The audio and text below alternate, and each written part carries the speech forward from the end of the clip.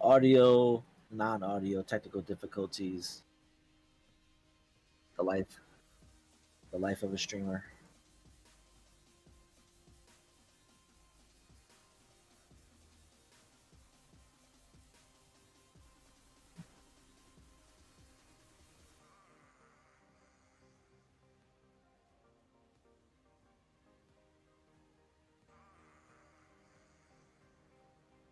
What's going on, everybody? Ooh, my game is close.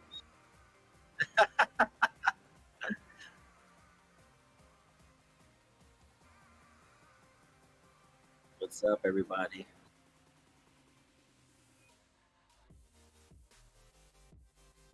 Yep, yep. Yeah, Super Bowl a couple weeks ago. Last week was Valentine's, so you definitely got to make some time for the wife, because if not, poof, I'm gone. Oh man.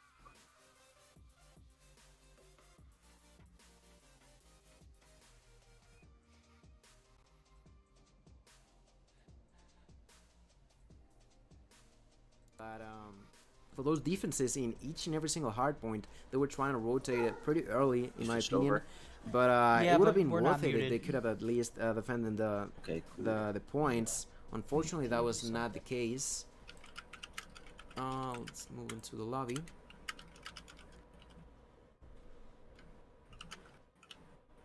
Alright, sorry if you guys were able to hear the fan. Alright, that was game number 1. And the ARP getting in strong right here. It's gonna be a huge first game for them, and a boost of confidence starting off this tournament. Wow, they And destroyed as I them. say No, so, let an me remind you ARP guys win, or that game did number Pride 2 win? would be search and Can't tell destroy for a second. on 1 second, on Meltdown. Yeah, that right. Game number 2 is search and destroy on Meltdown. And Teletubbies cannot allow themselves to lose. And if they find a way to win this matchup, then we would have to move forward to a game number 3 of domination on Hackney Yard. But let's not get ahead of ourselves. They still had to beat ARP, a pretty strong and dominant ARP, as we just witnessed right here. So, what do you guys take on this? Hey, Verdict. One first game. Game number 1 you hear was me? a victory for ARP. They ended You up could winning that game. do Infinite And Limitless pretty versus dominantly, Devious if you want nearly to a 200 do a advantage for game. them. So, And yeah, game number 1 for ARP. Scream Him, ¿qué pasa? Gracias por el on fire. Se aprecia un montonazo. alright, I'm gonna leave this stream, or if you guys invite me to the other room.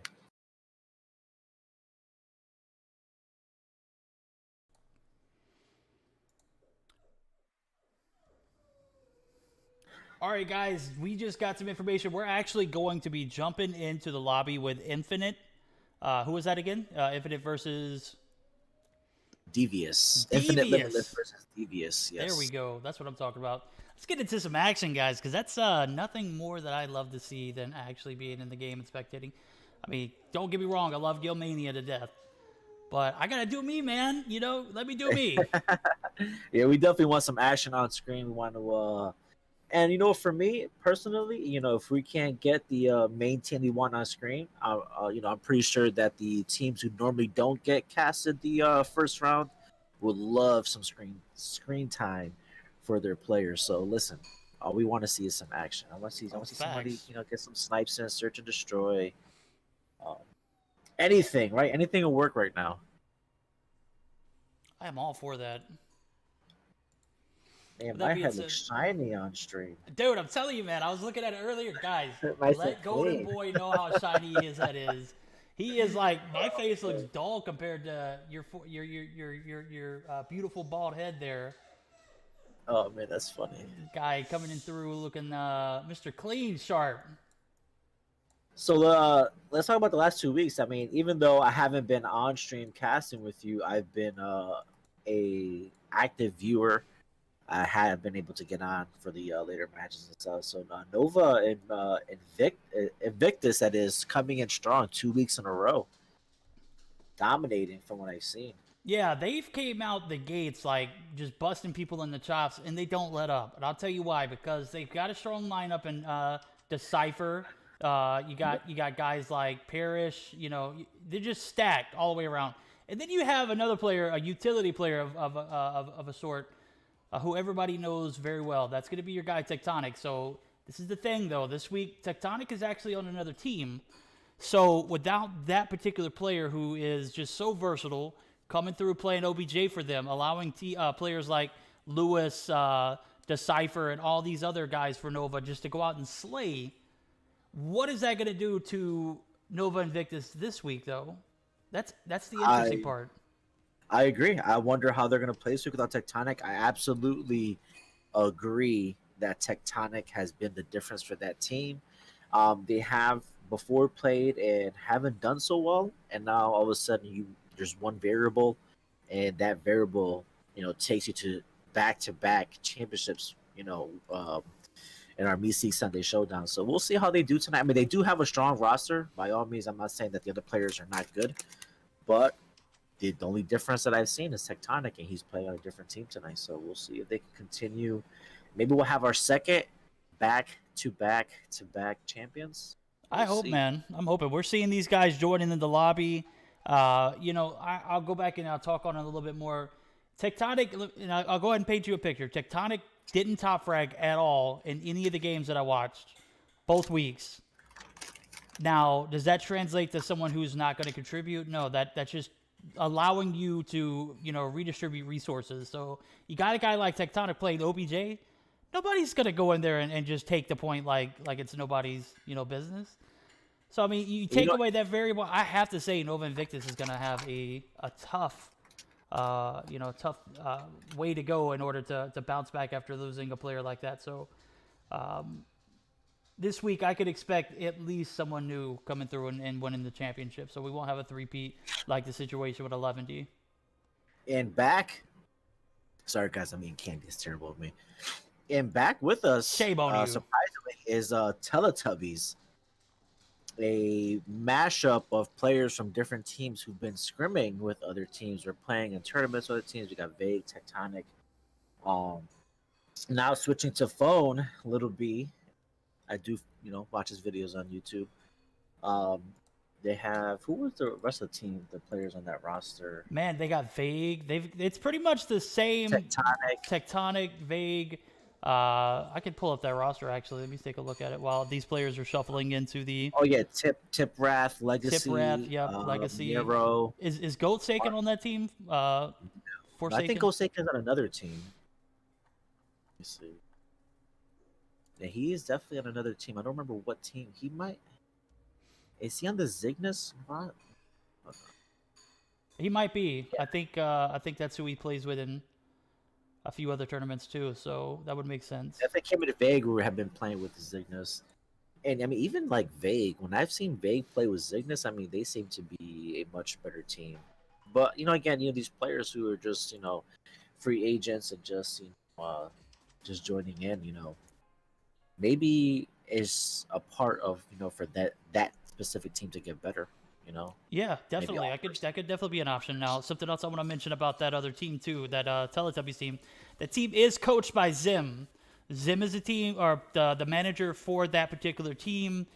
That is the point of contact that we have. He's the one who listed the registration for the team. So, what does that mean? That's going to be huge implications as well, as we know. Do we have an announcement yet? Do we know? I don't know what he has in store for announcing that, but you got to sit and think like this is a side project for him.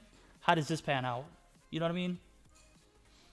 Listen, one thing that I can say, just watching a couple of casts that Zim has done, the man has big brain knowledge on the game.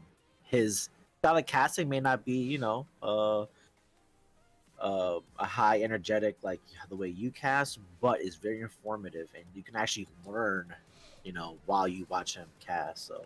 Oh, absolutely. I had the opportunity to actually cast with him this past Thursday. It was a last-minute spur-of-the-moment thing. I couldn't get anybody else. And anytime that I passed it off to him, I knew that he was going to have something to say as far as what was going on and as far as gameplay goes. So the dude's knowledge is just absolutely ridiculously vast. So to actually have him in that co-casting spot, it's always interesting because as a caster, I'm playing, if I'm doing color commentary or if I'm doing play-by-play, if I'm going back and forth with you, or if I'm just telling you how I'm seeing it, it's different. But to see, the mindset from somebody who eats, lives, and breathes this stuff is very interesting. It's very fascinating. As we've seen him take one team to a championship. Obviously, he knows what he's talking about, and anybody out there can have whatever they want to say about, Zem as a person or whatever. And you know how people are. But I mean, there's one thing you can't take away from the guy, and that's his knowledge, man. The guy is just absolutely 100% going to tell you how it is, And I feel like that's the way it should be, especially the coaching position that he's in. A guy like that definitely needs to be as forward as possible.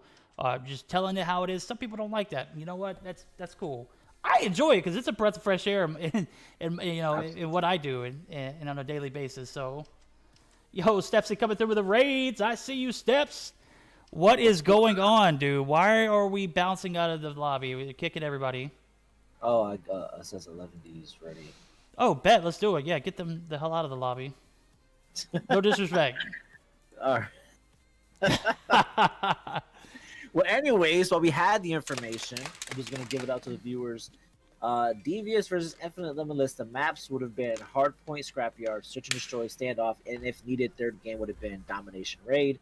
The weapon bans, Devious bans the Man of War, Limitless bans the DRH, but as you guys have just heard, we are now going to be on 11D, who is, let's see who they're playing. Stepsley, what's going on, Stepsley? Joining in on the channel.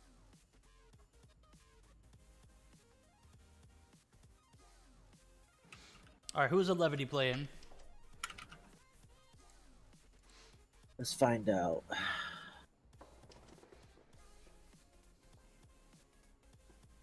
I'm about to enjoy some candy while we wait.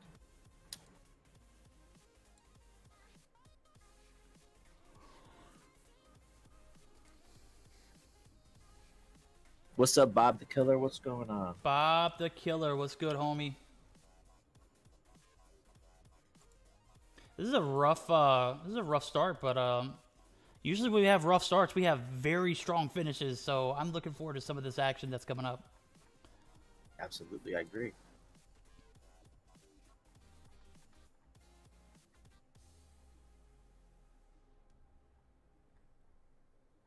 Players are joining in. We're at Trovo viewer needs to pull up on YouTube.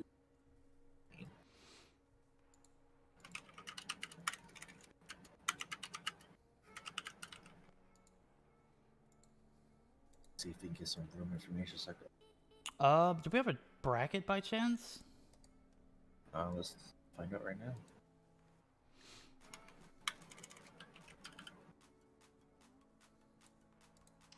Let's see.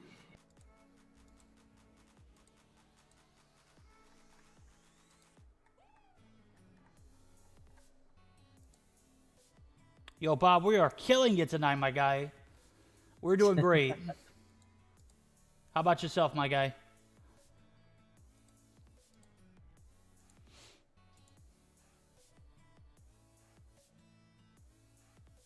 Oh, yeah, gotcha. I need to, yeah. Let me put that back on his forehead real quick. Hold on. Let me see if I can. Yep, there we go. And if you could take a look here, this is the shiniest part of our screen at the moment. That's going to be right on the top of... No, let me change that setting. DM? I just saw it, dude. I'm a bot. I have notifications where they don't pop up, so if I have like a screen... Yeah. Let me see if I can change that real quick. I'm still getting back used to having a co-caster. I haven't had it for what seems like... I'm kidding. It's been like 2 weeks, and I'm exaggerating, guys.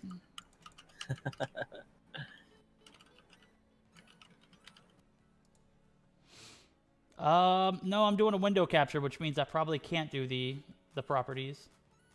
All right, so it's gonna be 11D versus Zenshu. Let's update some titles.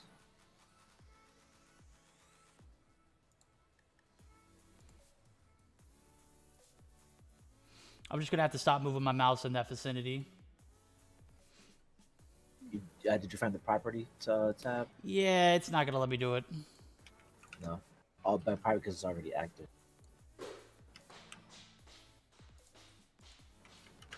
It's alright. What I can do is I can move it over here, and that way it won't be in the vicinity of everything else, so I won't have an issue. Do you like the animated logos? Yo, I'll drop a link in to the bracket here shortly. I see what you're saying. The background is animated. Yeah, fire it up. That's what you were saying. Yeah. Okay. All right, so we are good to go. Stream title. All right, guys. So we have 11D versus Zenshu. Let's start with the maps. We have first map is going to be Hardpoint on Summit. Our second map, Search and Destroy on Fire Range. I'm excited. I like Fire Range. And if needed, a third game will be Domination Standoff. The weapon bans, 11D bans the Man of War, and Zenshu bans the ASM-10. So that leaves the DRH in play, and I don't think 11D is a big Arctic team. You I'm might not get a sure. few here or there, but everybody else is versatile. They can, they can swap to the Locust and it'd be all right, or the DOQ, whatever their sniper of choice is. Now, what I will ask is that Zenshu Esports or is that Zenshu, just Zenshu? It says Zenshu Esports. Gotcha. Good Copy. deal.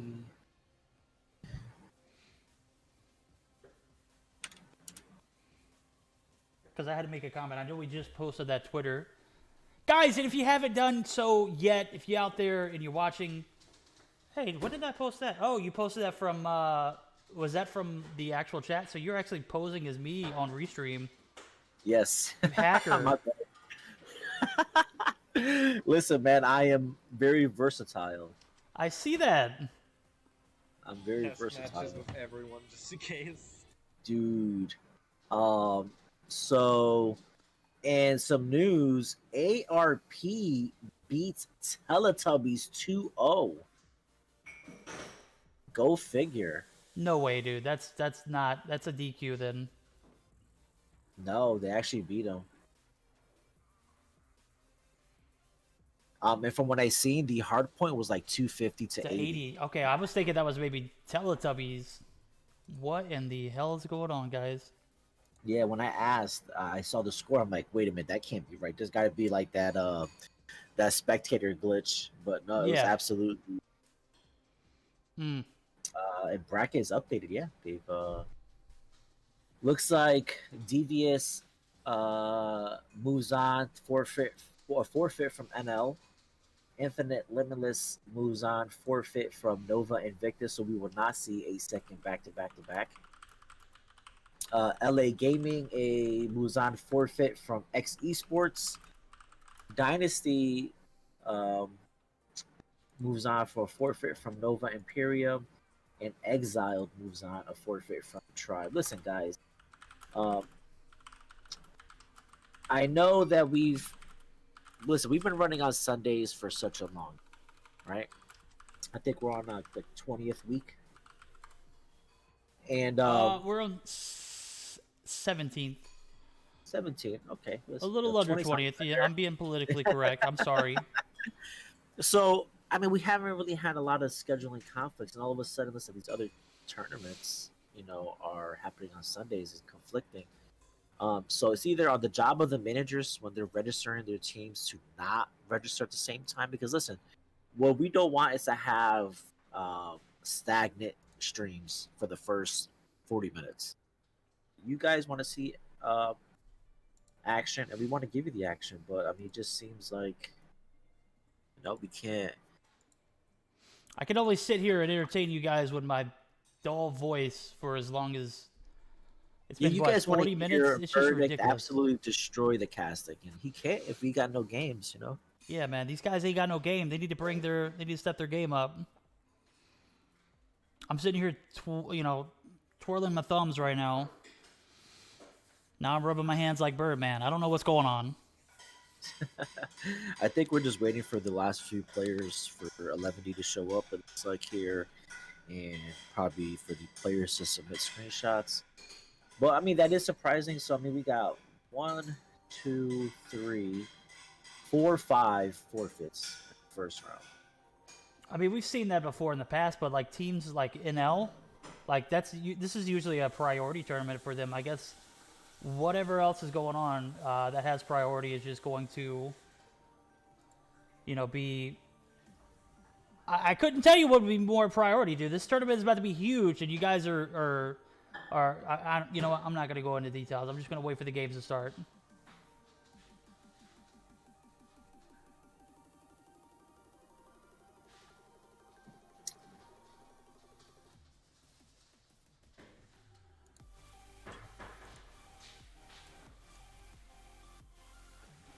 All right, looks like we're gonna have. Also, looks like we do have some of the teams actually message ahead of time and said that they would be starting later. So, um, we also got Cygnus and F4 in a first round matchup, and then we're gonna be streaming a few. Hopefully, 11 versus Zenshu.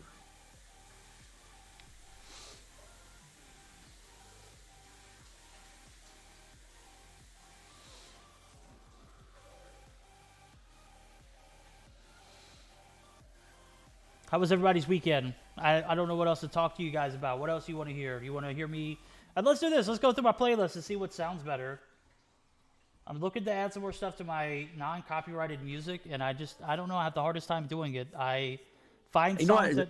I have a topic just because I am a little bit active on Twitter and I follow some comp scene players. Okay. What do you guys think of COD Mobile?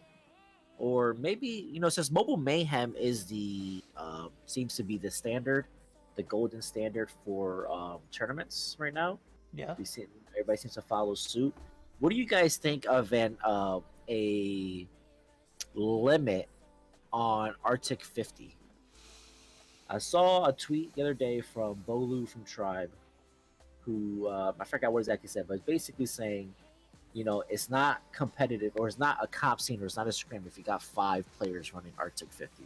We all know that the ACOG in Arctic 50 can be a little toxic or broken, or the comp meta, whatever it is you want to call it. You know what? I'll go ahead and I'm gonna jump right into that because I'm glad you brought it up.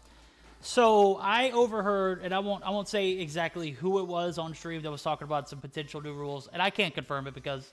Yes, I'm a caster for Mobile Mayhem European Division, right? I haven't seen anything about rule changes, so I can't say that what he's saying is right or true. But I will say that it is an interesting point of view, and I will point out the fact that he brought up banning any guns with altered ammunition. So like your large ammo, your large caliber for the HVK, your large caliber for guns like, or the Arctic 50 rather, the stop and power rounds. Guns with altered ammunition be banned. Each team could only have one sniper, kind of like the old school scrim days. You remember when you scrimmed at us? You were the only sniper. We needed one guy, right? Yep. I'd have to say that would be an interesting thing to see because as of right now. So that means that back to the DLQ, no more locusts, or can you use the locust without stopping power? You could use any gun you want as long as it doesn't have stopping power rounds in it.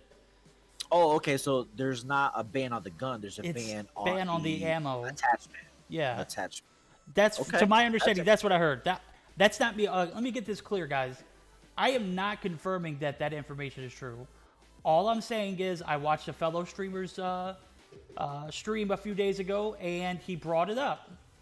And this person brought up that this was going to be the new standard.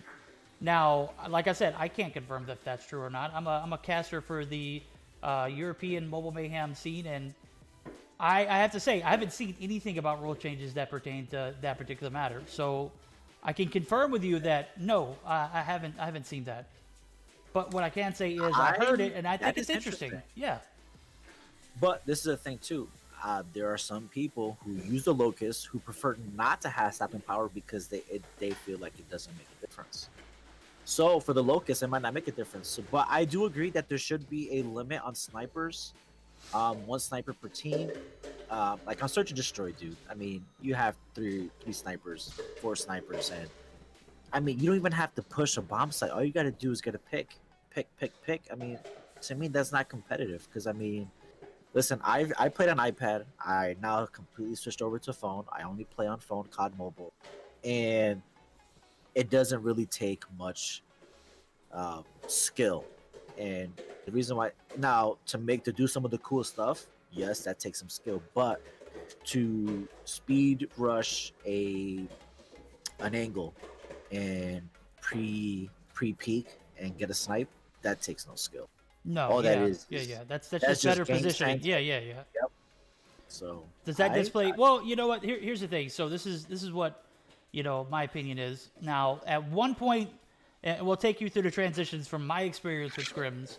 This is the way scrims used to be. Scrims were so like strict with rules. You could only use a certain gun with a certain class color scheme. So you Nothing can't use purple. anything purple or even there were some that you couldn't even use blue. You had to use green and blue. Now everything has evolved, and it evolved around champs. So everything went to champs rules because obviously everybody was playing champs.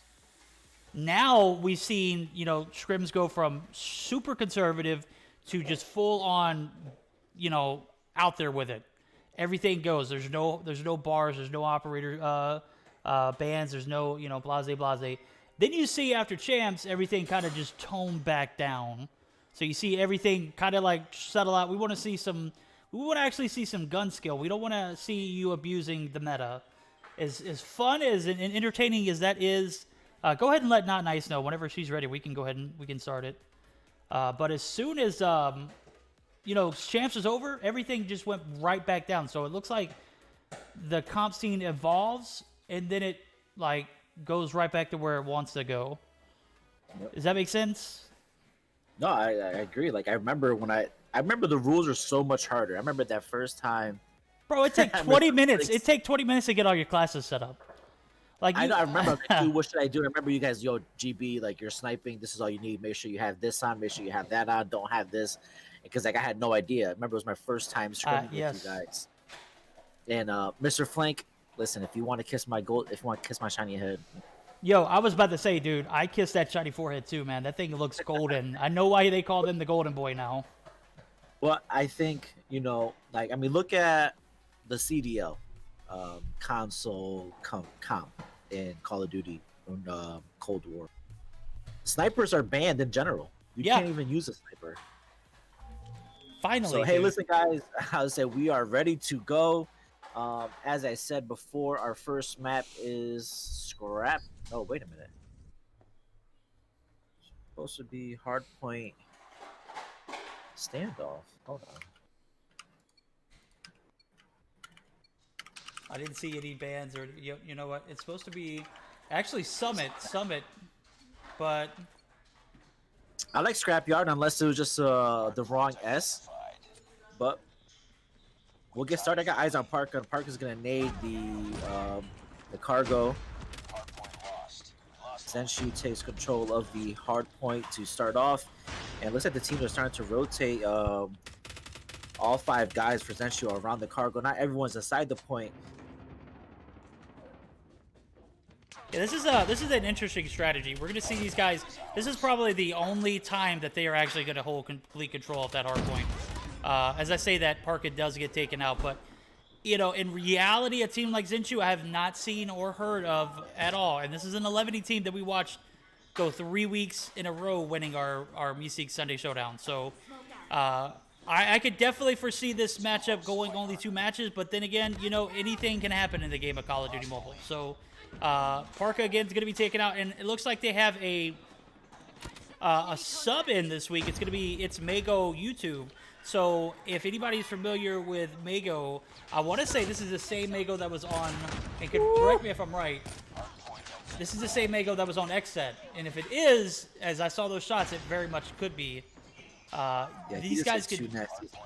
Yeah, dude, he's super sick with it. I want to say this is the Mago from the XSET roster before it disbanded. So buckle up for some great action here if this is indeed him, as I see Wedo's up to 8 kills. Point for P2 here is going to be completely dominated so far for the first 20 seconds and uncontested by the side of 11D. We're going to see Chinta take out Wedo, but without further ado, we're going to see Parka get the Reefer X. So point is going to be completely uncontested for the first 30 seconds as we see rotations start a little bit here. Maybe not too premature, but, you know, as 11 starts making the rotations over to P3.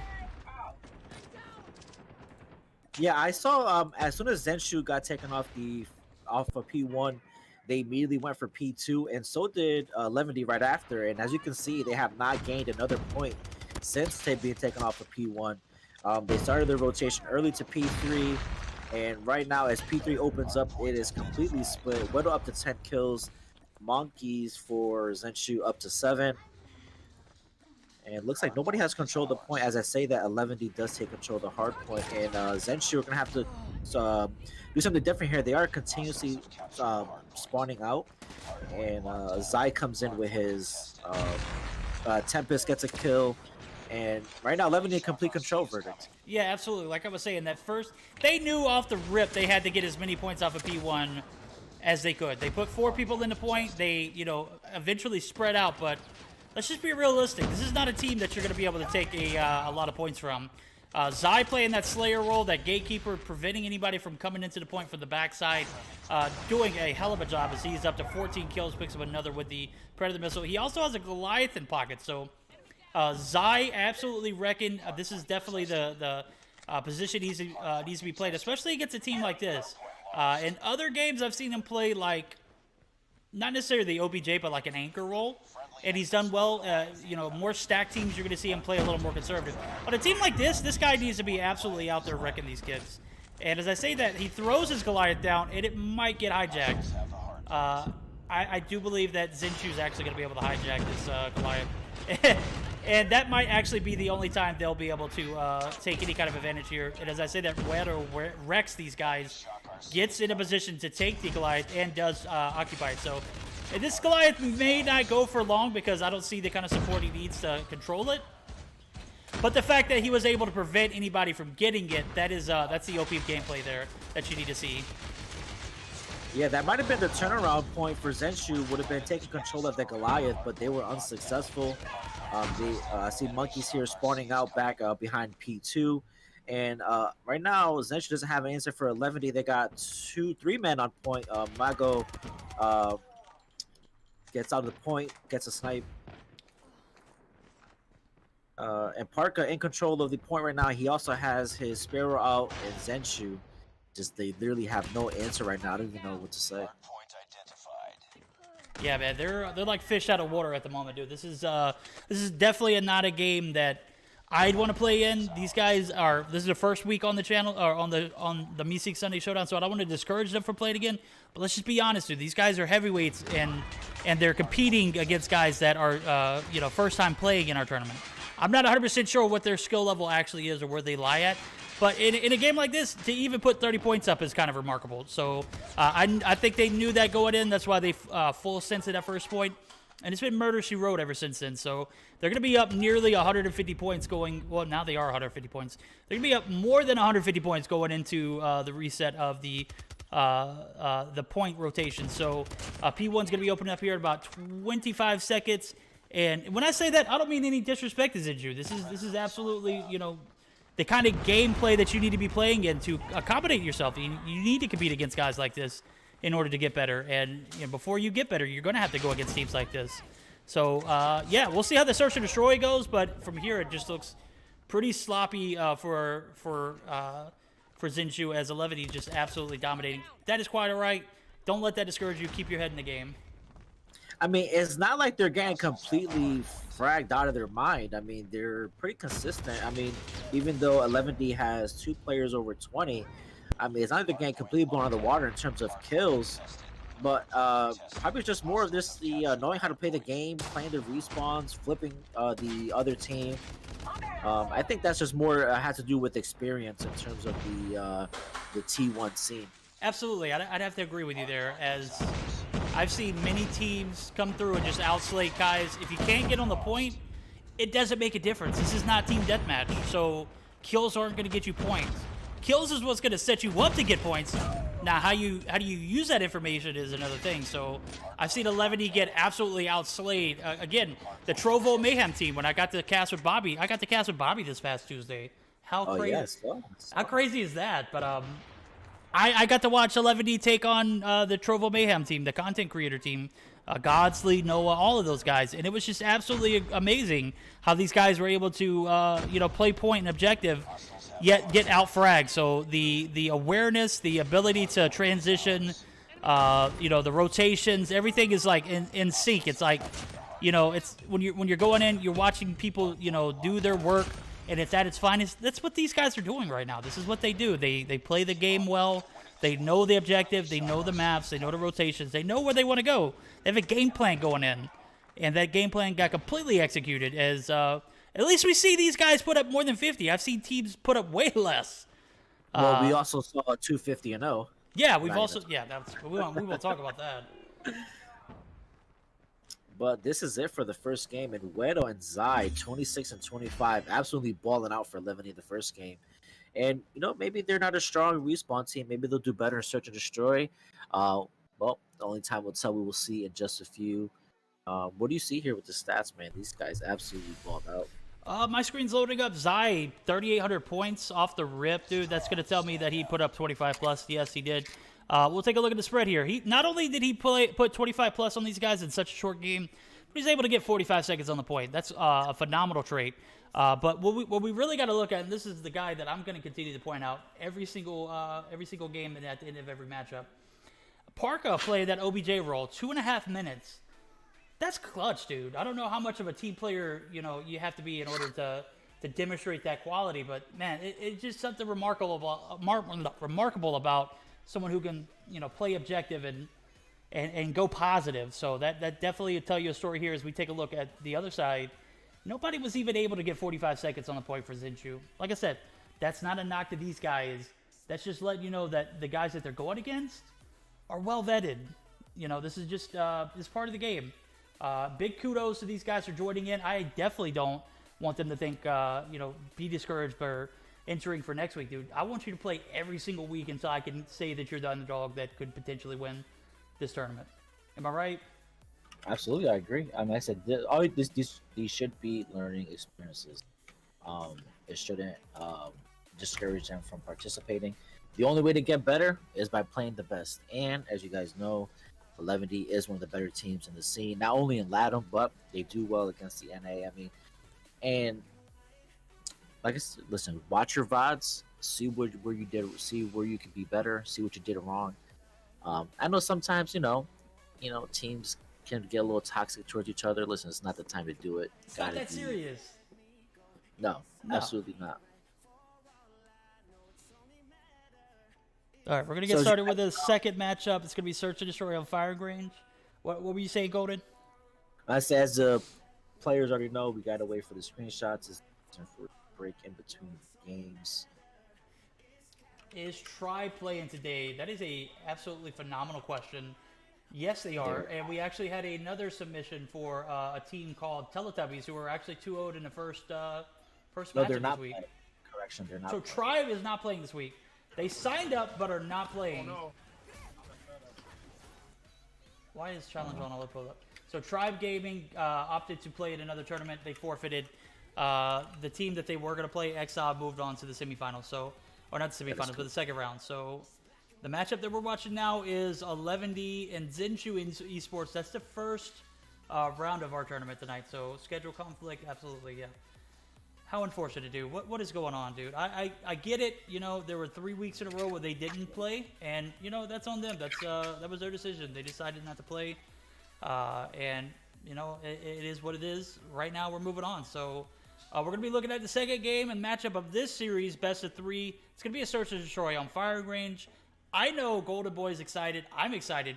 What are you expecting out of these guys, the newcomers, ZjuJu? This is their first time playing in a tournament like this. Did he get absolutely owned in the hard point? Let's just be real. They got outplayed in the objective. I would, if they expect any chance. I mean, you gotta figure that maybe morale's a little low from getting beat up so bad. They have to win the first game, and they have to do it convincingly. They have to If they have any snipers, the snipers need to play their objective. They need to get picks. Um, the firing range is a huge pick map. You either when you're on the shower side, getting the pick towards the middle, and if you're on the armory side, peeking a long, wall banging that little wall there, or even bottom wood. So I always forget what side these are on, but listen, they have to absolutely win the first match. They have to build some momentum, going into this firing range, search and destroy, because obviously, as you see, they didn't play well in the first map. Absolutely, and I'll say they're going to be on the attacking side, so they're really going to set the tone of this matchup.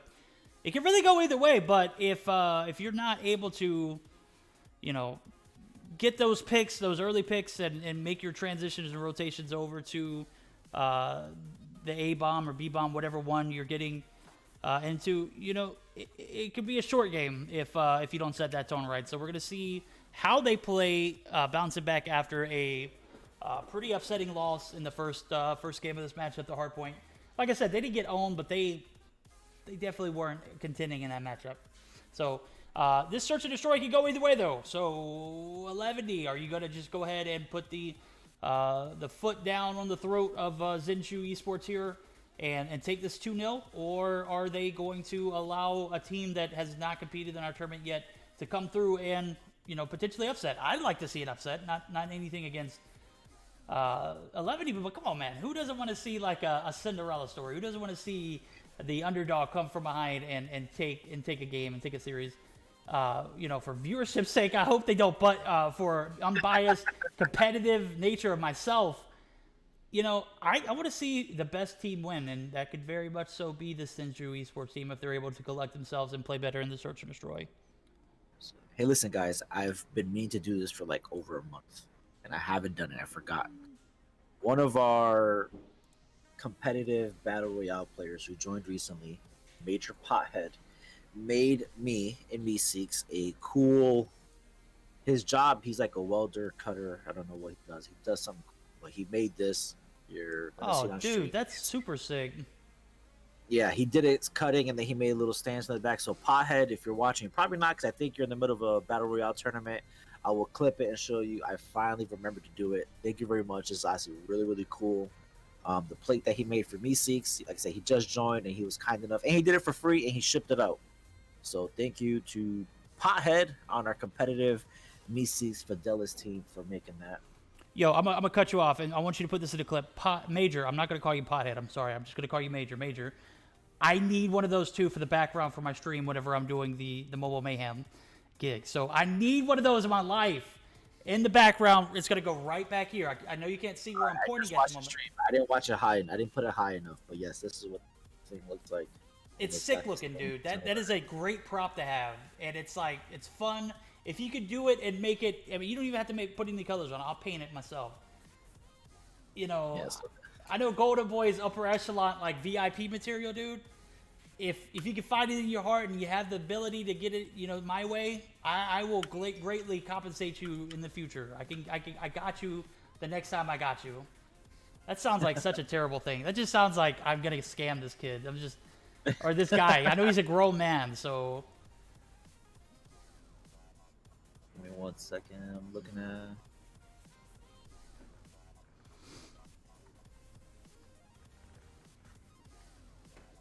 All right, looks like we're just waiting for some screenshots. Looks like there might have been an issue or two, but we should be starting up in just a second. Por lo que están entrando al canal, empezamos un poquito tarde. Había un poco de conflicto con otro torneo. 11D ganó el primer juego contra ZenShu y están ganando 1-0, y si ganan el Search and Destroy, seguirán en el torneo y ZenShu se elimina. So vamos a orar. Por fin encontré el nombre del Search and Destroy, es buscar y destruir. Gracias a Gilmania for that. I've always wondered what Search and Destroy was or how it was referred to, and it's buscar y destruir. And according to my wife, I should have known that. It's obvious, but yeah, dude, you should definitely know that. What's wrong with you?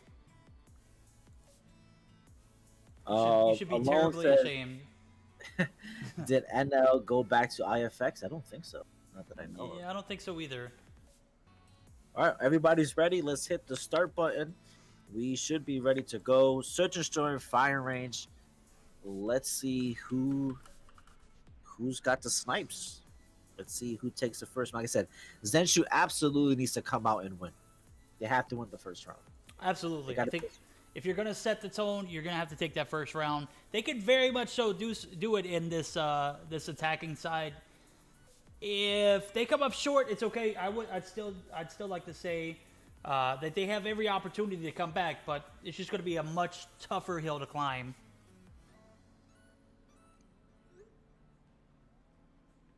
I agree. Sorry, guys, I'm a little distracted. Our PUBG mobile team is competing in the PMCO, so I am checking back and forth between everything. How is that going? Go ahead and give us some updates. I need to know that. Not going too well. We needed to ball out all 4 games, and I think last week for 6th place, second. Looks like we got 10th in the 3rd, and yeah. That's quite all right.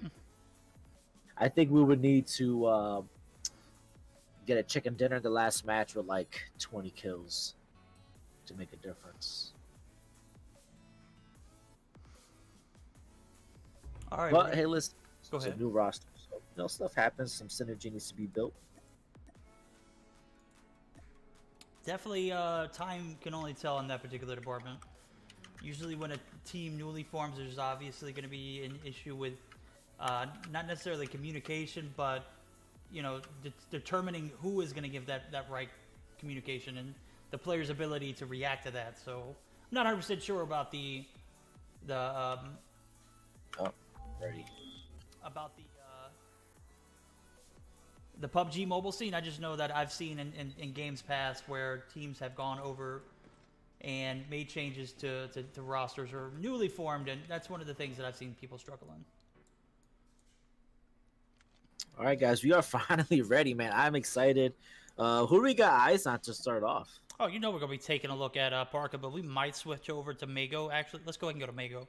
One, because I've seen some of his snipes from that last game, and who doesn't love to see a nasty snipe off the rip? Oh, what? Dude, I was like, where's he nading? I've never seen anybody pre-nade where he threw it, and he gets a kill to start. Absolutely, dude. That was just ridiculous. We're going to see Zenju step up and pick up 2 big frags, ultimately leading them to a 1v3 situation, and Zai is going to push it recklessly, get the frag with the pistol, and that is going to go first round in favor of 11D. Matt 808 says, what the F is that hair? Whose hair? I don't got no hair. I'm bald, bro. Destroy the objective. They have the bomb. He said, no, Sage. WTF is that hair? WTF is that hair? This guy. Do we have a full 5-man snipe team for 11D? That's what it's looking like, with the exception of Just. Just has got a Finnick in hand. This is interesting. We're going to see Parker take out Shintra there. We're going to see Just take some shots as he was retreating back into this cubby building, leaving OVY shoot the last remaining player. He's going to take some shots on the one, take out one. Just is going to get the better half of that gunfight. And that's going to lead to a 2-0 in favor of 11D. This is not the kind of start that we were talking about, Zenshu. This is actually the exact opposite of what we talked about. So they need to play a little more conservative here and a little less pushy. Yeah, B isn't working, so maybe we'll get an A. It looks like they're going to full send B again. I think at this point, somebody's going to be like, all right, guys, we got to do something different. Widow gets a pick immediately onto Ovi shoot.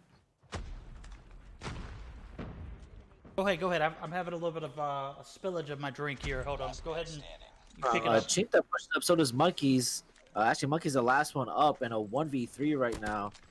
Just takes some shots onto him with the Fennec. He gets Just, so now it's a 1v2. Mako not able to get the snipe. Monkey's now pushing up onto Mako. Oh, but Zai catches him from the side, and it is 3-0 in favor of 11D. Absolutely do not. This team cannot go B again. B is not working. They need to go A. They need to change it up. I mean, Monkeys has 4 kills, but Retired and both have 0. So it looks like they do switch up their strategy. They're gonna go for the A push.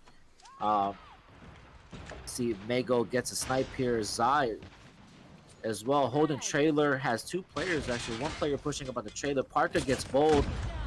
Zai gets a pick onto Chinta, but Ovishu gets Güero. It is a 4v3 in favor of 11. They say that 4v2 as Zai picks up another frag.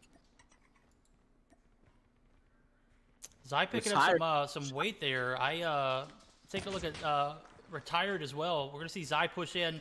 That's probably gonna be his 8th kill here if he's able to clutch this up. Oh, Retired lasered him. Parka is gonna take out Monkeys for the refrag. So we're gonna have a 3v1. Another. How familiar is this situation for Zenchu? 3v1 going into the bottom half of the round, and it's just not looking any brighter from the hard point, if you ask me. Now, like I said, I've seen anything happen. Anything can happen here, but they're gonna have to come back with tremendous force and deliver on something here, because I mean, you just have to sit here and think, like, if A isn't working, if B isn't working, maybe play a little conservatively. It's not going to make that nade spot from Mago. Sorry to cut you off. He's gotten 2 kills from that nade from that spot outside 10. Last man standing. Finish it.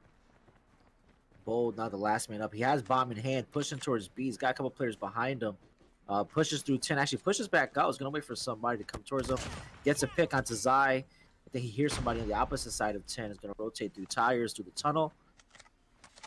And let's see if Bolt can at least pick up a win here on Search and Destroy for. He's gonna take some shots on the Just there. That was actually big brain plays. He's played his sound very well. However, that sound plays is not gonna work, and we're gonna flip sides as 11D gonna be up 5-0. This is a clutching push me to the second round of the tournament round for these guys. So 11D looking to clutch it up, take it in 2. Let's see if they can do it here. They only need 1 more round. Mago is just absolutely finessing these guys with the nade spots, right? Dude, Zeus was disgusting. I mean, he's gotten several, like, first picks with nades. He's nasty with the snipe, too. He spots OVY. OVY is going to retreat back. He does not want the smoke. I don't blame him. So right now, it's in favor of Zenshu. They have a 3v4. Ovishu, who has 6 kills, looks like he picked up another pick. Just gets Chinta, though. It is not a 3v3 again. Mago, Ovi and Mago trading shots, but neither successful. 3v2 now favor. Oh my God, Zai slide peeks him and takes him out. I was about to say, if OVY continues to peek that angle, they're going to get some penetration. They're going to get some action from the backside, and that is exactly what happened. Zai pushed in, slide peek, took him out as he was peeking the same angle multiple times over and over. We saw that's like a difference maker for a sniper, in my opinion. Are you able to make the transitions and take your shot and rotate? Or are you going to continue to peek that same angle and see if it works out? Obviously, it didn't work out in that particular situation. We're going to see a 6-0 devastating shutout from the side of 11D. 11D takes out Zenchu Esports. They're going to be moving over to the second round of the playoffs, or for the playoffs, second round of the tournament, as 11D coming out strong, finishing strong in this first matchup. Their next opponent is potentially, who are we going to be looking at? LA Gaming is the next. Ooh. So it'll be 11D versus LA Gaming. If I'm mistaken, I think I saw MG King in the chat. We're gonna see that's his team, if I'm not correct. You're right, my guy. That is LA Gaming is MG King. That's all him, bro. And this team is nothing to shy over. We've seen them perform very well in their debuts in Mobile Mayhem on the North American side of things. So I definitely can't overlook some of these guys. Codeine, Daddy Hub, just some of the few players that just stand out in my mind. Jesus Can Save You. That's another guy that you just can't overlook this guy. This guy is he is a craft in what he does. We're going to see him perform over and over again consistently. So interested to see how this matchup goes. This really could go either way. So second round is going to be very sweaty. This next matchup is going to be probably one of the games of the nights, in my opinion. Well, we got Echo tagging us in chat. So LA Gaming 2-0'd Nova Invictus in Mobile Mayhem. They Did you say did. that? Yep, that's Did you true. say I that? watched that on stream. It was actually on Zim stream. Okay, so this lineup they must have now must be better. With I'm sad. I'm not sure if LA Game has participated in our tournament before. Of recently, I don't remember. It's kind of a lot of stuff to remember, guys. I apologize, but I do remember our team played them in a tournament months ago when we had one. But listen, I hope that they absolutely give 11D big balls tonight. Yeah, dude, I'm gonna need to see some brass balls from these guys because that's what you're gonna need going against 11E. Now 2-0 Nova Invictus in Mobile Mayhem. That means something. That means something to an extent, but we were just talking about this Nova Invictus roster as Tectonic is not Was on not that playing. team. Yeah, he's not playing for Nova Invictus and Mobile Mayhem. He's on the Trovo But- Mayhem team. So It was 250 to 87 on hardpoint, says King. that's right, and they With are the semis. they are known for their responsibilities, and obviously with Tech not on that roster for the Mobile Mayhem team, Nova Invictus. You know, I hate to tell you, man, but that's like a utility player you can't just replace, you know, week in, week out. You got to have that guy consistently if you want to see your team thrive. And LA Gaming, like I said, they're no pushovers.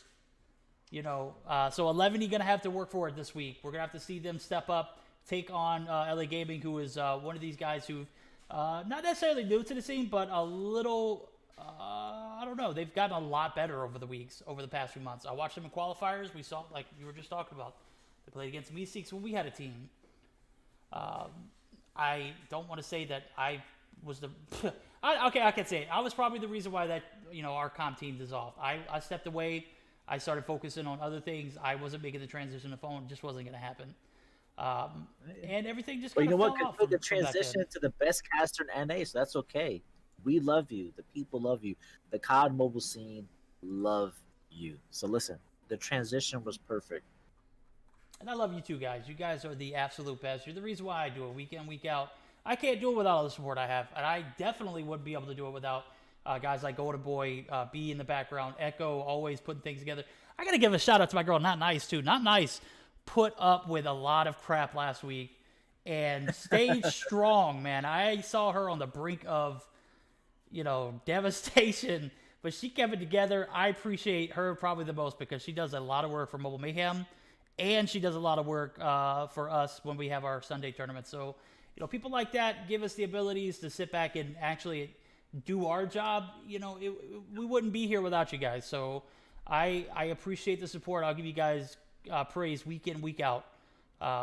You know, so definitely won't shy away from that because, I mean, you see me, I can't even change a stream title without having some kind of issues. Actually, speaking of stream title, I should probably update ours. That was Give the me code. one That was the code word, wasn't it?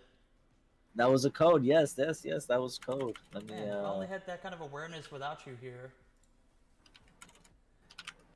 Yo, I'm Dark King. What's good, homie? Happy. Welcome back, my guy. All right, let me. The titles. Let me remove. And I'm some reading. stuff I'm reading here. Drew or King's comment and call him King, Drew, whatever you want. Drew is his first name. King is obviously his in-game name.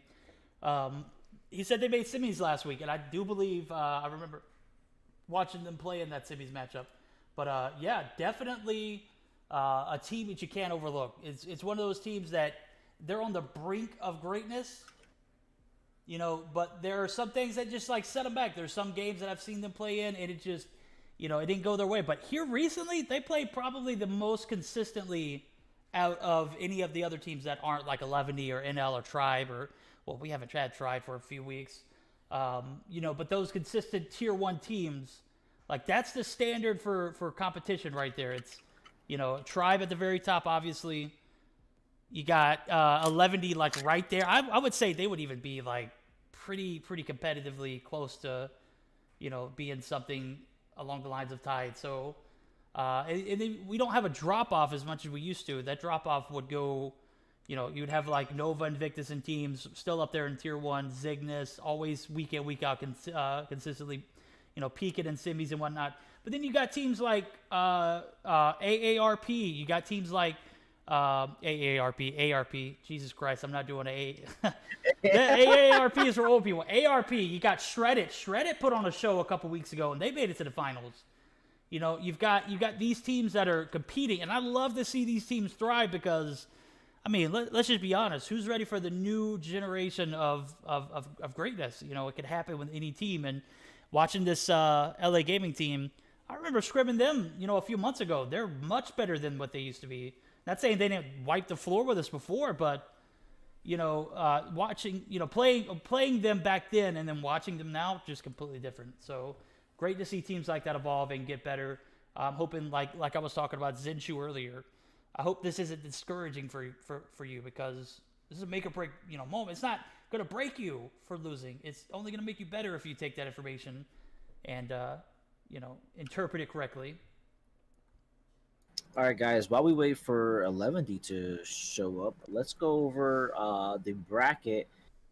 So we had the second round, Infinite Limitless go up against Devious, and they 2-0'd them to advance to the semifinals.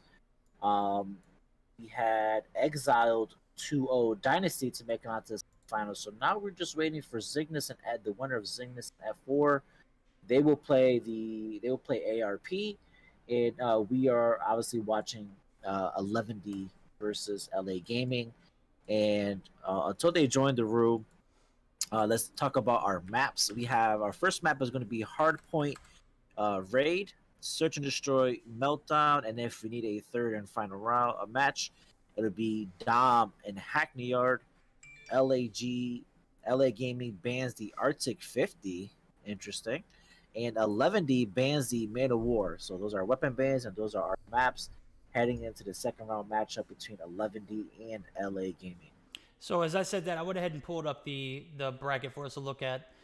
Teams that you see 3-0s next to, that means they disqualify. That means they either didn't show or they had, situations going on. I'm assuming that everybody that DQ'd didn't actually play. They just didn't show up. So Nova Imperium DQ'd, Tribe DQ'd, LA Gaming got a win over X Esports for, I'm assuming, not showing. But I wonder I'm assuming Cygnus took out F4, so they're going to be moving on to the second round. I would just assume that.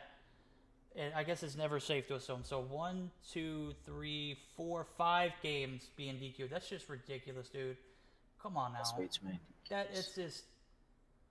Not only is that disheartening, dude, but it's just like, why even sign up if you're not going to show up? And I understand that everybody has things going on, but let's be realistic about this. Like, come on. Come on. You know what's up. This is week in, week out. We're here Sunday night at 8 p.m. Eastern time. We don't change that time to 9 p.m. We don't change it to 7, trying to accommodate our schedules. We've been consistently here for the past 17 to 18 weeks. Yep, that is correct. That's ridiculous, dude. And we didn't even cancel for Super Bowl or Valentine's, even though I didn't show up. GoldenBoy canceled for. I didn't cancel on you guys. I told Echo. Echo was like, "Do we need to find a sub for you so that way you can enjoy?" I'm like, "No, dude. This is my baby. All right. Nobody can have my baby." I appreciate you. Listen, I still got screenshots of Grim telling me that I was no longer a part of it. That's all I'm gonna say. And Grim, you hurt my feelings, bro. You might have been joking, but I felt that was deep. I thought me and Verdict have a connection. We do have a connection, my guy. And that's why when you were like, "Hey, do you miss me right now?" I paused my game that I was in the middle of, Warzone with Stepsley. And I responded immediately. I was like, "Bro, what the hell is wrong with you? You know I need you, my guy. This can't work without you. This is something we built together. But this is my baby, okay? I put my hands on it. I've crafted it. I've had a lot of help from everybody else, but it's something I started off doing. And I honestly... I did it. I started off with my iPad. I was sitting on my lazy boy recliner here right in front of me. I had my headset. I had my phone so that way I could take a look at chat. And that was it. I cast it directly from my iPad. And this is what it's turned out to be. That's crazy, right? That, you know what you got to do? this is what you gotta do. You gotta take a picture of your recliner on the left side. Actually, I'll do it for you if Okay. you want. Take a picture of the recliner, full lazy boy back up. Full spread out. Can I be in it and then with my iPad in my hands as well?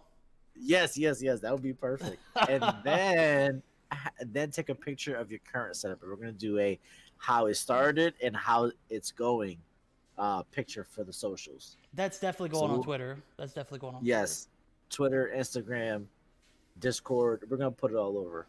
You're gonna have to give me a day or so I can clean up some of this junk because I am a tidy person to an extent. I like to keep things tidy to an extent, but I also get a little overwhelmed throughout the week. I work a full-time job, 40 plus hours a week. And then I got this, and it's in the middle of my living room. So it's really hard to balance the two. But I'm finding ways to do it better. I'm getting better organizational skills. Obviously, with me being a manager for a retail store, a lot of that translates to, but I just don't have time like I do where with my job. So I definitely need to find that time, and I think I'm gonna find that either after this stream. No, that's too damn late. Definitely gonna be tomorrow. I know they say don't put off tomorrow what you could do today, but damn it, I don't have enough time, not enough hours in a day. I feel you, man. Listen, if anybody wants to know my casting candy, what I gotta have, it's Airheads Extreme Bites. Just in case, anybody wants to send me a care package, let me know. Or let Grim know, he'll send me a care package, Let me see. No, while I'm here, let me do this. Let me send out some.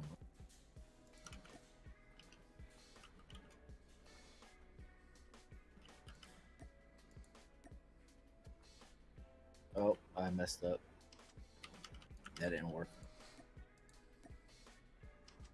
All right, we're going to see 11D actually joining into the lobby. I'm going to send a request to Super so that way in the future I can just send him an invite personally. We'll see on stream if he rejects it or not. I'll let you guys know so that way if my heart is broken, you guys nobody can share my denies pain. verdict. Nobody denies verdict. Nobody puts baby in the corner.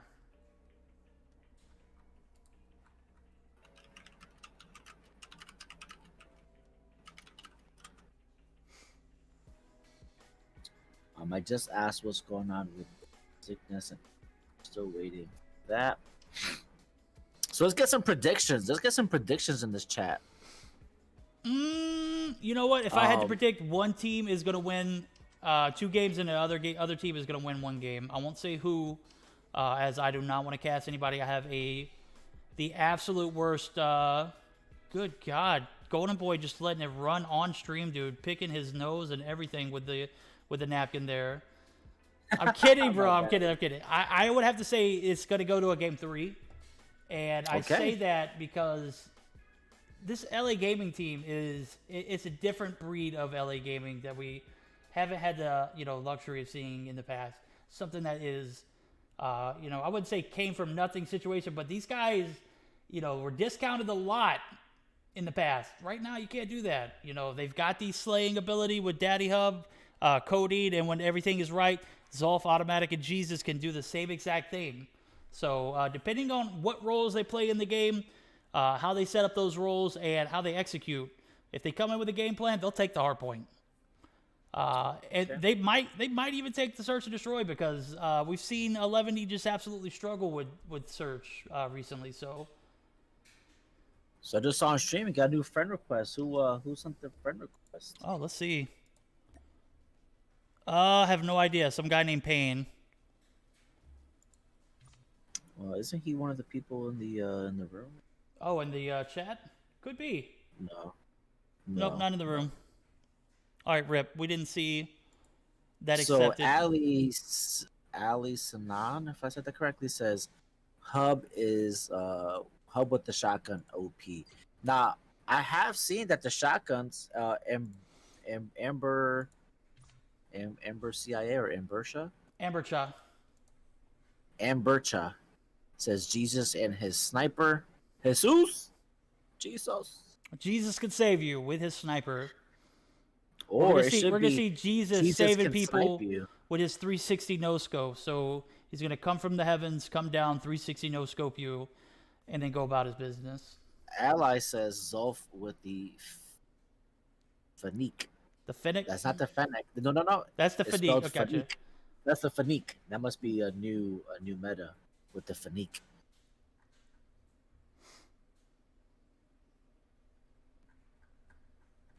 All right, we're gonna Alright, so see we these got- guys join the lobby. They got to submit those screenshots.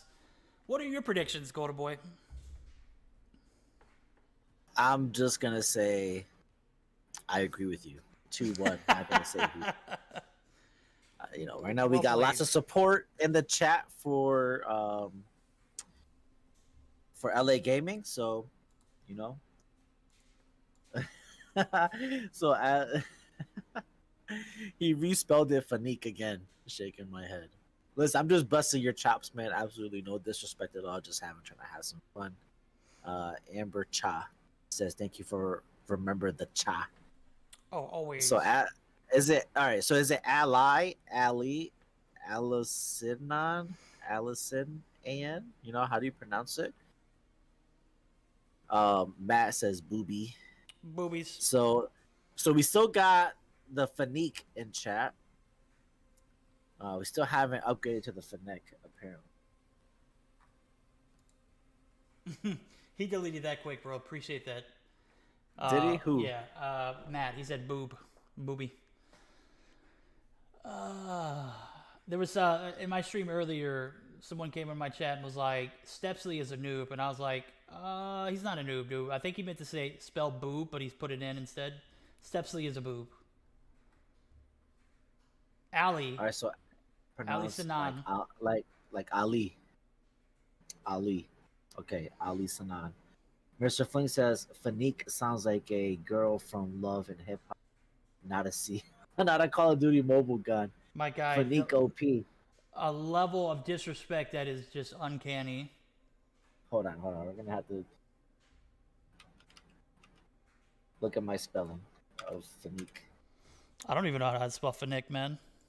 The Finnick. Let's see. Fennec. Yeah.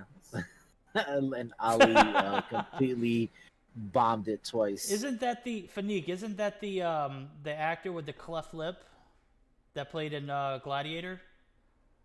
No, that's Joaquin. That's Joaquin Phoenix. Okay, never mind. Joaquin, Yeah, that that's looks like a Joaquin. combination of Joaquin. Fanique, where do you get Juan? I'm sorry, it just looks like a combination of the two names. You know what? You're right though. You're not wrong. Joaquin Phoenix. If you combine the two, you get Fanique. Grimity dropping in. Look, you know what? I'm sub to your channel. Let me use. Dude, who made your new Verdict Punisher look? Oh, that thing is sweet as hell. I think Grim sent it to me. I'm not 100% sure who made it. I won't give him credit because I've given people credit in the past and absolutely, made myself look like a jackass. If Grimity didn't make it, he had it made. That's the way. That's Grim works. exactly. There you go. So Grim coming through with the OP. It looked. I'm gonna be honest with you. It was such a simple design. I could see him doing it and not messing that up because it looks perfect. I don't want to discredit anybody if they did make it, but it looks like something that you can just put over one image. It doesn't look that hard. It doesn't look that hard. I don't want to insult a man. Jesus Christ. Mr. Flink says Fanique is my drag queen name. That is interesting, my guy. And it's Sunday, so are you GoldenBoy from Champs? It can be. Do you want it to be the same GoldenBoy from Champs?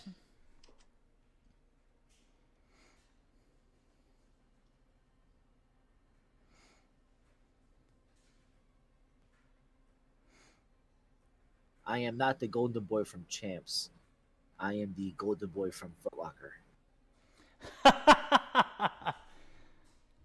Hiya, Mr. What's his name? I can't remember. The guy that does the food videos, Mr. Oh man, it's gonna bother me. What's that guy's name? Looks like we're just waiting for Zolf. Zolf to ready up. Zolf, Well, ready what's your ass Parker? up. Drew, King, get this guy to ready up. Let's go. Let's get the show on the road. what's I'm that? tired of bantering back and forth. Mr. Oh my God, what's that guy's name? Can somebody tell me? Hiya, like the guy does the videos. I'm way out of loop on this one, bro. That's all you. He's an Asian guy who makes fun of. He does food videos, but what he does is that he takes videos of other people and makes fun of them, cooking style. It's hilarious. Once I figure it out, I'll show you. So here we go. We're finally ready. We are raid and we are on a hard point. Who do you got eyes on, Verdict? Obviously, I'm going to be taking a look at Parker at first because Parker is one of the bigger names in the game. Obviously, man, why am I lagging a little bit here? That's interesting. First point of the day is going to go to the side of LA Gaming, and yes, you were right. Parker just got absolutely wrecked. Automatic rocking this LK24 build. He's got 3 frags already. He's gonna get a partial assist there onto Mago, who's rotating through red, and it is absolutely lopsided at the moment. It does not look like 11 is even able to get into a position to contest this hard point, let alone get in there and get any points. First 36 points are going to go uncontested by the side of LA Gaming. So LA Gaming, as I've seen players come through and say, or casters come through and say, lag is going to take the lead the beginning of this game. Don't be a fool. That's not lag. That's LA Gaming, my guys. LAG coming through in the clutch. 55 seconds so far. They might get a complete 60 off this. Nope, they push out. Ruined. Ruined. Caster cursed. But you know what? Listen, it is absolutely in their favor to build up this lead. They 57 point the first hard point. So, I mean, this is absolutely what you want to do to start the game off. I mean, build this huge lead. They're already in control of P2 when 11D rotated early. Decided they gave up on P1 initially. Automatic gets taken up by G1, who finally pushes in. And it looks like, are they good? My screen is switching way too quick for me. Right now, 11D finally in control of P1. They're going to hit 10 points finally in P2. 30 seconds left. They were able to get the team of LA Gaming to completely flip spawns. And I think at this point, with 20 seconds left, I would just move to P3. And that's exactly what they're doing. They're setting up for P3, just pushing out into the pool area, and is going to look to see if he can cement himself a little spot here in P3 before it opens up. Yeah, we saw that opt to push out of P1 into P2 early, and it didn't pay off initially for the side of 11D. But we're going to see 11D regain spawns and point, a very strong retake for P2. Only able to get 35 points off of it. That's a big rip. P3 is going to be completely dominated and owned right now at the moment by LA Gaming, so they're going to be looking to extend that 35-plus lead. Going into that transition, and 11D looking kind of out of it at the moment. It looks like they got outmanned in P1. P2 was a great transition by LA Gaming, just not a great hold. And P3 is looking like this is exactly what you want to see out of a team in a hard point. You want to see them take the point, get the transition, and steal a few points off of that spawn held point. And they did that in P2. They got a little greedy, and 11 was able to come through and contest and eventually get the point. But that's exactly what you need to see from a team like this. LA Gaming playing this game very well. We're going to see early transitions for 11D again. Alda is going to be set up inside of the point on Courtyard, but he's going to be bum rushed by 3 and just outmanned again. We're going to see P2 and P3 domination already for the side of LA Gaming. And right now, Automatic just got taken up by Widow as he pushed in. Automatic is up to 13 frags and has used his score streaks very well. As he got taken out of P2, he dropped his Predator missile and allowed, even though he flipped spawn, it allowed LA Gaming to retake a portion of P3 as he rotated to P4. So Automatic, absolutely automatic right now for LA Gaming. Yeah, he's playing that anchor / slayer / gatekeeper role, and he's doing it very well. Now, that point was given back to the side of 11D, but let's not get confused here. Now, these points that they're getting right here are sloppy seconds. These are points that they're getting off the back end of the point. Initially, LA Gaming was able to clear it and take P3 control and P4 control. So LA Gaming on top at the moment. Well, and you can tell the scorecard is reflecting it. 137 to 60 as the transitions to P5 are going to happen. This is absolutely what you want to see from an LA Gaming team. And as I said, this might go to a game 3. And, you know, based off of this hardpoint game, it's looking a lot like LA Gaming at the moment. Actually, they got 4 players now over 10 frags. Daddy Hub being the only one under 10 kills for LA Gaming, and they are building. They have an 80, almost 90-point lead right now, and they are absolutely balling out right now, and looking to they're trying to make it to the semis again. I can't be mad at that. These guys are absolutely slaying.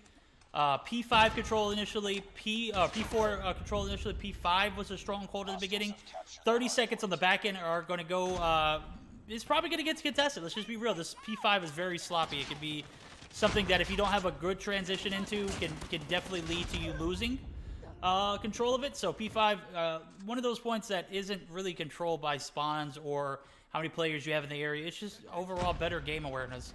P5 was retaken by the side of 11, and they're going to be right back in it. They're going to be only down by about 60 points, but having to say only down by, it just lets you know that the side of LA Gaming has been completely dominant in this hard point. And it shows, it's relevant. 159 to 99, that is absolutely devastating if you're 11. Definitely doesn't put you out of the lead. That's just 1 point, a whole control of 1 point. You know, not 30 seconds for 2 points. That's a whole point. You know, it's one of those things that you can't give these guys 30 seconds in the point. And expect to win. And as I say that, 15 points are going to be uncontested here as P1 resets. And I have to say, LA Gaming coming out swinging like they are like Muhammad Ali. They're champions right now. And whatever pack they're on, I want some of. So guys, if you're out there, you know what kind of pack this LA Gaming team is on? I need it. And even though they have an 80-point lead, I mean, there's still a chance for 11 to make a comeback. I mean, they have at every a couple points, like you said, taking the last 30 seconds. And you don't want them to do that, so you definitely don't want to give away any free points. I said 11 is a proven team, so if you're LA Gaming, you know, if possible, you do not want to be giving up free points. And as P2 opens up, it is just not to a 50-point lead. So 11D very much in this. So they need to they got to win some of their fights. Looks like 11D are just starting to get in their groove right now. Wedo holding the spot here, and Pool takes out Automatic as he rotated in. We're about to be down to about a 30-point lead. Jesus takes out Wedo, who pulls up into mid-sig. We're going to see the trades from the War Machines by Just. And was that Automatic or was that... I couldn't tell who it was, but it ended up taking players out of the point. Ultimately, 11D going to be able to regain it. So 11D coming back swinging as they have just been outright bullied in this matchup so far. Just picks up another frag. Just putting up 17 so far. And Alda subbing for Zai is something that I'm not 100% concerned with, but I need to know what the thought process on that is. I know he's a great S&D player, but at this particular point, we saw him slay out in the first hardpoint matchup. Is this something for strategy-wise? I need to know. If you're in chat, you know, we're going to see that 60-point lead now dwindle to 4 points as LA Game is actually on the brink of being pushed out of P3. Automatic going to pick up his 23rd, and he's going to secure this AC spot. Parker's going to be peeking out with the Sparrow, gets the frag, and that's going to be another lead for the side of 11. 11 bouncing back hella strong. And I guess you were right. They are just now getting in their groove. We're going to see Daddy Hub push up. He hasn't had the absolute best game so far, but with the BY-15, it can be difficult holding points unless you know exactly what angle you want to hold. He hasn't been able to find that angle and prevent people from rotating in. In my opinion, he needs to be somewhere, when they have point, he needs to be somewhere mid, holding like that Z, that little outside of red, outside of courtyard area. He needs to be right there, popping people as they come up. Obviously not finding his area, as he's the only 12 on the boards. I say that he picks up 2 more and gets up to 13. We're going to see the rotations now from 11 as they go up to almost a 40-point lead. 50 point? No, 43. 44. And LA Gaming just right back in it as P4 opens up. They're going to get a few off the rip. We'll see how long it is until 11 is able to swoop in and get this point if they are able to.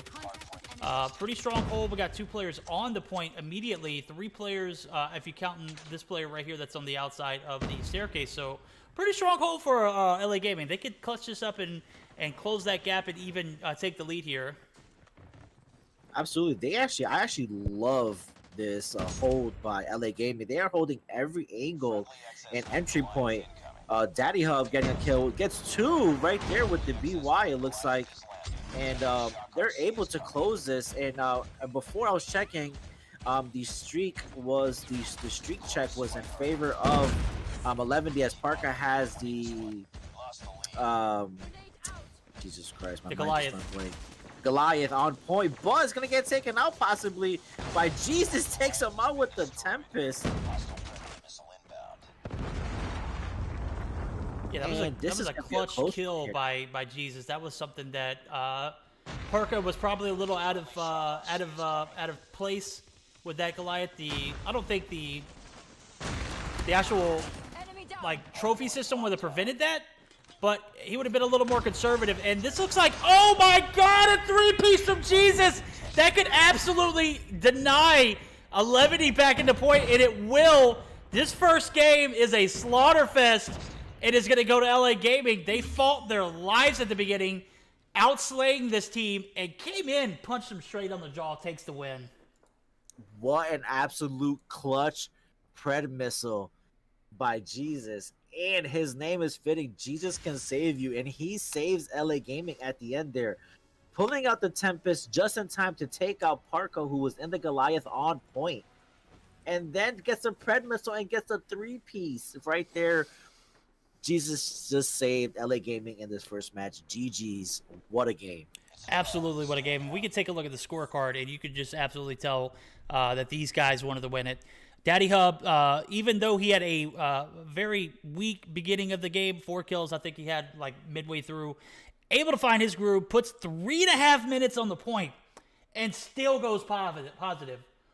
What in the world is going on with this LA Gaming team? Automatic 30-16, 29-15 for Jesus Can Save You. As we saw, he absolutely saved LA Gaming and took that win. That Tempest kill on the Goliath was absolute top-notch. Followed it up by the Predator missile, which set up for no one able to get into the point and contest. That gave them a win single-handedly at the end. So those last 10 points that went uncontested, well, up until the last second, it was uncontested.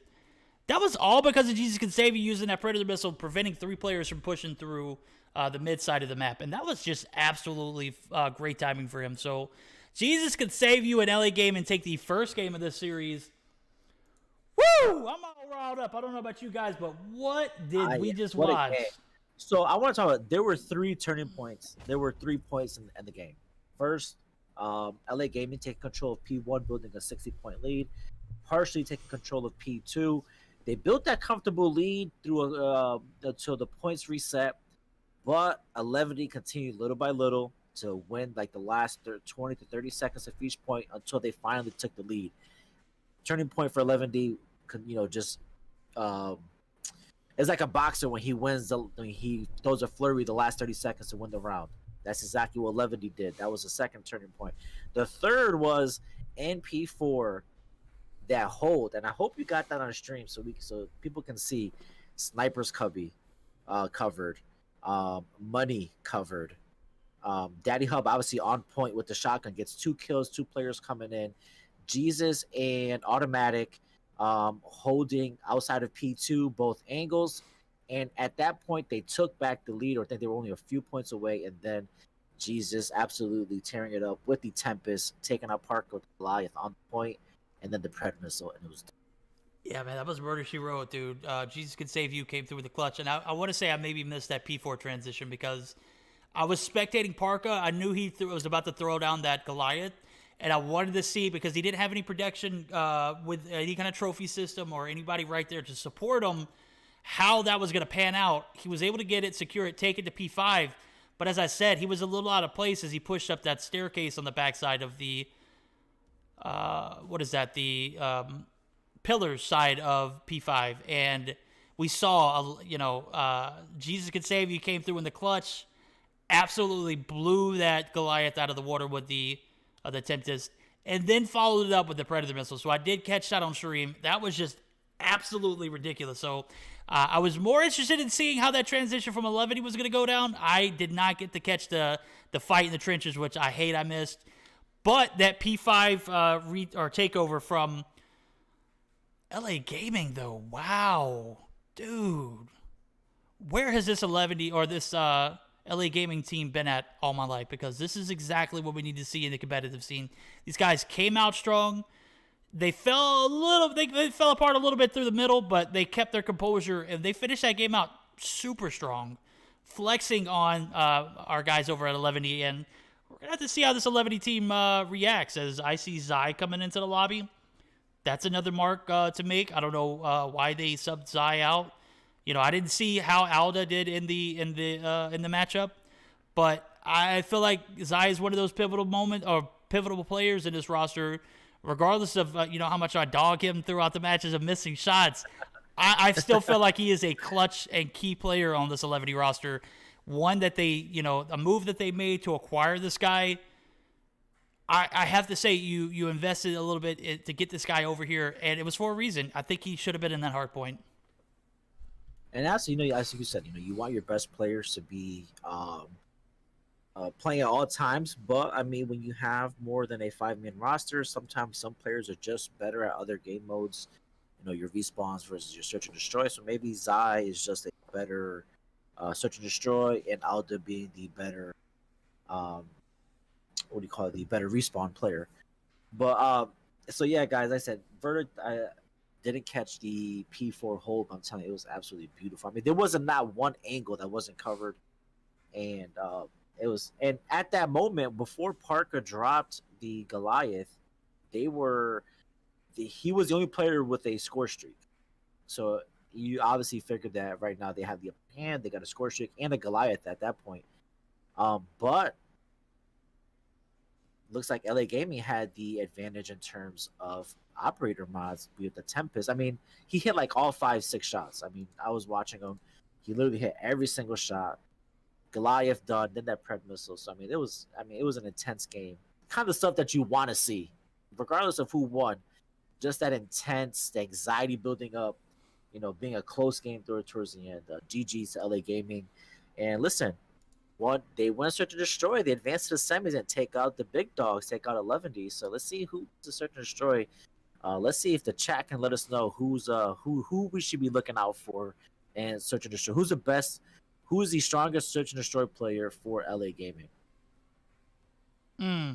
That's a great question. I know Jesus Could Save You has like the upper echelon sniping abilities, but I saw the fragging ability for my guy Automatic, dude. That is like one of the guys that you got to watch out for if you are 11D. With that being said, Jesus is definitely that player you're going to take a look at in the search and destroy game mode. Dude could just absolutely wreck people with the sniper. So I know they opted to ban the Arctic 50, which is interesting. As I say that, we're going to go ahead and jump straight into the action. So, you know what? If I'm 11D, you got to play like your life depends on it because you're on the brink of an elimination. And I forget we're playing on Meltdown, dude. Where the hell was I at? Yeah, Search and Destroy. I think we knew that ahead of time. Search and Destroy Meltdown, yes. Why the hell do we have this map still? I mean, I know it's a competitive map, and I know everybody plays it. I get it. I hate this map. This map is toxic as hell. We're to see a complete A push by LA Gaming, followed up by a complete B push by 11. So LA Gaming opting to play that retake on the B bomb site. Let's see how they do it. And Mago may be in for a little bit of trouble here if he gets pushed by multiples. He doesn't have any help. He knows that, so he's going to go ahead and rotate through mid. He's got the nade in hand. We got a full push by LA Gaming. And they're not going to give these guys any room to breathe. Just going to pick up 2, 3, just slaying. He gets taken out as he takes his shots on the Zolf. Zolf recovers, takes him out, and we got a 2v3 going to ensue. Zolf is going to be taken out by Mago. Mago with some clutch shots right there. He's going to have to take out Mago and Zai. Zai, one of those more reliable players. Zai does come through, doesn't miss his shots. didn't even have to. He just had to breathe in the direction, and he would have died. As we saw Mago get the hit marker to lower the health of his opponent there, and Zai coming through once again, showing why he should be in this Search and Destroy matchup. Yeah. Also, and just a quick point out that Automatic slayed out in the respawn with an off-meta gun, the LK-24. So I just want to throw that in there. You know, off meta, yeah. A weapon that I still you see as a viable option, yeah, absolutely. That gun has been, you know, probably the most consistent. Like, they haven't changed anything with it since Gunsmith. It's been the same LK. People are just now discovering how, you know, how the abilities can come. It's definitely not something you see normally because of these large caliber ammo options and like the HVK. People tend to overlook guns like the LK, so I could definitely see why people would view it as an off meta, because it's not, you know, something that everybody uses on a regular basis. But I'd still have to say the LK has probably been one of the more consistent weapons since Gunsmith drops. And this is something here King says in chat. He says Jesus runs a Locust, so they banned the Arctic from Team 11. So, and so far, I mean, the two snipers I see, Zai and Mago, only have 1 kill apiece, and Jesus has 4. So, looks like that comment is proven true so far. Well, we've got LA Gaming in a very, how do I say this? A very great position. We're going to see Parker be taken out. Codeine and Jesus Can Save You have spotted the bomb. Now they're playing that gatekeeper role, and they get the 2 frags needed to take that round. So we're going to see a 1-1 split as the third round's going to ensue. LA Gaming absolutely outplayed 11 in the hardpoint. They are on the brink of eliminating 11 if 11 can't get you know, a little bit more traction on this attacking side. In my opinion, I feel like this is one of those maps that the attacking side needs to be a lot better than the defense.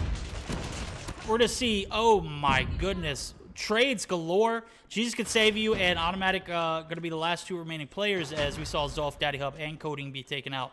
So Mago, Zai, and Just going to 3v2.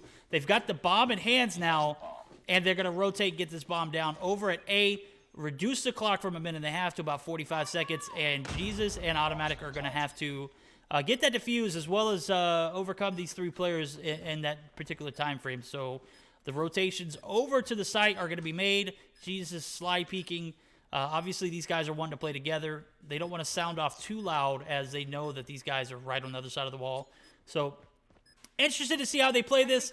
Mago going to push up, or actually rather not up. I wouldn't peek out mid, as the rotations from Automatic are going to come through, but Automatic blown away.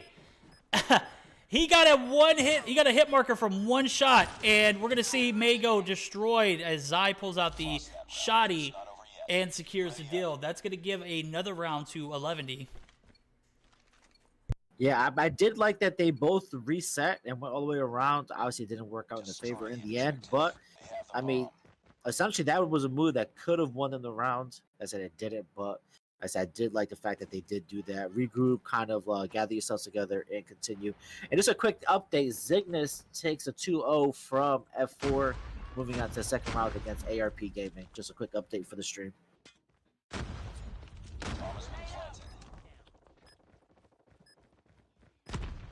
A quick B plant by the side of 11, pushing and resulting in a 2v5 situation now. This is where this LA Gaming team has to come through and recognize that they're probably getting out strategied here, as the B-bomb plant was not necessarily something they could have prevented, but, you know, them opting to rotating around and playing this retake, just, it's not working if you're looking at it from a man perspective. Jesus Can Save You is going to pick up another frag on Mago, but Parka's going to get the refrag. That's going to give 11 another round, extending their lead to 3-1.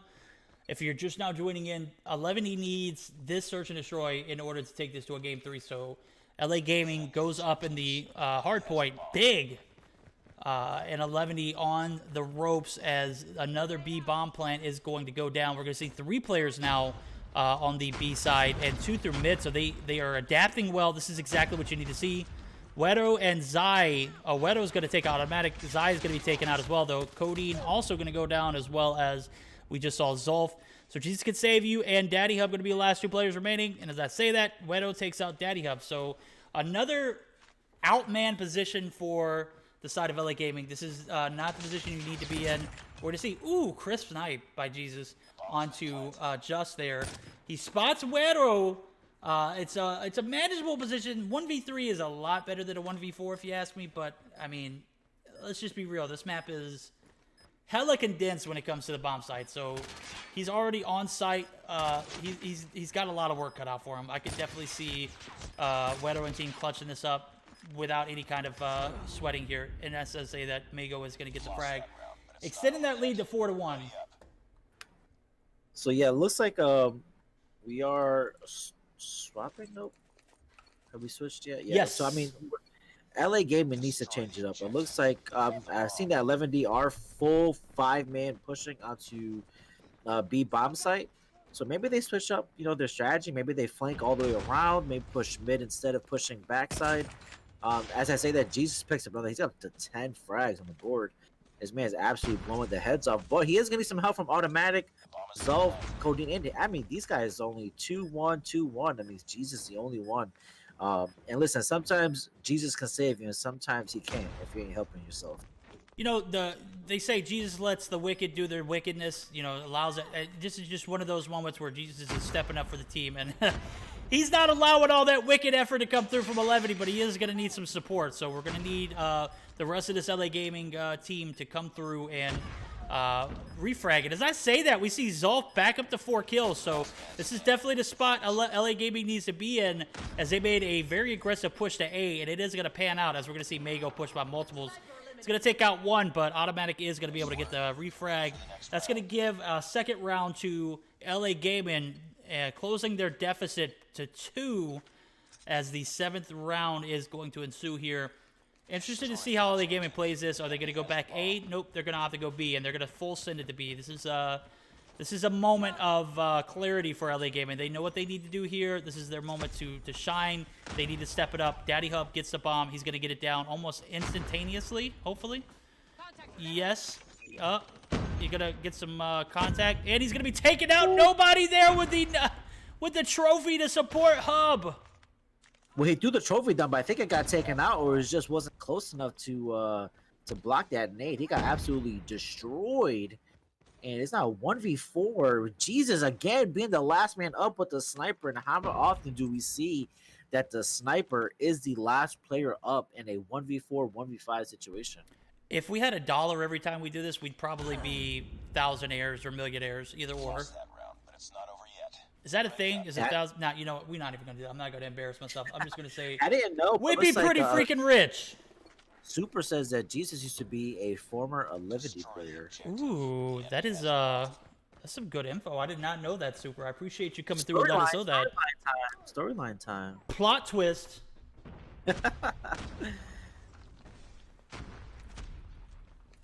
Smoke. So we're going for odd 5-man mid push here, and it's not. I'm not sure what the strategy was there, but it's a 2v3 now. Oh, Daddy coming through. I see you, picking up 2 big frags, 2 wanderers in that little tunnel building. Nowhere to hide. They got exposed, taken out, and Hub and Cody are going to make their rotations over to the B-bomb site. Zai is going to be the last remaining player, as he's just looking up at the top of the nuclear plant here. He knows that they're not coming to A. So we're going to see him pointing up in the sky, praying for his life. Jesus can't save you, buddy. He's on the other team. So Zai is going to be 1v2ing this, as he is reaching up to the heavens, hoping for some kind of silver lining, something that can lead him into the right direction. I'm not sure if he's going to get it here, as he's I guess he's going for some different gun support. No, he's going to have to pick up the RPG here. That's interesting. So puts on a Finnick, keeps the DRH and the SMRS. We're going to see him rotating, peeking corners with his life. Hub. Oh, no, that that would have been a recipe for disaster either way, because that trophy system would have definitely killed him had it not been for Codeine there. So Codeine and Hub able to clutch that round up. It's going to be a little more manageable in a 3v5 situation. 11D needs this win. They can do it by taking this round they're going to need to be playing a little more conservative on this defensive side, if you ask me. And just a quick correction there, verdict. It is the Fennec. We do not. The Fennec is actually. That's banned. right. We That's right. actually The Fennec is banned. It is the Fennec, the Joaquin Fennec Phoenix. And I think the players from LA Gaming heard what I said about not having any frags because they've all picked it up except automatic. So maybe a little motivation from the stream. Maybe somebody got in their ear, but I mean, they can absolutely clutch this, man. We've seen bigger clutches, so this is actually very doable for LA Gaming. Oh, just with the 2-piece and the Nay kill is going to be devastating for the side of LA Gaming. We're going to see another player taken out. Hub is going to be one of the last remaining players. He's going to be taken out. That is going to take us to a game 3, my guys. 11D. Woo! Just with the huge 2-piece and the biscuit. Wow, 11D.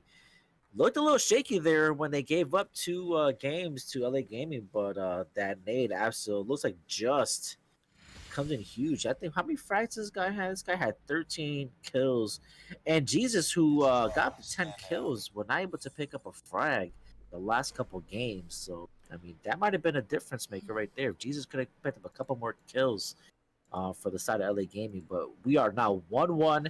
Heading into game 3, verdict. This is going to be huge. This is already monumental. I'm getting information from chat about Jesus being on the 11D roster at one point. Not 100% sure what happened there, but Jesus could save you top fragging for these guys. Unable to clutch it up those last few rounds. We saw him go killless for I think it was like the last 3 rounds. So a little bit of kill distribution from Hub and Zolf. Automatic just not able to, pick it up. It just wasn't, his game to win there. And we're going to see a game 3, so it's going to be a domination on what map do you say?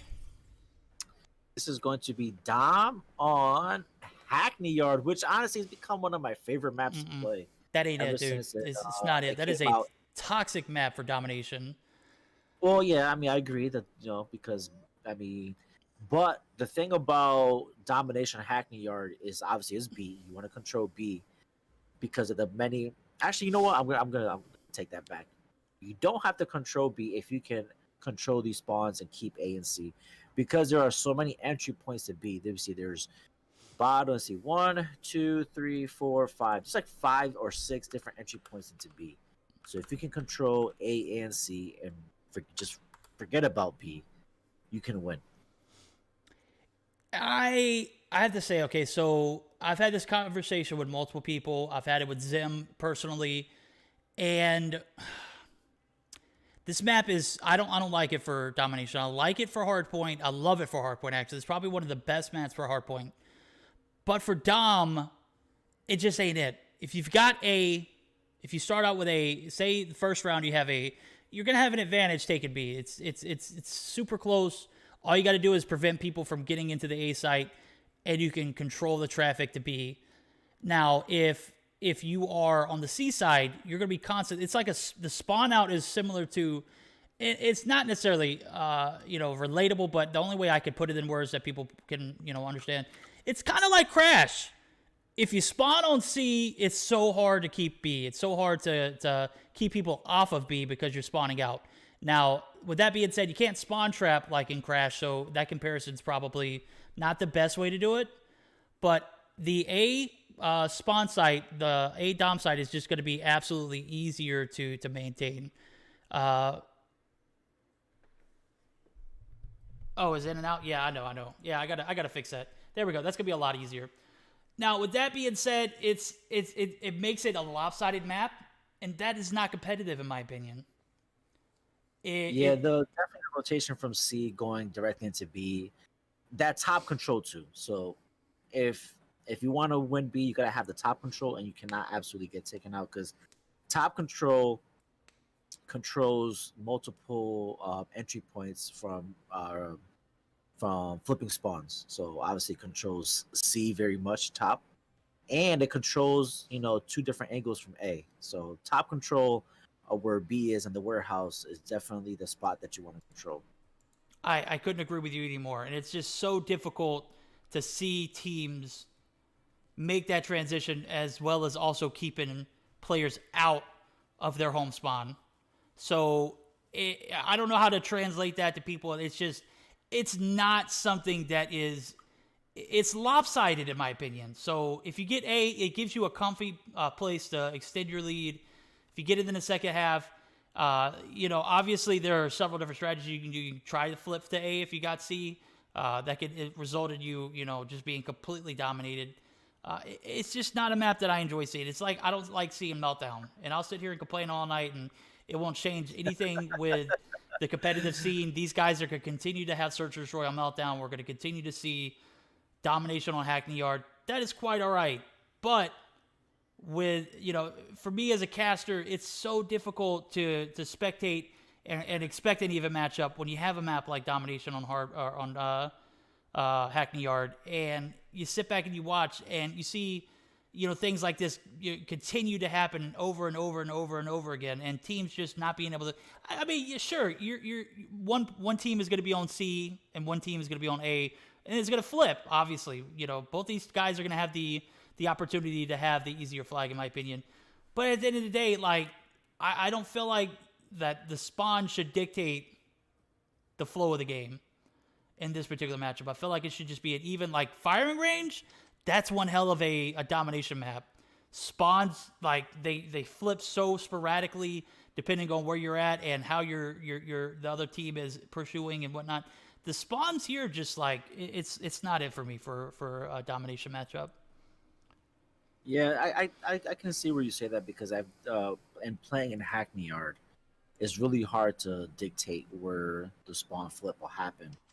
There's just so many different spawn points depending on whether you're spawning A or C. So I mean, yeah, I can see why Domination Hackney could be a really toxic map. But listen, we don't control the maps. All we do is cast it. So all we can do is hope these players can make the call outs, play your role. Like I said, top control is what you want, on either side, actually, because if that little, I guess, catwalk from the A side going into B, peeking into the warehouse, I mean, from that point, that could be very useful in terms of information. You can call out different flank points from there as well. I mean, because for some reason, Hackney Yard just matches a lot in the in the games when I play in pubs. So I mean, we'll see how it goes. Oh, absolutely. It should still make for an interesting game. 11D and LA Gaming fighting for a spot in the semifinals. I mean, what better second round can you have here? Go into a game 3. It's uber competitive.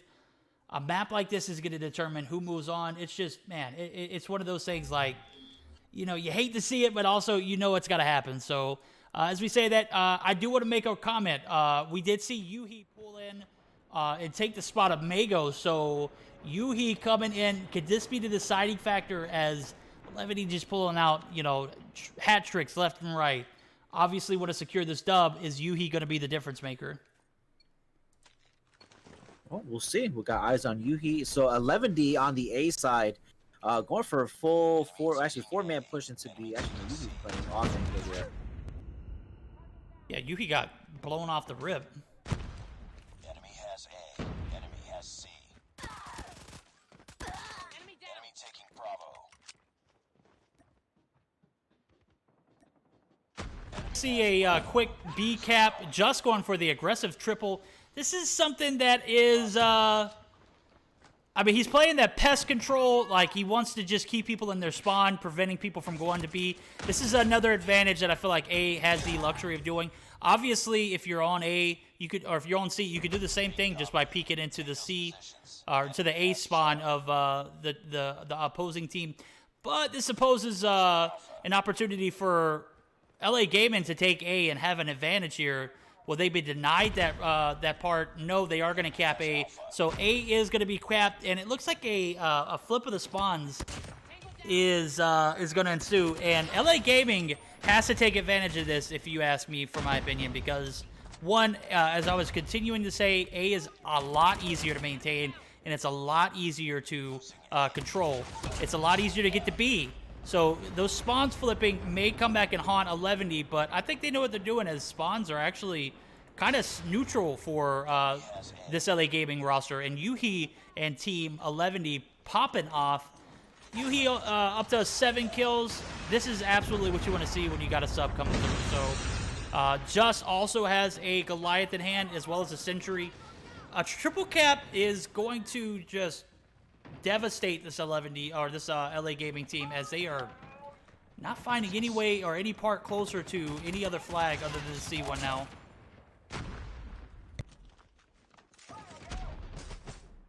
Yeah, right now streaks are definitely in favor of 11, and if I were them, you know what? I'm holding my streaks for the second round. They're gonna have a couple Goliaths, it looks like, if I'm not mistaken. Or just yeah, 2 Goliaths between Yuhi, the two shotgun guys, actually doing some work right now. When I see these guys using their streaks early, that just lets me know that they're being very, I wouldn't say cocky, but very confident in the fact that they will get more. Just going to hold on to his Goliath and his Sentry. Interested to see where he places that. If you think about it, you might be right, though. It's only about 20 points until this round is over, or this half is over. And it looks like LA Gaming is just not in their groove. It looks like we're seeing JuJu come back and play this domination hackney, because at the moment this is this is no less devastating than that matchup.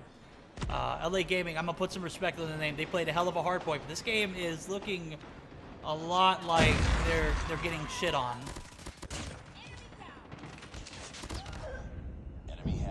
Well, hopefully we'll see maybe a different half, as they will be on the A side to start off.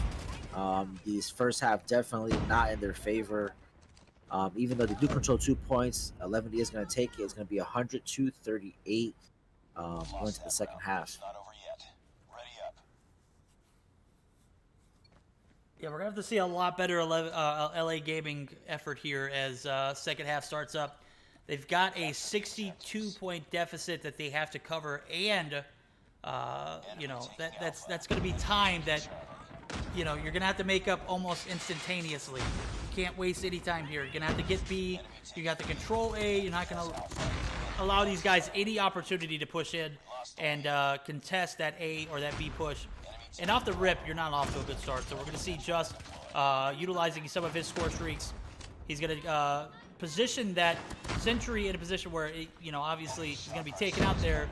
But it's going to allow Just the opportunity to get the frag. So C and B are now held by the side of 11, and they are in fear of being capped on the C side.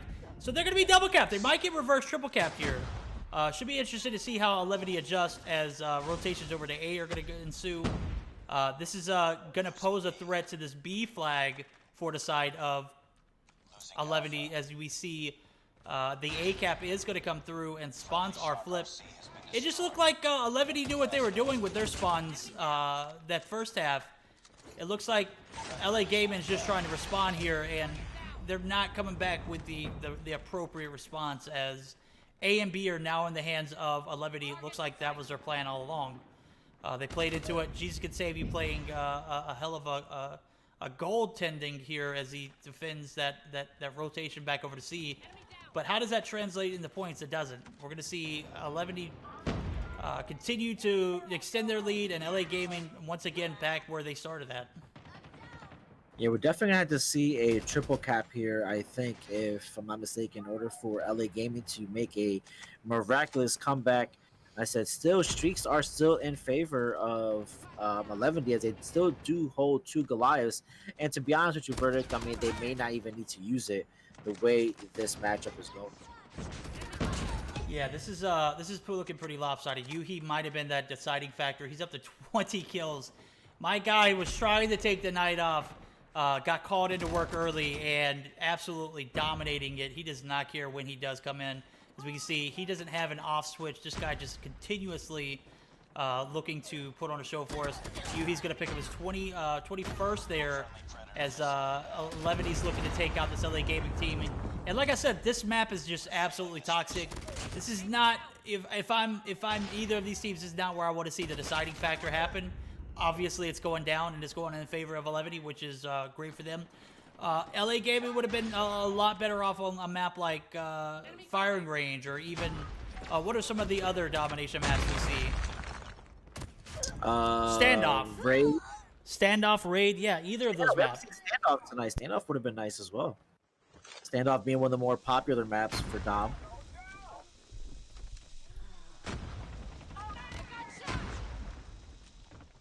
Yeah, 11D, 25 points away from advancing to the semifinals.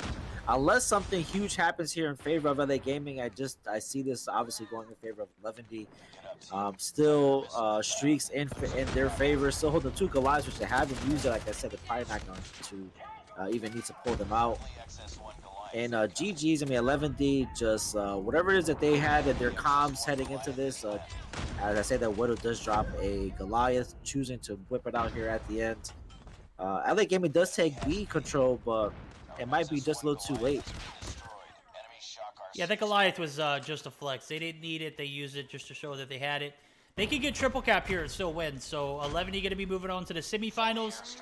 LA Gaming coming up shy and short of a game 3 here.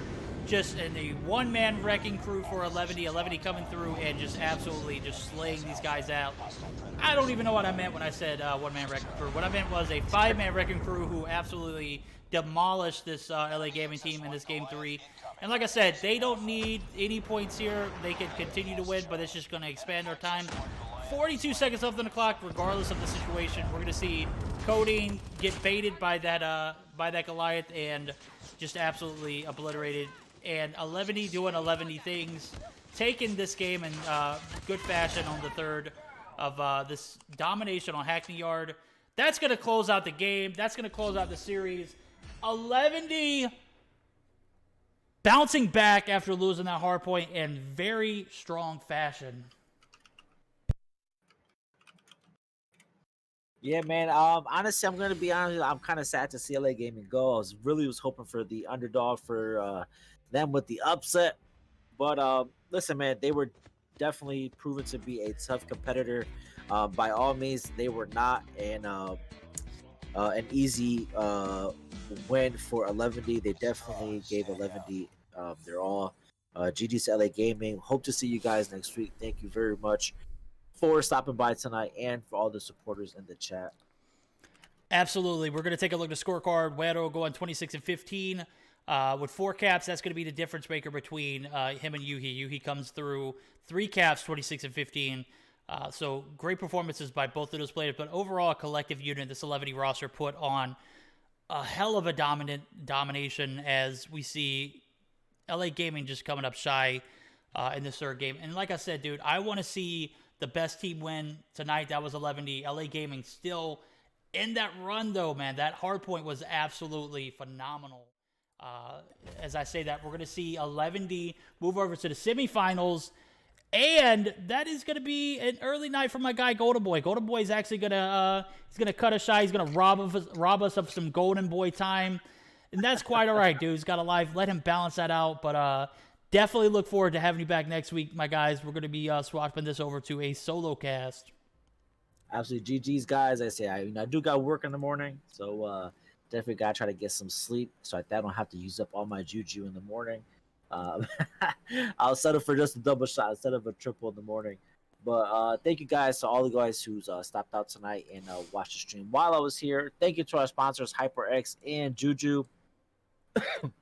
Oh man. If I'm not mistaken, isn't Gil gonna join you for the finals? He is, but this is the semifinals right now. So semifinals of this matchup is obviously, this we wasted about 40 minutes. Let's just be real, guys. We couldn't get everybody in the lobby. That's on us. So that's not on GoldenBoy. That's on crew and everybody. And I know we got a lot going on, but let's just be real, dude. 40 minutes into the broadcast and we hadn't had a single matchup. Come on, guys. Your team's got to do better. You managers out there, you got to do better.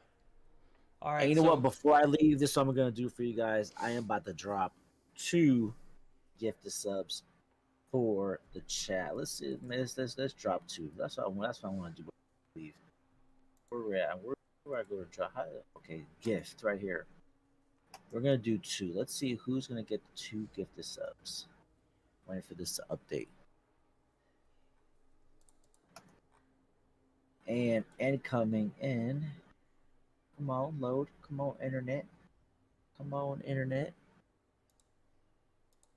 All right, and there we go. Just dropped the 2 gifted going to Juan and Matt. Look at that, Matt getting a Yeah, I know, gifted right? sub. He was already subbed. He got another month back to back. Look at that. Hey, make Poor sure to drop Tamales. you. Look at this guy. Tamales didn't even get a sub there. Wow. Poor Tamales. All right, GG's boys and girls. I am out. All right, Verdict man. Enjoy the rest of your stream. Later, GoldenBoy. As always, it's a pleasure casting with you guys. We're going to transition into a solo stream. I hope to get GoldenBoy back next week because I hate doing this alone. But show must continue to go on. We're going to take a look at the bracket here as we get ready for the semifinals. 11D coming back in just absolute phenomenal fashion. Huge shout outs to my co-caster, GoldenBoy, dropping 2 subs before he left. He wanted to make sure he was in my good graces before he left. Dude, he didn't have to do that, but I appreciate it. I know and understand that work-life balance, man, and it is so difficult to maintain, especially when you got work in the morning and you got things going on. This is getting late, man. It's like 9:30 for me, 10:30 on the East Coast. So it's getting late here. Hoping to get some of these matchups in and out as we get prepared for this semifinals. And as soon as I can get a bracket up, I'll get it to you guys. In the meantime, you guys already know what's up, though. So we're going to go ahead and transition into a word from our sponsors. This is not a commercial. This is a word from our sponsors, HyperX and JuJu Energy.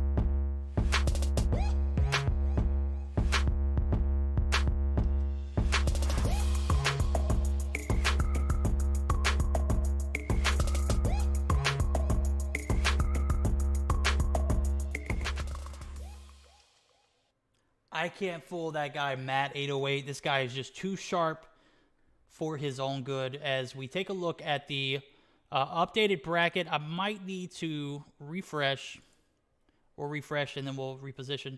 Yes, we're going to see Infinite Limitless going to the semifinals against Zygnus Esports and ARP Gaming. If I'm not mistaken, Zygnus should have that game on lock, but ARP might be one of those teams that surprises us. 11 going on to play Exiled, who we saw in the Mobile Mayhem tournament this season. Should be interested to see how that pans out. So we're going to go ahead and get started up with some of the action, guys. As we take a look, we're going to have 11D taking on Team Exiled. This is an Exiled roster that I can't continue to talk about. It's kind of like the LA Gaming situation. So these guys hella great. They have that chemistry. They play super well together. We've seen them snag a couple points. I don't know if I've got the rankings for the NA side for Mobile Mayhem, but they are definitely one of those teams you want to look after and look out for as we see both teams joining in on the lobby. We're going to have a best of 5. It's going to be Hardpoint on Summit, followed by a Search and Destroy on Crossfire, Domination Raid. If we have a game 4, it's going to be a Hardpoint on Standoff, followed by a Search and Destroy on Firing Range. The weapon bans, 11E opt into ban a Man of War, and you were going to go ahead and see another Arctic 50 ban by Exile. So these guys obviously playing it smart, don't even want to take the risk. Yeah. GoldenBoy, if you're still out there, bro, I appreciate you for updating the stream, and I appreciate you for your time, my guy. Thank you so much. We're going to go ahead and get started up with the next game in this series, or the first game of the series, rather. Who do you guys got in this matchup? You guys got Exiled, or do you have 11D? So Exile coming through in the clutch. We're seeing Just joining in. We got Zealot, Uzu, Sneaky, X-Fall, and my guy Inflows who just joined in. And we're going to be rated by my guy Just coming through in the clutch. What's good, Just? How you doing, homie? GG's to you out there. Those the first game of the LA Gaming Series, oof, that was looking a little tough. But those next 2 games, Jesus Christ, dude, you guys absolutely strong-armed LA Gaming and forced their hand. We saw that matchup went, and 11D coming out on top. Zealot is signaling to us that Inflows needs to get up there, but Just needs to move down. Just is coming through with the clutch for the raid, so I appreciate that raid, Just. You the man. Keep doing 11D things. You guys are absolutely balling out. Let's see how you guys do in this next matchup against an Exiled opponent that, you know, I'll continue to talk about LA Gaming, but these guys just right up there with it. So 11D looking to get another dub. They're going to have a strong opponent in Exiled. Who do you guys got, chat?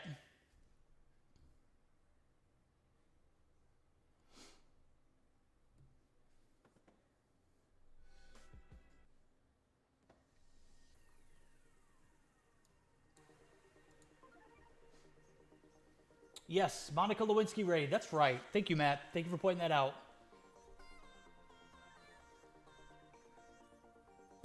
We're going to have Just move down because there's no spots for him up here.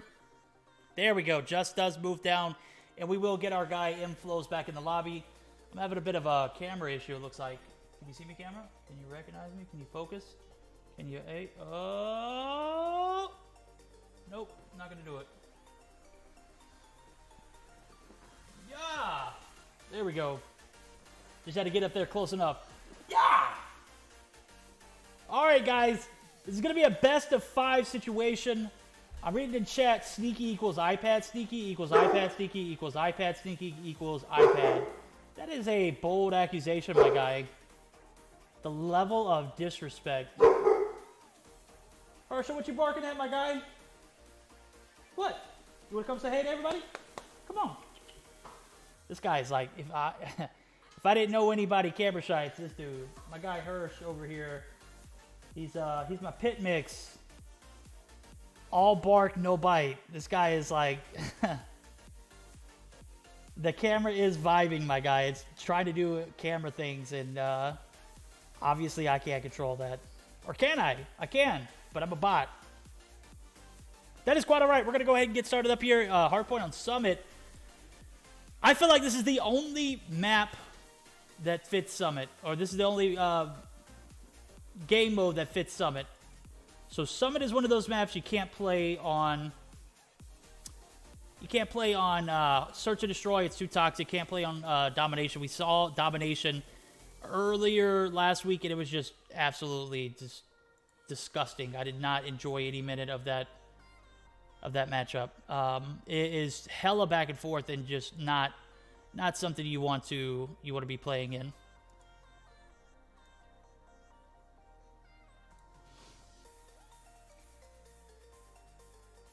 Regardless, we are going to get our matchup started as soon as these guys get in the lobby and submit their screenshots. My face cam is a little lopsided there. We're going to go ahead.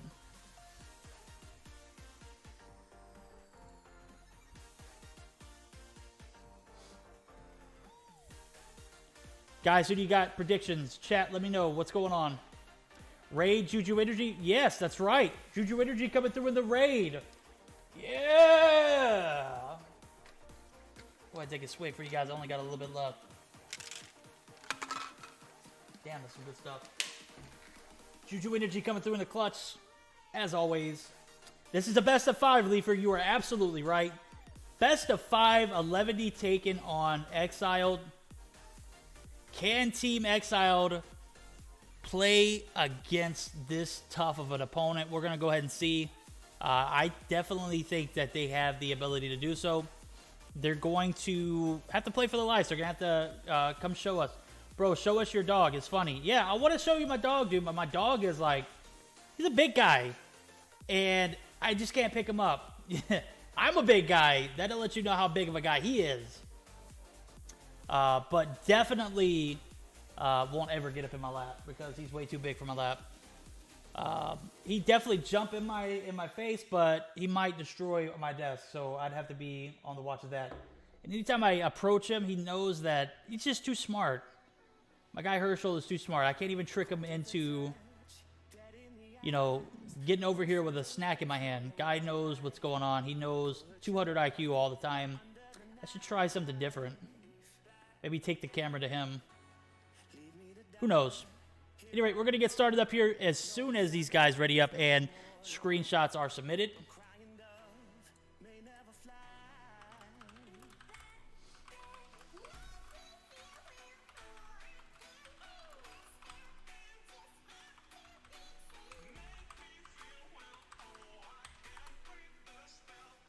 And while we do that, I'm actually going to peek over at my guy Gilmania to see how his side of the bracket's going. He needs to update his title. Nope, it is updated. It is Zygnus taking on ARP, and at the moment, ARP is up in the Search and Destroy matchup, so that's a best of 5.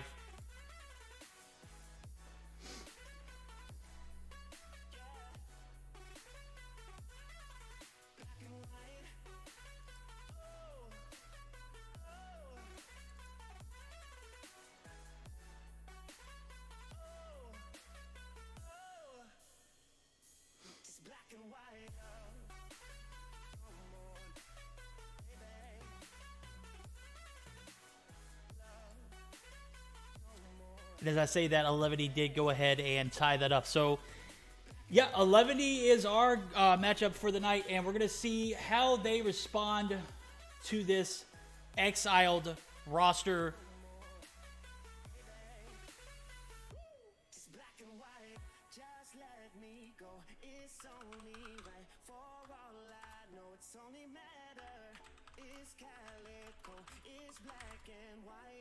As we are now waiting for just 3 players on this 11E roster, and to my knowledge, I believe one of the players is going to be returning back to us here shortly, and we'll be able to get started up, guys.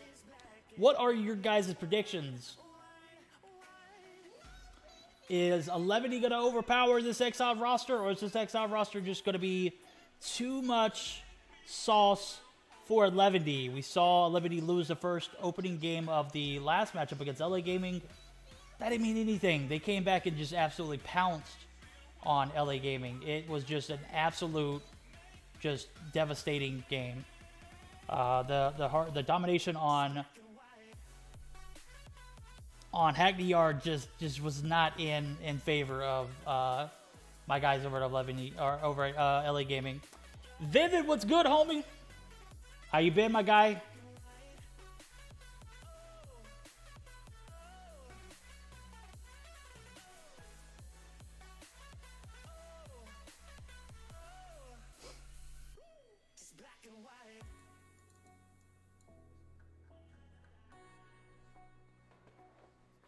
Oh my god, Sneaky, I'm reading in chat. Oh my god, Sneaky, dude. You just have a way with the fans, my guy. You got people wanting to kiss you.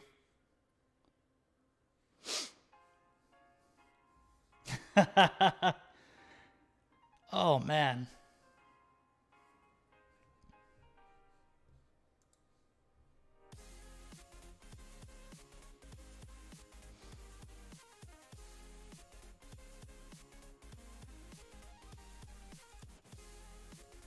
Latham in the house. Parker raid.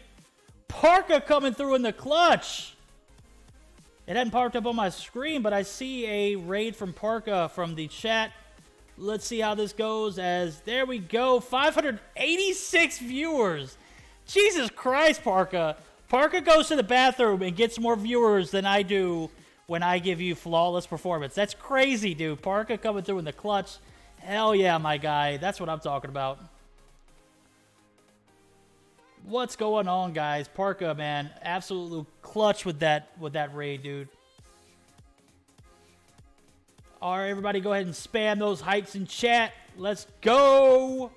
We're gonna get ready. First game of the series. 11 gonna go against Exiled.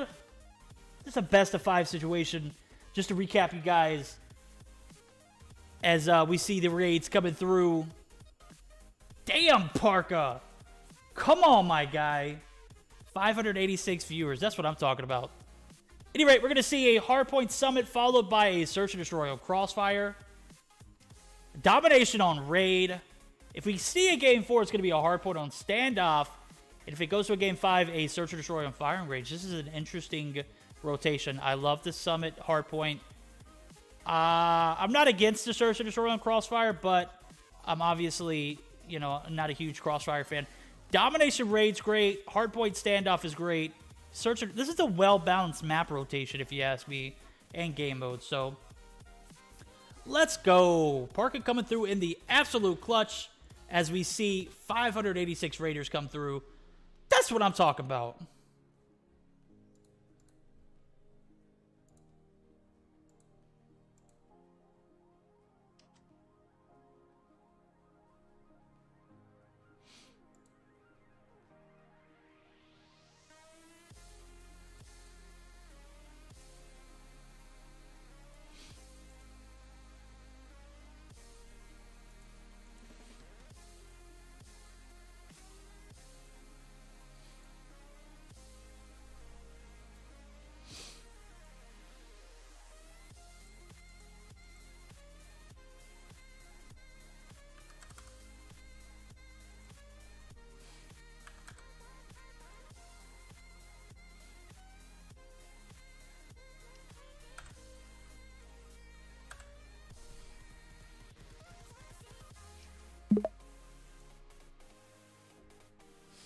Why does Parker have huge following? Because the man is an absolute animal, dude. He is a content creator at its best. Dude comes through week in, week out, consistently coming through. We're going to see some mana spams. I appreciate it, guys.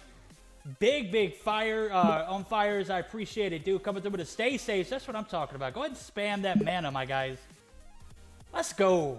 Who ready to see this 11 team take on Exile? Let's do it.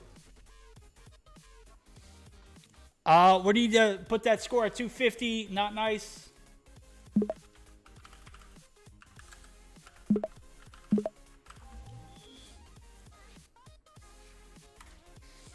We're going to see a startup, but we are immediately going to be backing out. Nope, never mind. They did it. And we are good to go. Go ahead and get started straight into the action.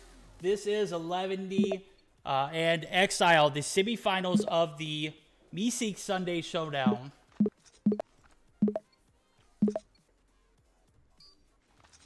We're going to be taking a look at one and only Parka as he came through with the 600, almost 600, might as well have been 600 Raiders. As 11D off to a strong start. No, that is Exile to the point. They are going to be wiped, and 11D is going to be playing spawns here as Exile coming through in the clutch. Able to take the initial points off. 7 points only gained now as they get back on the point. We saw Inflows just absolutely destroyed there as the rotations over from 11D were just too strong. Pushing in multiples, he was only one man.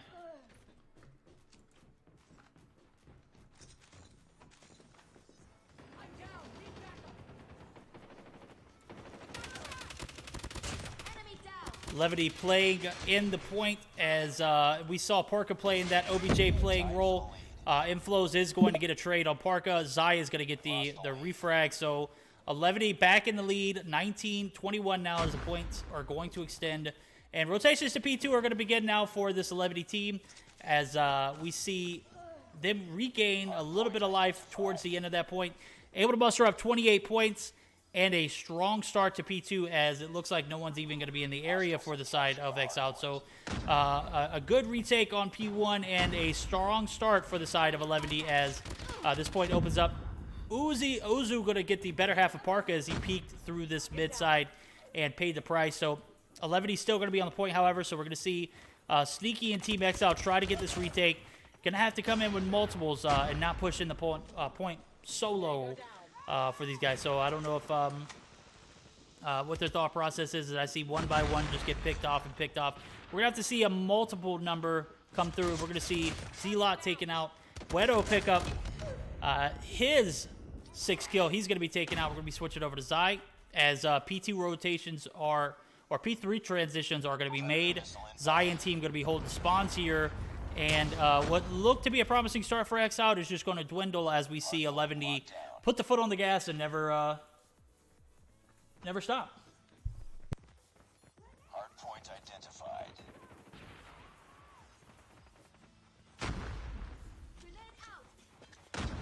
Hostiles have the hardpoint.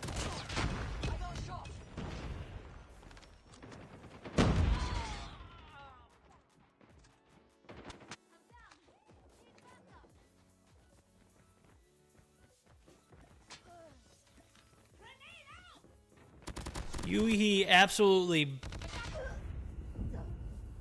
destroying people with that Finnick as we see P3 opening up 30 seconds in. 30 seconds is going to go uncontested. We're going to see Exiled, this deficit that they found themselves in, just continue to roll on as P3 rotations were made proper for 11D. P4 transitions are going to be made now here as Wedo is going to be contesting this P4 area for spawn. So interested to see how this pans out. This map is a little short in as far as the options for the rotations. But obviously we're going to see 11D continue to extend their lead as P4 is going to be opened up here in about 5 seconds. And they've got spawns and point and are just absolutely owning these guys over at Exiled. Redo peeks out his half health. Doesn't matter. He's going to get some support from his teammates here. Parka is going to be blown away. Z-Lot picks up his 4th kill. He is on the brink of getting something happening for this Exile roster. But before he does, he's going to have to get some teamwork. He's going to have to get some help from the rest of his team here as Parker gets his revenge and his 9th kill. 11E going to continue to extend their lead, and this Exiled roster just looking like they are just too overwhelmed as 11E continues to extend their lead, almost 130 points now going into 20 seconds remaining on the clock. Hardpoint locked down. Tango down. Frag out.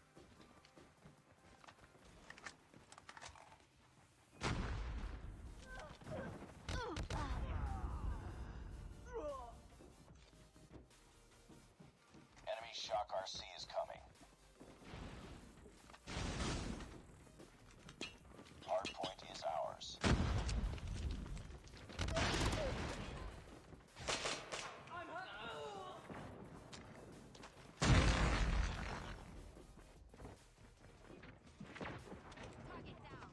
11E getting a stronghold on P2, 3, and 4. P5 is looking like all Exiled at the moment. That could change at any point. Uzu is attempting to get something going here as P1 is one of those areas where you could definitely steal a few points. You're definitely going to have a little bit of help there as we see Uzu not getting it. Not able to contain point, and the lead that 11E has is just going to continue to extend as 15 seconds remaining on this first point is going to lead to transitions for this 11E roster. And Zai taken out as he looked like he might have had an advantage on Sneaky, but Sneaky able to sneak in and steal the kill from him. We're going to see P2 rotations occur, and off the rip, we're going to see Exiled and team holding a little bit of their own weight here as Inflows picks up a kill onto Zai. He's going to be flashed and is taken out by Parka and team. So 11 looking to take this first game in fashion. Gonna have to get a few more points here. 69 if my math serves me right. As I say that, 69 points were just crossed by the side of Exiled. So Exiled looking to stay in this fight. Gonna have to do a little bit more work as P2 transitions, looking to pay off for the side of 11.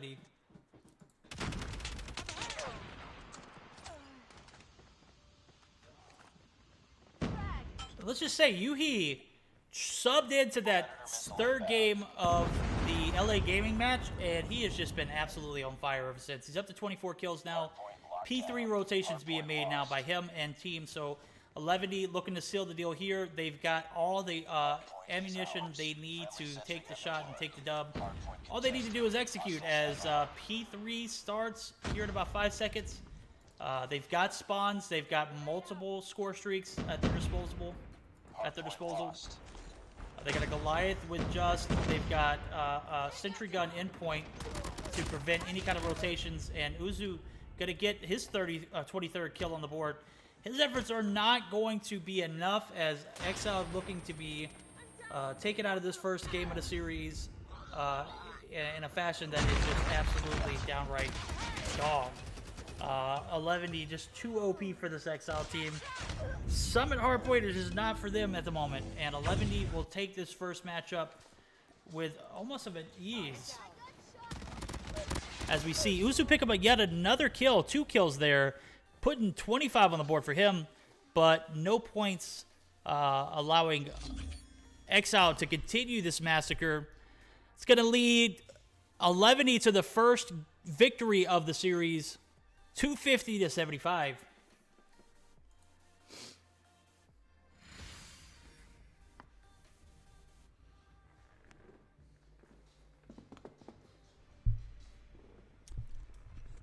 Some remarkable performances by this 11 roster, and they just absolutely owned every bit of that game. 26 and 15 from Yuhi. Like I said, once he got on, he did not get off. My guy put in work.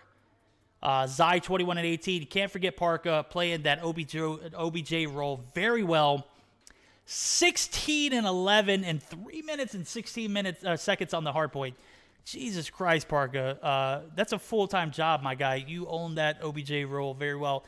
And I'll continue to commend guys like that on a daily basis because I feel like that's a undervalued aspect of the game, and I will not let it go undervalued. Some notable performances from Exiled. Uzu almost submitted on the point and 25 and 15. So when your Slayer is putting in more OBJ time than the rest of your team, who we see just not showing up, we won't even talk about that. We're just going to go ahead and move on. Uzu putting in work for Exiled. Not enough as they come up shy of this this hard point matchup. Still plenty of game left in the series. As we see, we're going to have a search and destroy on Crossfire. Man, that was a bloodbath, guys. That was just not good looks for Exiled. With that being said, definitely need to see a little bit more from them this matchup.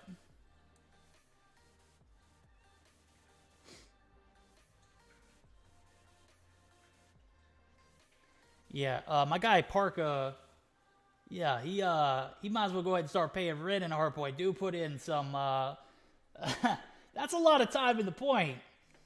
11 coming out swinging, taking that first game in the series. They're going to have to come out stronger this search and destroy on Crossfire. Still plenty of game left in the series. This is a best of 5. We are in the semifinals, so 11 versus Exiled. Exiled coming up short in this first matchup. The first game of the series goes to 11, 250 to 75. Have no fear, Exiled has plenty of games left in them. They're going to have to take this Search and Destroy a little better than they did with the Hardpoint on Summit. So Search and Destroy on Crossfire is one of those maps I feel could go either way. Got to have a great sniper. Got to have some great communication.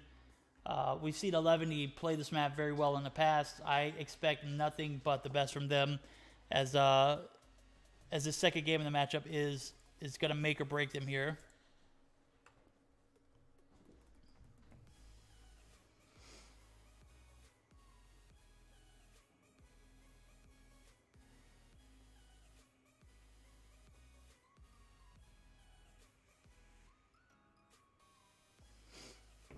Levany came out the gate swinging, never stopped. 250 to 75. And when I say my guy Parker, this guy needs to get an apartment in the hardpoint. Dude literally was in there almost the entirety of the game. 3 minutes and 16 seconds. Huge shout outs to him. He goes positive too, which is a great sign too. So looks like the side of Levany, or not Levany, but the side of, nope, never mind. No subs are going to be made. We're going to see same rosters for the second matchup. Uzu, Zealot, Sneaky, Xfall, and Inflows. Wait, was Xfall in this last game?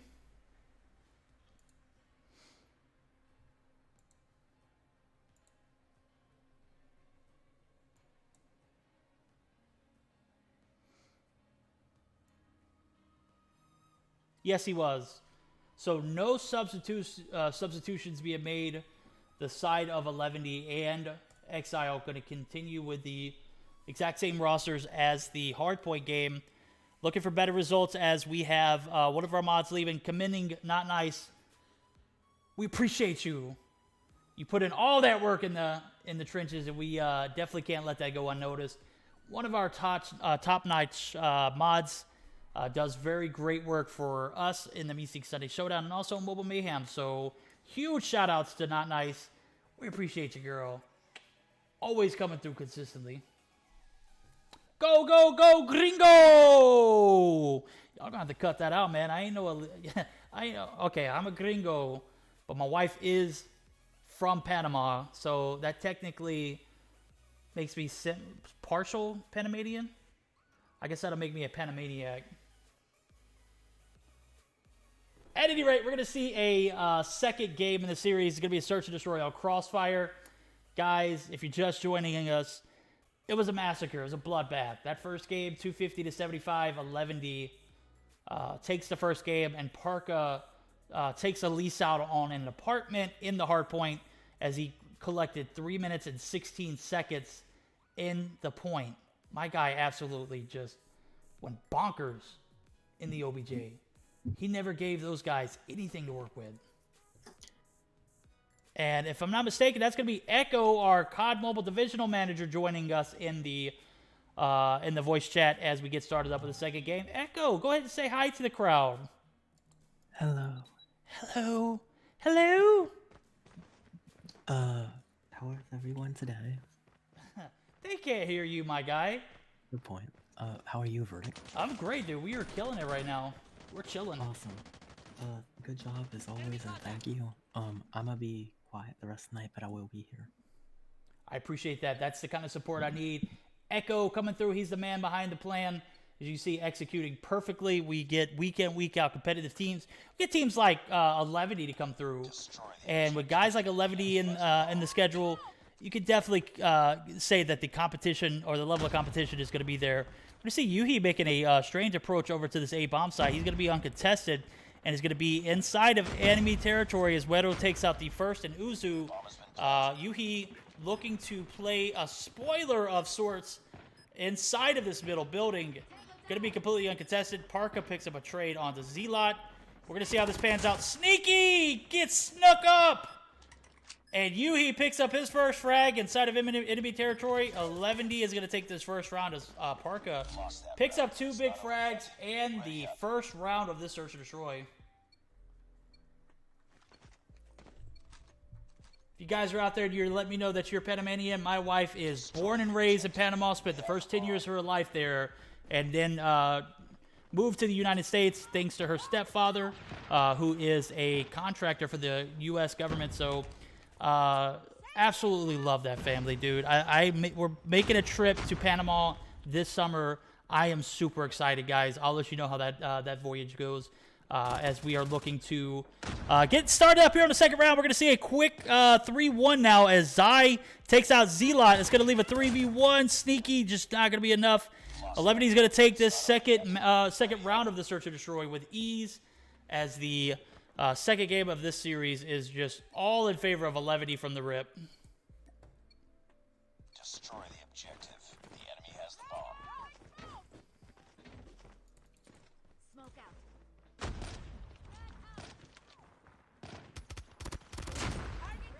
We see Wedo take out X-Fall. The first frag is going to go in favor of 11D.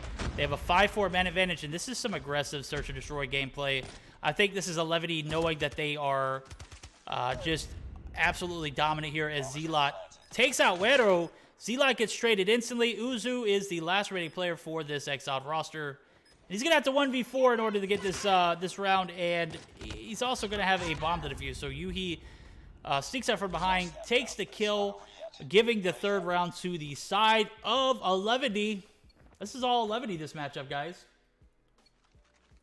Big shout out to Panama. As I've mentioned, my wife is from Panama. Absolutely love the country, the people, just A1.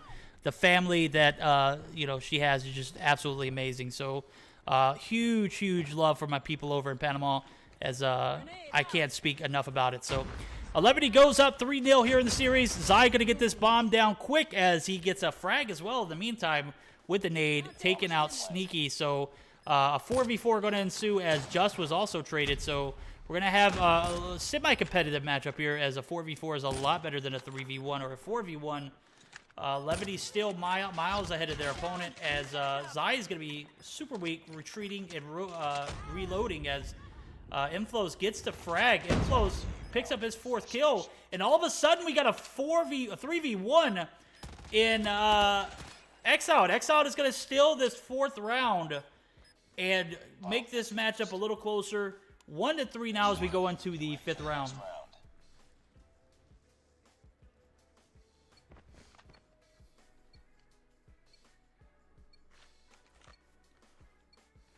Defend the objective. The enemy has the bomb. 11D up 3-1. This game is not over, though, as we saw Exiled able to find something in this last round. We're going to see Yuhi pushing onto Uzu and Zealot. Zealot is going to get the better half of that trade, and we're going to have a 4v4. We saw the same exact thing happen last round. Let's see if Exile can come and clutch it up here, as the bomb is down. 35 seconds remain on the clock.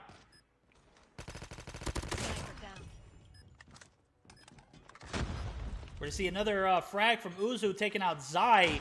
It's going to level the playing field for Exile, make it to the 4v3. Wedo, Just, and Parker, the last 3 players remaining. We're going to see Wedo get out of position, and Uzu picking up his 2nd frag. Too late is never too late.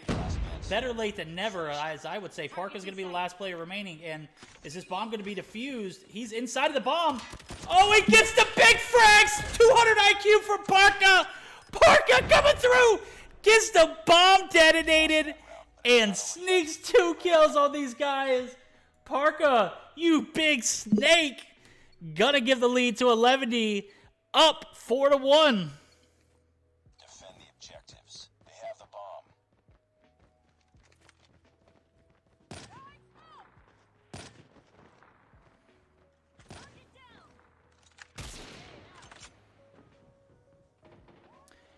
First frag is going to go to Yuhi and 11D. 11D going to push this to a 4v2 situation. And we're going to have to see a little bit more from the side of Exiled. As, yeah, it is, it's not looking too good for the side of Exiled as they go down 5-1. GoldenBoy just came through with 5 gifted subs, guys. Woo! Call it a night early, but coming through in the clutch for those 5 gifted subs. I see you, Daddy. GoldenBoy, your head is not the only thing shiny on your body, my guy. Your heart, also huge and shiny. Huge shout-outs to GoldenBoy coming through in the clutch. We're going to see this this probably be the end of this Search and Destroy, as I'm not sure what's going on with Exile, but my guys, 11D putting in work. Let's go.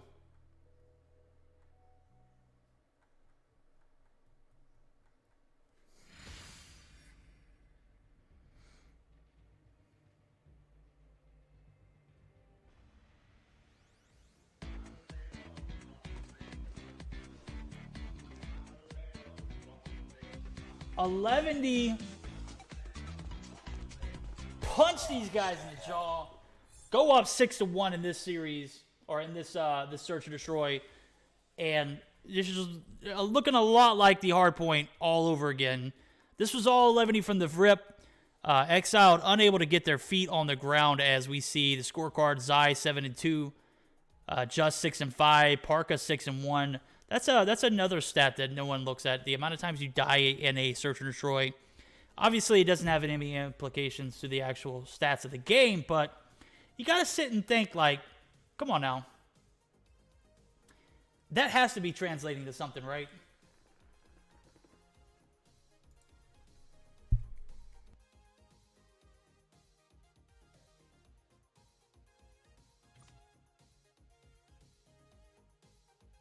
Levany takes this second game with ease.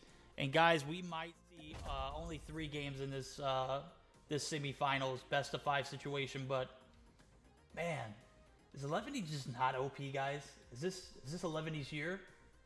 I'll continue to talk about it, dude. These guys absolutely come in, week out, and dominate pretty much everything I see them play in. Just absolutely destroyed Exiled in that second game. Destroyed them in the first game. Parka playing inside of that bus just when you thought the game was over.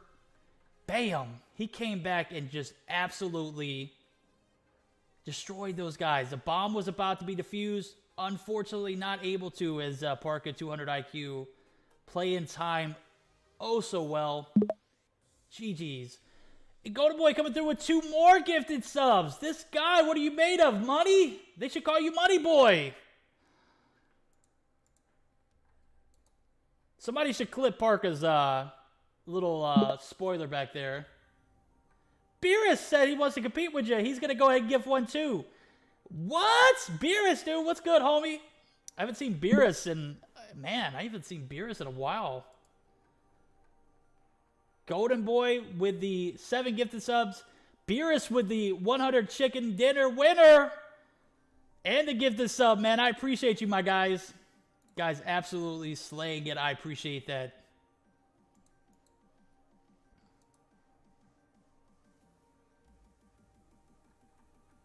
Who won? Yeah, that ain't even a question, my guy. 11 just absolutely... They destroyed them in the hard point and in the search and destroy. They're up 2-0 in the series. They only need one more game, and they might get it here on this domination on Raid. This is a game to 200, though, so... Interested to see how this pans out. 11 starting both games off strong. Taking it with ease. They are up 2-0 in the series. They won the hardpoint 250-75, and they won the search and destroy 6-1. So 11 on top at the moment. All right, guys, we're going to get ready up here. This is the best of 5. We should be started up with the 3rd game of the series. Domination on Raid. Who do you guys think in chat? What do you guys think? Is it going to be 11? Or is it going to be Exile taking this 3rd game? Let's go. Is that Stepsley I see? Hi. Hello. Hello? Stepsley, you should get your ass in VC, man, and co-cast with me, because I don't have anybody at the moment. My with the winners. I see you. What's up, Pedro? How's it going, my guy? Let's go. My with the winner chicken dinner. Ayo.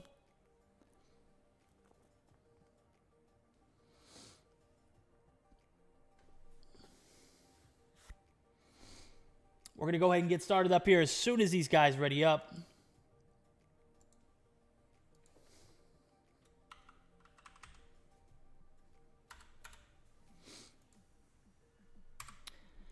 Can you believe this bot just messaged me on Discord? Verdict. At Verdict.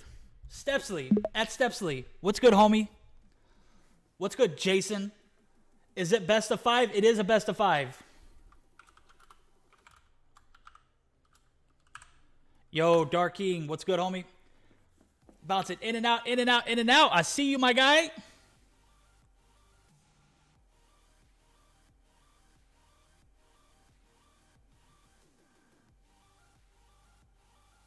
We're going to go ahead and get started up here as soon as these guys verify with the screenshots. This is an all-phone tournament. You know, we're going to continue to say it week in, week out. This is just the way the business is going right now. COD Mobile is going to continue to do all phones tournaments because champs are all phone. You can't cater to an iPad tournament when the biggest tournament of the year is on phone. You got to cater to that crowd, in my opinion. Like, this is where the competitiveness thrives. You're going to allow these guys to get better on phone so we can have a better championship series. But definitely, flex some skin for the stream. It's cold, my God. This is about the only skin I got, dude. I got my Invicta watch. I want to see that? It's a big-ass watch, dude. It's a 45 millimeter. At any rate, I do not want to go ahead and overlook Maya again with the window and a chicken dinner. I see you. Let's go, guys. We're going to go ahead and get started up here as soon as everybody is ready to rock and roll. This is a best of 5 situation. All right, guys. Huge shout out to my guy, Stepsley, for reminding me. If you haven't already, go ahead and drop me a follow on the Meseeks Mobile Go YouTube, which we're live on, and also on my personal YouTube. So I'll go ahead and get those links in chat. Guys, go ahead and drop a follow for both of us, as we definitely need all the support we can get. You can catch me live on both channels. So I need to get at least to a 50 subs. I need 30 more. So I'm gonna need to get those 50 subs ASAP.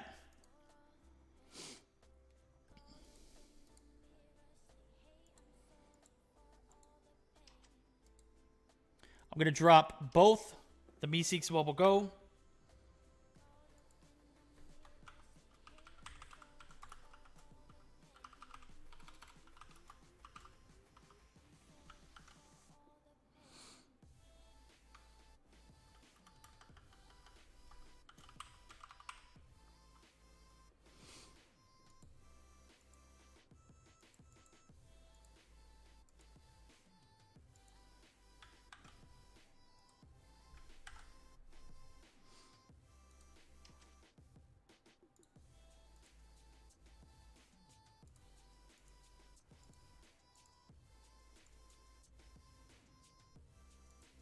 Go ahead, drop us a follow on both of those channels. Definitely want to make sure that we get all the hype and all, you can catch us on any format. YouTube, Trovo, any of that. We're on all of it. So go ahead and drop us all a follow. My goal tonight is to get to 50 followers or subscribers on YouTube. It's something that I've lacked on in the past, but I'm making an attempt to get that started on. Expecting some good stuff coming from the YouTube channel. So some high quality content. I know I'm not Parka. I know I'm not Just. But guys, if you love the cast, if you love coming and kicking it with me on Sunday nights, why not, stop by and drop a like on my videos or subscribe to the YouTube channel? I appreciate it. We're going to go ahead and get started up here on the third game. It's going to be Domination on Raid. Who you guys got? Is it going to be 11 or is it going to be Exiled? Who knows? We'll get started up here as soon as these guys ready up. Obviously looking for that to happen now. As I say that, we are going to get right into the action.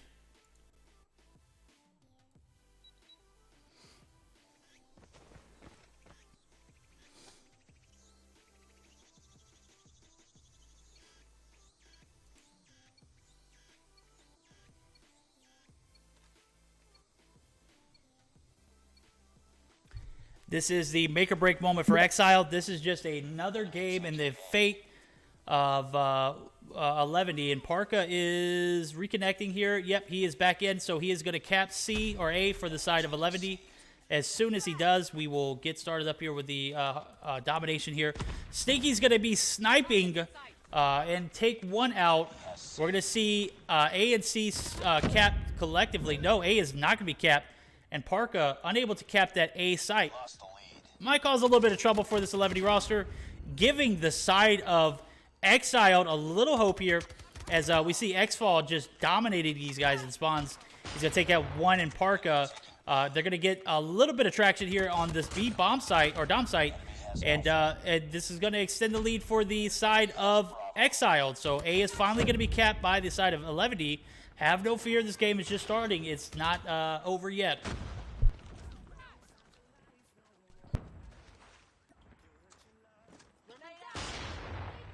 Enemy contact.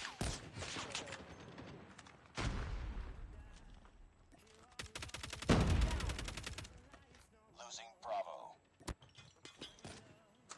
There's going to be a B cap attempt here by Zai and Team 11.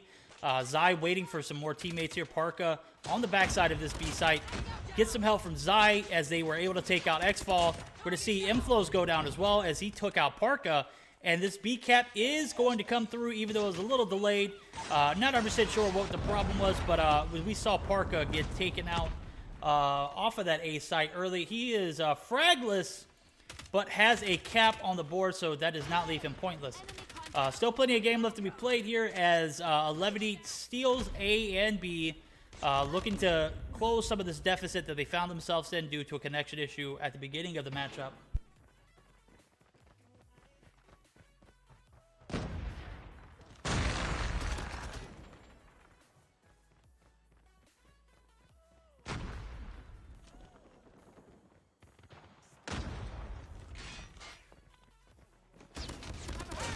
We're to see Inflows pick up his 5th before he is taken out. Xfall as well. Xfall is up to 7.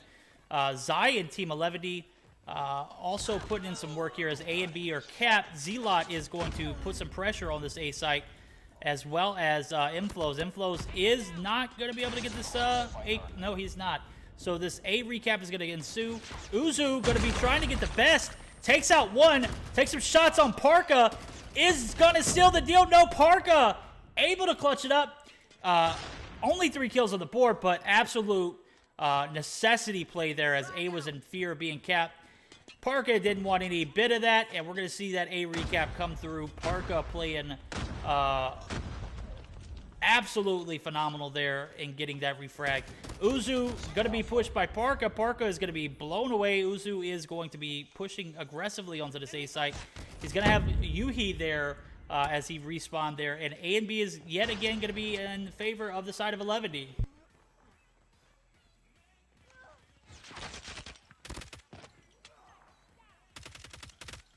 Losing Charlie.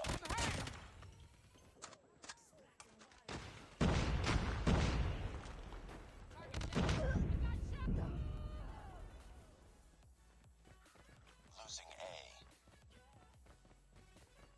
We're going to see A contested here, but fear of a triple cap as Yuhi, I've got a spectator glitch, is going to be taken out by Sneaky. Sneaky able to get that refrag.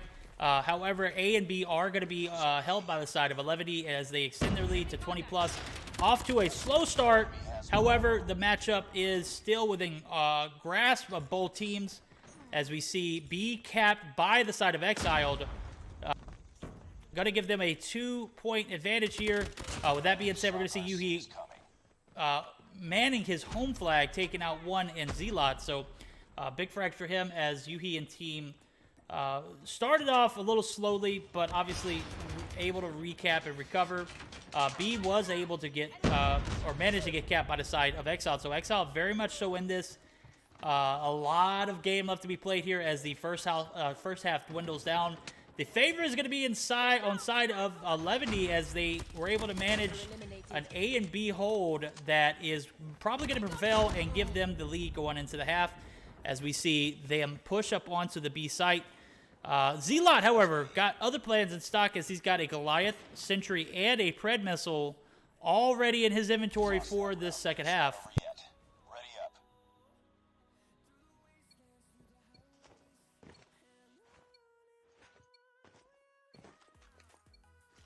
Capture the objectives. Enemy taking Alpha. Enemy taking Charlie. Enemy Shock RC is coming. Lost the lead. Enemy Shock RC is coming. Enemy has Charlie. Enemy has A. Enemy taking Bravo. Be advised. Hostile predator is inbound. See Wero pick up 2 big kills, one on the Uzu, pushing up to this B dom site, are able to go ahead and cap this B site, securing their lead and extending it as C is in. No, it is not in fear of being capped. Wero played it safe though, preventing it before it even happens. That's how you stop a fire. I'm kidding, obviously. Wero obviously looking to maintain C and B. We're going to see some traction here on B as Zelot and Xfall going to look to make something happen here. Xfall is going to be taken out. Zelot going to be the last player on that C site. Zelot going to get the better half of Wero there before he is ultimately taken out. Now, this is going to open up a B cap, but we don't have numbers here for the side of Exiled. With 2 people, they are going to manage to get the cap. That is exactly what you want out of that strategy. Well executed, if you ask me, by the side of Exiled. Now they just have to maintain. Oh, 2 big kills from Uzu! Parka gets the refrag, cleaning it up. Parka not having the absolute best game of his career, but obviously coming through in the clutch when he is needed, as he took out Uzu. Jesus Christ.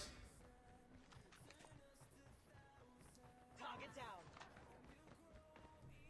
Losing Alpha. We're going to see an A cap attempt by the side of 11. It looks like 11 might be using that pressure to gain a little bit of traction on B.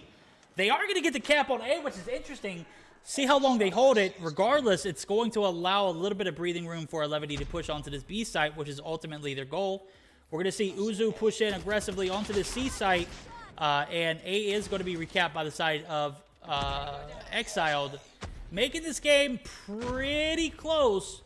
The advantage at the moment is going to be at the side of 11 if they can't get anything going on this B site. I would assume that they might not hold that lead for too long. Losing Bravo.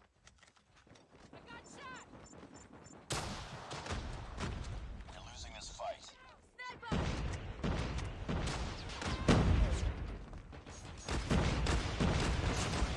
Just one Goliath. The B attempt for capping was super close by 11, but they are going to be denied, and the B flag is going to be reset thanks to the side of Exiled, as 11 attempting to cap B, unable to do so. Those 2 big frags by X-Fall might secure this B flag site. And Exiled playing super well for this domination matchup here. We're going to see him take out 2. Parka is going to get the refrag as he picks up his 8th kill. Yuhi and Wero top fragging with just not far behind. We're seeing the scorecard here as it is reflecting just 22 and 13. Yuhi 23 and 18. Wero 22 and 15. So for the side of Exiled, the only person positive is X-Fall. X-Fall is going to be your top frag by 5 kills, and the B cap is real as Uzu and team unable to connect with that, but they're going to get it almost instantaneously back. No! Exile going to be denied by just coming through, but the B cap is going to be coming through from inflows thanks to his Goliath, and an A and B cap might secure this victory. If Exile can maintain it, we might see a game 4. If 11 can't get out of their spawns here, we're going to see a strategic A push by a few of the players from 11, leaving Parka the only remaining player on this C site. He's going to have to man this C site and take out X-Falls and Zelot. Oh, he does! And the C cap is going to be maintained by the side of 11. But a triple cap now for 11, and as I was about to say a game 4 was going to come through, 11 said, hell no, we are not having that, and go ahead and get the triple cap.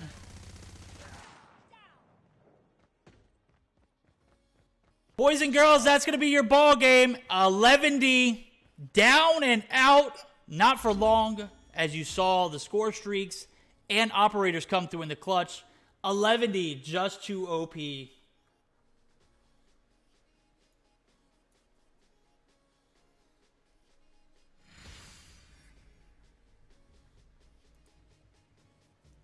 Wow, what a ball game indeed.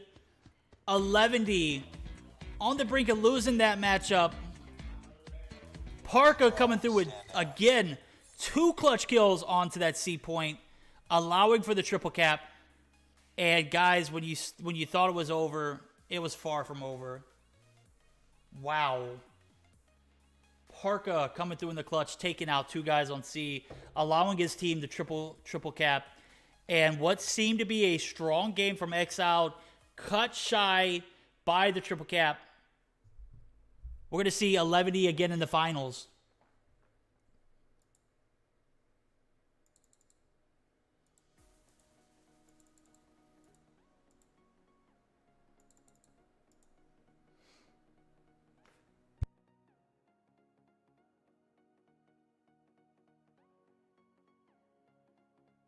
for as close as that matchup was, the side of Exile just not showing it with the numbers that they put on, but still an admirable performance from them. Xfall, the only player to go positive, 25 and 21. We had some super close ones from Sneaky as well as Inflows, but the slaying abilities from 11 just too strong. We saw a connection issue from Parka to start the game off, and it was just not a great start for 11 as they were double capped off the rip without a single flag to begin the match. Have no fear, that did not determine this matchup, as we see 11 come back again time after time. Parka, huge clutch kills for his team, allowing them to move on to the finals. And guys, just like that, that game is over. 11 showing absolute dominance in the semifinals, best of 5, taking it in 3, as we are going to get ready to see them in the finals here.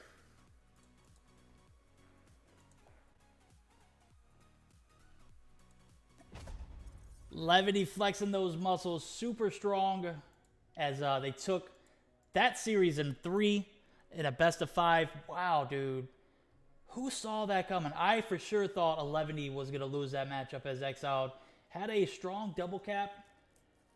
They went for a strategic A push, leaving Parka the only player on the C flag. Had to take out 2, gets the kills. Again, Parka coming time after time with those big clutch kills. And his abilities to do that in the clutch just continue to persevere, as we see 11 take 3 of the 5 games needed. They're going to be moving on to the finals, as we take a look at the... Let's see if we can get an updated bracket.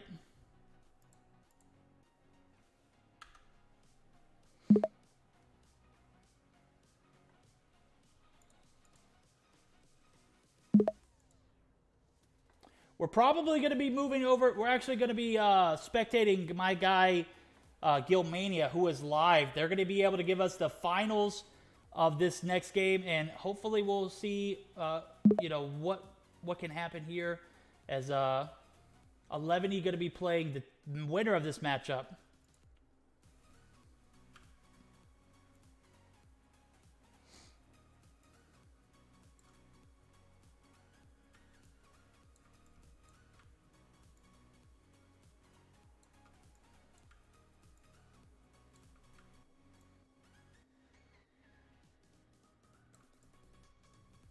I'm going to get that ready for you guys, so that way we don't have to see any more ads. I know you guys, I know how you feel about that.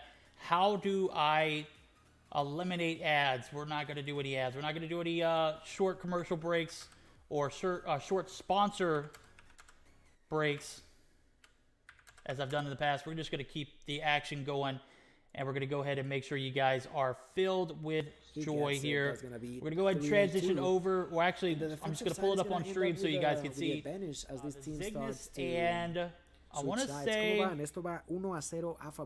that's ARP, so or Limitless rather. I'm sorry. Esta es la partida número 2 y recordarles que esto es al mejor Cygnus and Limitless. So we're going to see this game and how it unfolds. This is the team that we're going to see 11 play in the finals. Gonna have to figure out who wins this matchup first. Ya las semifinales de el Meseeks Sunday Showdown. Oops. Muy bien, un poco de caos por el lado de Limitless, siendo ahora un 1-3 y muriendo rápidamente todos y cada uno de ellos. Esto va a hacer que se empate la cadena 3-3. No sé, me sigo sintiendo un poco confundido. Realmente, a ver, vamos a ver un poco de nuevo aquí al lado de Limitless, a ver cómo deciden jugarlo, pero sí parece que ambos equipos se fueron por la opción más pasiva, intentando, en lugar de pushear de una por una de las dos bombas, decidieron jugar un poco más tranquilos, un poco más relajados. Pero vamos a ver ahí justo un 1-4 en desventaja del lado de Limitless. Y esto parece que va a ser una ronda más para el equipo de Cygnus, poniendo en potencial peligro al equipo de Limitless. En un potencial peligro ahí. Vamos a ver a Muffin consiguiendo un hit marker en Adapt. Va a intentar conseguir la segunda, pero no lo consigue. No obtiene esa baja que necesita. Va a lanzar una granada mientras se dirige a esos boilers. Va a conseguir la baja contra Adapt. Una muy buena granada. By the way, something that I do want to mention about Muffin.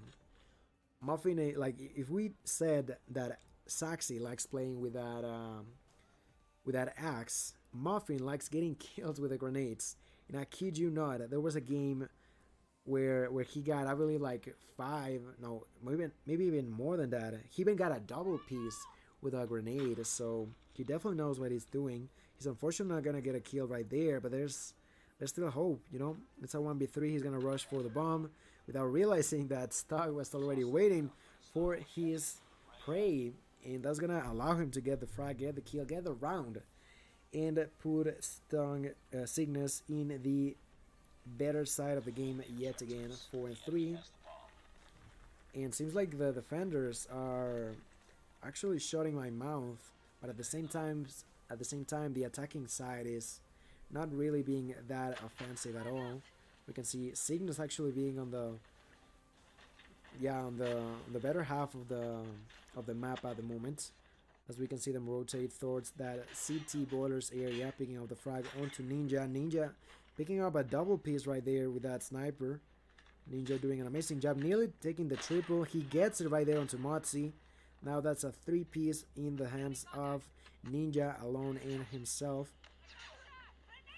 Hua from a really good positioning finds a double piece, rotates over to pillars.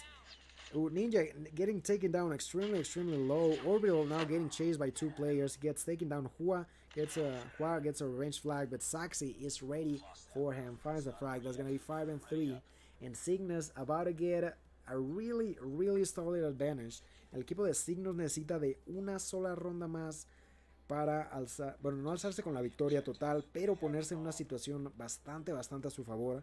Esto es al mejor de 5 y tener 2 victorias de jalón, tener 2 victorias en las primeras 2 partidas es sin duda alguna una posición en la que todos nos gustaría estar. Hablando de eso, vamos a ver cómo Cygnus realmente cae de manera bastante rápida. Ahora Jingo en un 1 contra 4 no va a poder hacer nada. Mod se consigue la baja. Esto va a ser 5 para 4 y nada para nadie. Esto no se ha terminado. El equipo de Limitless no va a permitir que Cygnus gane de manera tan fácil. Limitless avoiding any sort of victory just yet for the side of Cygnus. They don't want to go out without putting up a fight. They even know that there's still a possibility for them to win this game. They only need 2 more rounds. And with a 5v4 and Cygnus with an interesting move going towards that tank's lower area. And they're going to rotate from behind. Let's see what they can do. As we can see, 3 players going through that same spot. They're going to take low the health points of Muffin. Muffin tries to recoil and tries to get it back himself. A couple of kills being taken right there.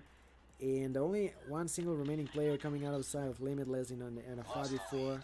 There's going to be GG. As we can see, I don't know who's defusing. Seems like it's going to be Jingo. Jingo defuses the bomb.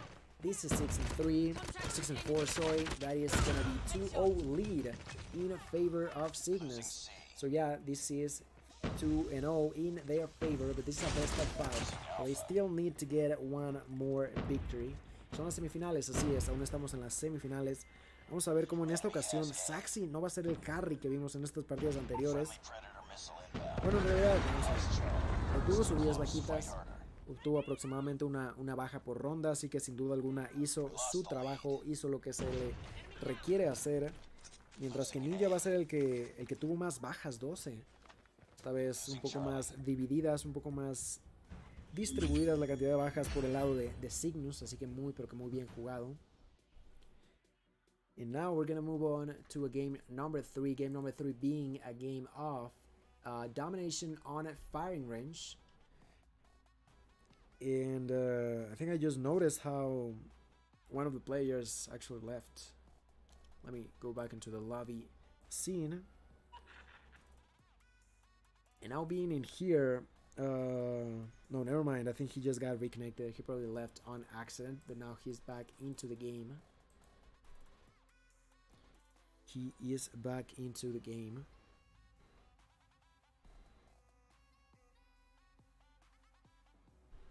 And we're gonna see how, like, this is a pretty risky position to be at for the side of Limitless.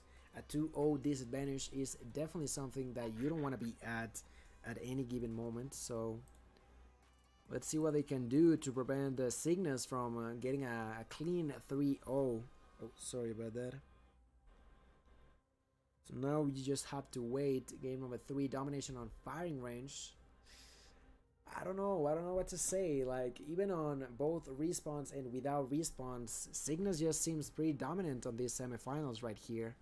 What do you all have to say? You think, for those who were rooting for Limitless, do you still think that they can do the comeback, or do you believe that this might be the end of the road for Limitless this week? Hace rato, pues obviamente había un par de gente apoyando el equipo de Limitless, pero ahora que Cygnus está con la ventaja de 2-0 a su favor, ¿qué creen que vaya a pasar? ¿Creen que Cygnus vaya a cerrar en esta siguiente partida, o por el contrario, Limitless va a conseguir al menos una victoria en estas semifinales? Por favor, coméntenme en el chat sus opiniones. ¿Qué creen que es lo que va a pasar por aquí? ¿Qué creen que es lo que va a suceder? Por ahora nos toca esperar. Recordándoles que la siguiente partida va a ser de dominio en campo de tiro, firing range. Ahí va a ser la partida número 3 para estas semifinales entre Limitless y Cygnus.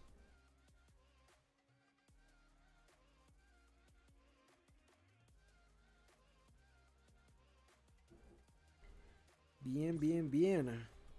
Uf, no estoy seguro. A ver, la partida pasada está claro que vimos como Stog solo consiguió 3 bajas.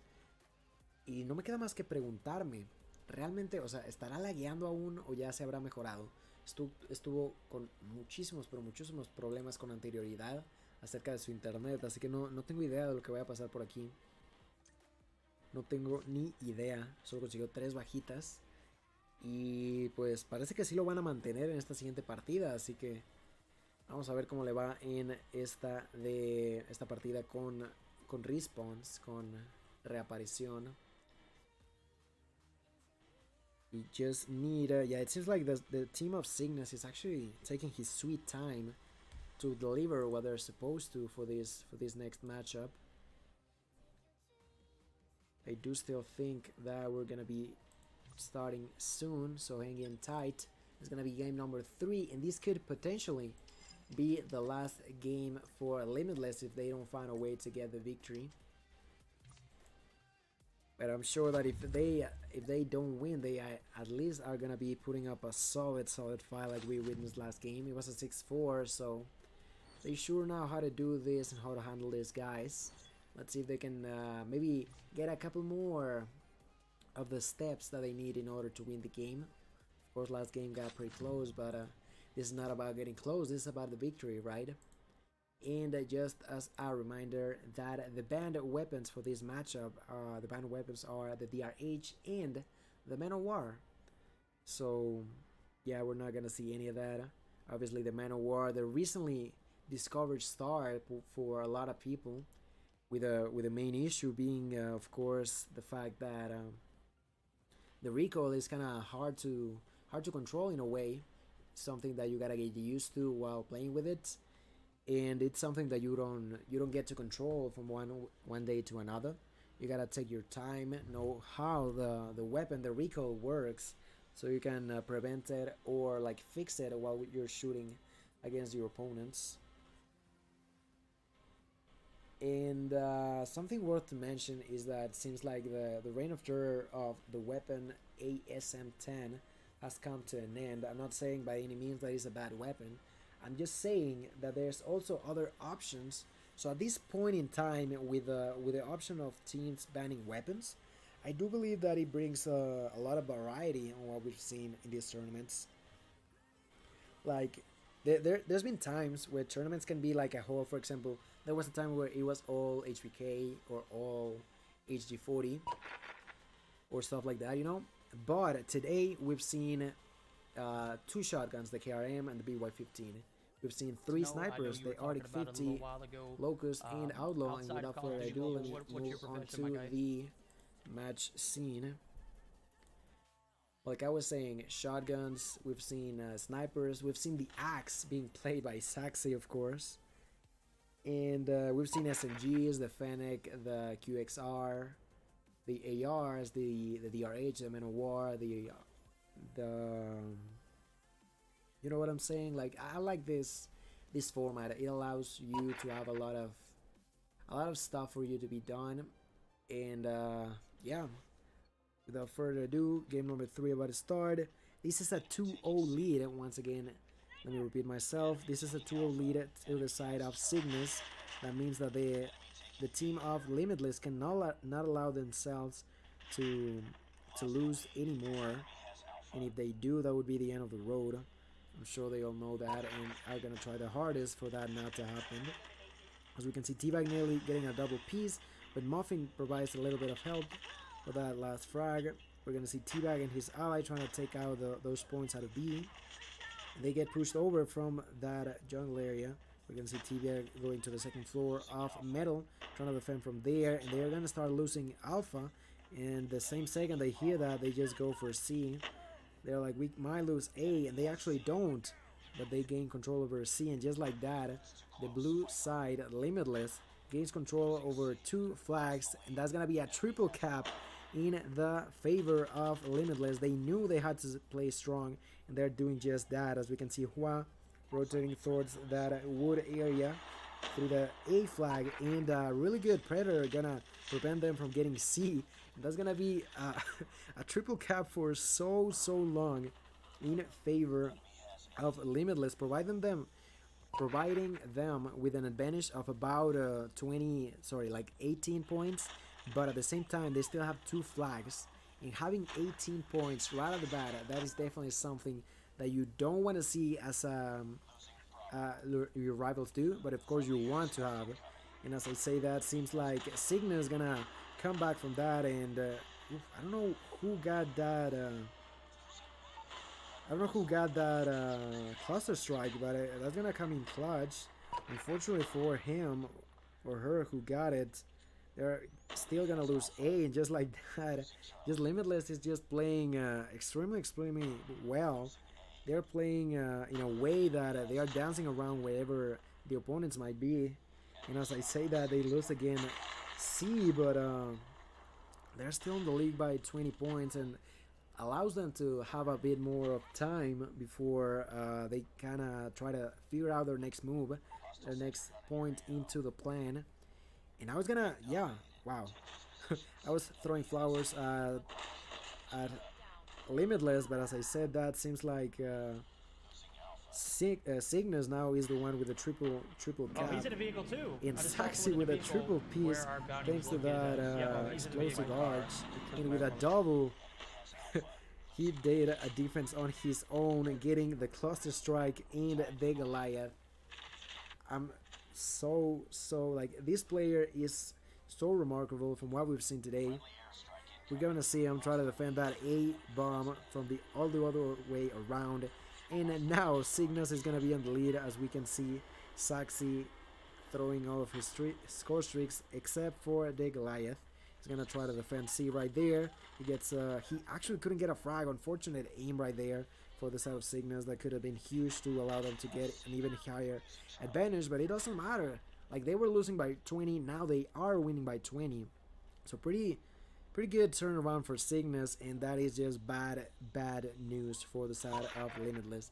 El equipo de Limitless, que empezó de una manera bastante loca, o sea, realmente dominaron de manera brutal por los primeros 2 minutos, yo diría, el equipo de Cygnus.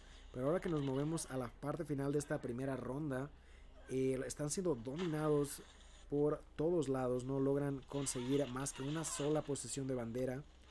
Intentan adaptarse al cómo está jugando Cygnus, pero parece no haber falla en la manera en que empezaron a jugar ahora este equipo de Cygnus. Y Limitless ahora va a estar perdiendo por casi 30 puntos al empezar la siguiente ronda. Esto va a ser muy pero que muy malo. Recordemos que Cygnus ya va ganando 2-0 en estas series, y si pierden una más significaría que estarían fuera de esta semana del Meseeks Sunday Showdown. Friendly reminder for all those who just got tuned in, this is the semifinals, this is a best of 5, and Cygnus is not only on the lead on this game, but they're already winning the best of 5 at 2-0. So if Limitless loses this game, that would only mean that they are out of the tournament and that Cygnus is gonna go with a clean 3-0 into the finals. And I'm not sure what's gonna happen right here, but I was actually rooting for Limitless so we could see a bit more action in these semifinals. But Cygnus is most likely trying for us not to be able to see that, as we can see them try to gain control over that C flag. Unfortunately, someone got taken down. Stog not even worrying about that. He might be trying to hold that position in from the second floor of metal. And his teammates nearly lost A, but by a sliver of points actually retain the control right there, and on top of that capture C. Final contra quién, sería entre el equipo de Eleventy y Exiled. No sé qué tal vaya la partida por ese lado. So the winner of this team, the winner of this game, of this match, the semifinals, would go against Eleventy or Exiled. I don't know what's going on over there. And for now, it seems to be that it's gonna be Cygnus, but at the same time, no one's with the control over the B flag. So Limitless still has a chance of doing this. I'm not sure if they will be able to do it, but I'm sure they're gonna try to do that. ¿De dónde eres, bro? Soy mexicano, trayéndoles hasta su casa este casteo de el Meseeks Sunday Showdown. Y Cygnus una vez más contiene... sí, esto parece que solo va a ser un muy pero que muy limpio 3-0 a favor de Cygnus, ya con una ventaja de casi 40 puntos a su favor, y a punto de, estuvieron cerca ahí de intentar ir por una triple captura. Cygnus nearly working their way through getting a triple cap. Unfortunately, that's not going to be the case, but it was for sure close right there, as we can see Ninja being taken down. Stung following the same path. But it's just, even though they're dying a lot right there, they might, you think they're gonna get triple cap, we're gonna see them pick up A, B, and C, but shortly after Cygnus gets A, they're 60. Alright, there's still a hope. They don't need a triple cap just yet in the side of Eleventy. Sorry, in the side of Limitless. They can still win this game if they maintain control over the two flags. But at the same time, we all know that defending two flags is not necessarily the easiest task when you're in a pro environment where everyone knows what to do. Eso parece que todavía podría ser remontable para el equipo de Limitless, pero pues no estoy seguro de cómo vaya a ser esto. Recordarles que estos son las semifinales y que acabando esta partida, el vencedor de las semifinales en este lado, pues estarían a la espera de ver contra quién se enfrentan en las finales. El Meseeks Sunday Showdown siendo un torneo que se juega en un solo día. Así que estando en las semifinales, estamos a punto de caramelo en este torneo. Vamos a ver cómo Limitless consigue mantener el control de B y C por un periodo bastante alargado. We're gonna see how Limitless is defending properly, but as I say that, they nearly got their B flag stolen. Fortunately for them, that was not the case, as we can see Jingo trying to get that flag. They do, and just like that, now it is on the cards are on the table, and the side of Cygnus is just on the better hand, at least at the moment, as we can see them actually. I don't know. What do you think is gonna be the next move for Limitless? They seem to be going for that A flag. They're gonna get it, but at the same time they're gonna lose C. So that's the kind of deal here on firing range. You can start trying to rotate between flags, but if you're not retaining control to the opposite, it's not much of a point of you trying to do that. And as I say that, Ringo picks up a double piece. Jingo starts being toxic with that Goliath.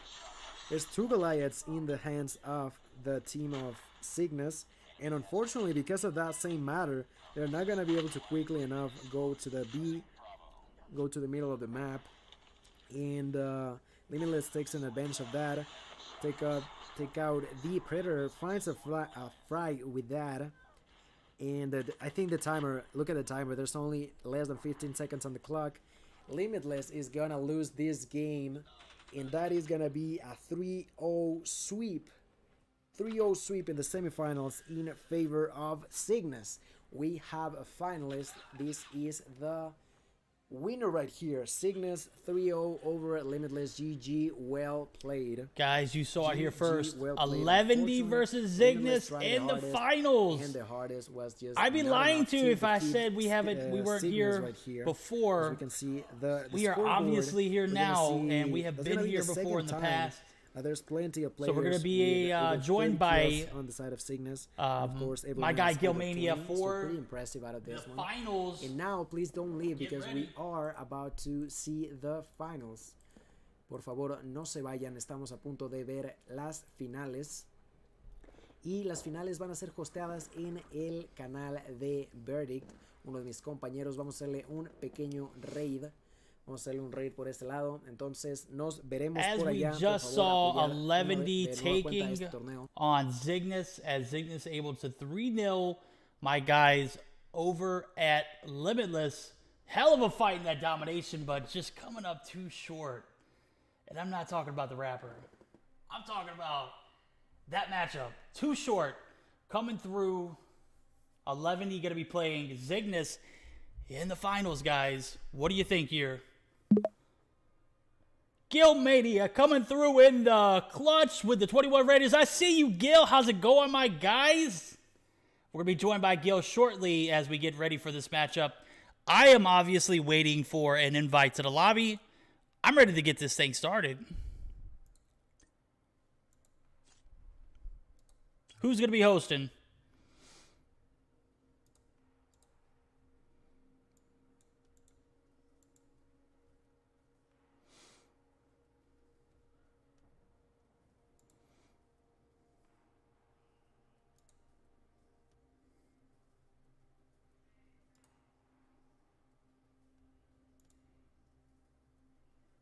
And I'll let you guys take a look at the bracket just to see how these guys got here so we can look at it together.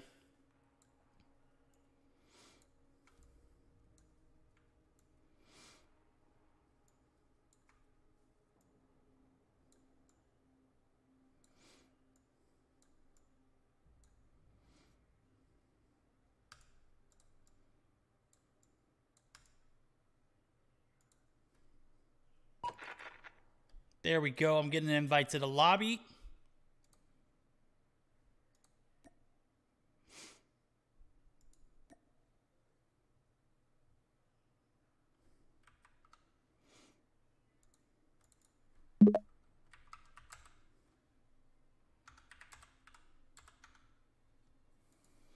So we can see it together.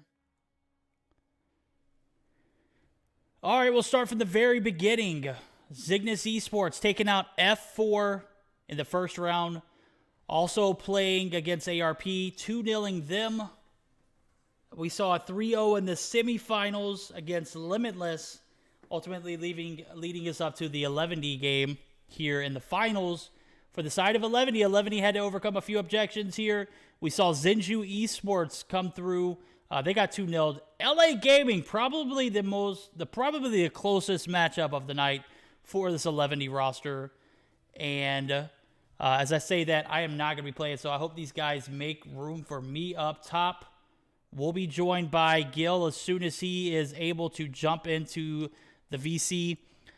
Make room. Hey, can you make some room for Verdict up top for me? Got your 6.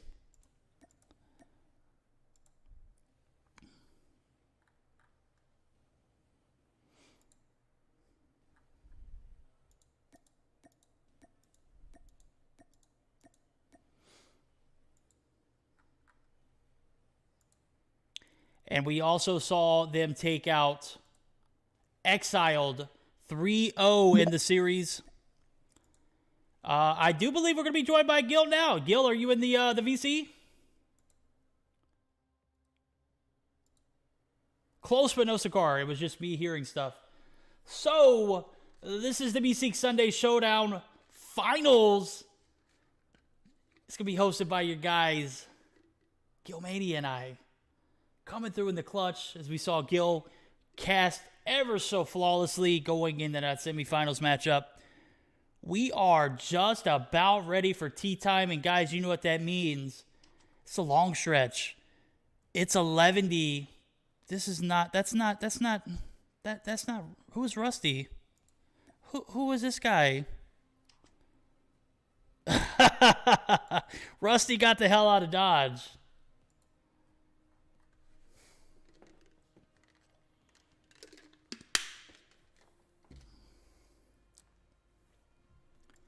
We are going to get started up here as soon as I get all the information.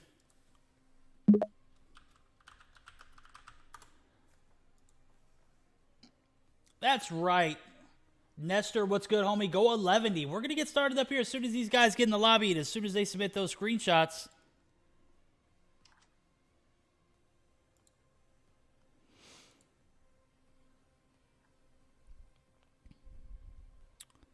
We've got Zygnus in the lobby. We do not have Nova Invictus. Nova Invictus is not going to be a 3P champion. They won 2 weeks in a row. 11D coming back strong as we saw.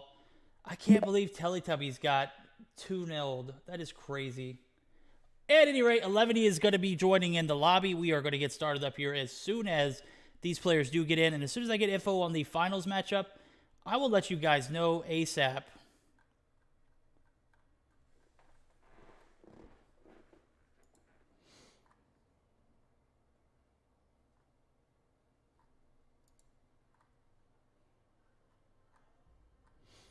And guys, on a much lighter note, we are going to have a BR event tomorrow night hosted on my channel. I am so excited about some change up and getting some BR content out there because we've got 27 teams in this tournament tomorrow night. It's going to be huge. Huge.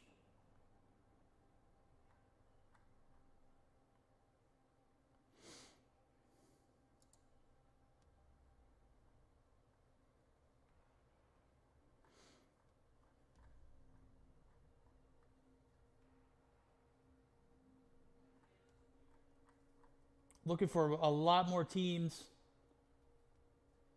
to come through for that particular tournament as I am excited to announce it.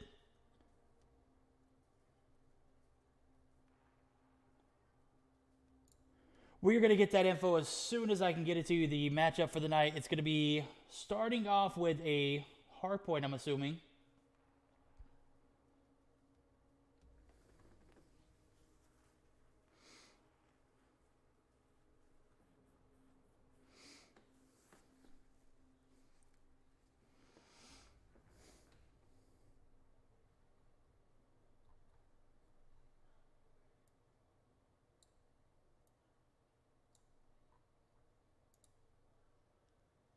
It's going to be a hard point on raid. So my guy SNS got your 6. Got my 6, had my back. We'll get started up here as soon as these teams are ready to rock and roll. What are you guys' predictions? As we saw Zygnus come through strong and 11D come through strong as they both 3-0'd their opponents. What are you guys' predictions, though?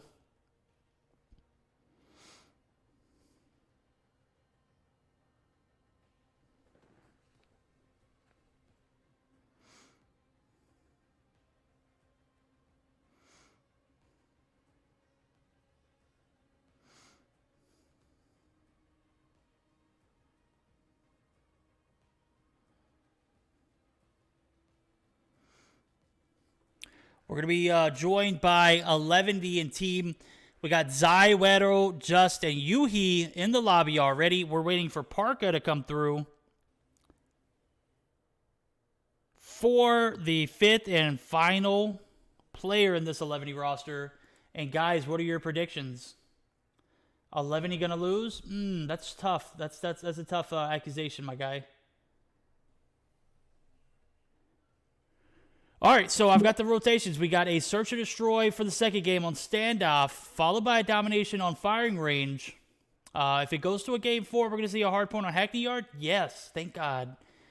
And then to end it, a Search and Destroy on Meltdown. Ooh, how toxic. Search and Destroy on Meltdown, my least favorite map and game mode. The combination of the two are just absolutely toxic. Yeah, chat is going to come pop back in as soon as everybody joins the lobby. I'm assuming Parka went back to streaming. But other than that, we should be ready to start up here shortly.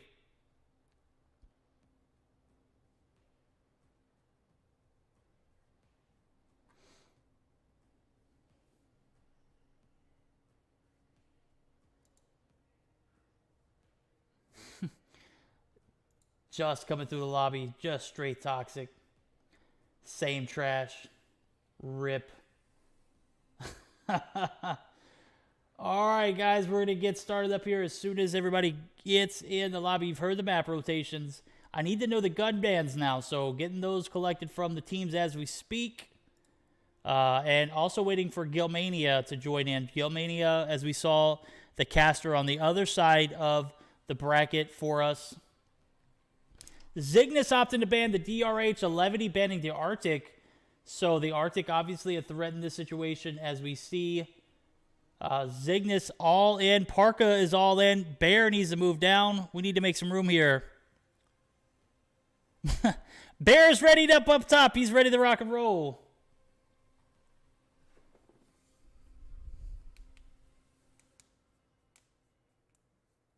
He's an old friend, bro. That's what's up, bro. That's what's up. No toxic. I was obviously joking, my guy.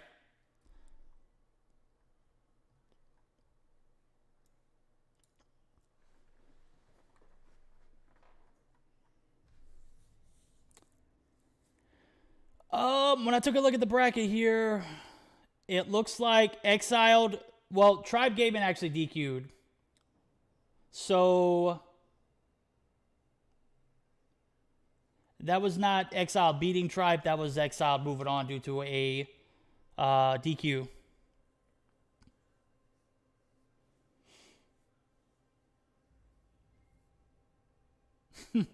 Zygnus Parka, 11 Bear, rip.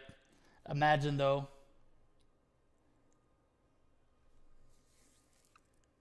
Seems like we're almost ready to start, right?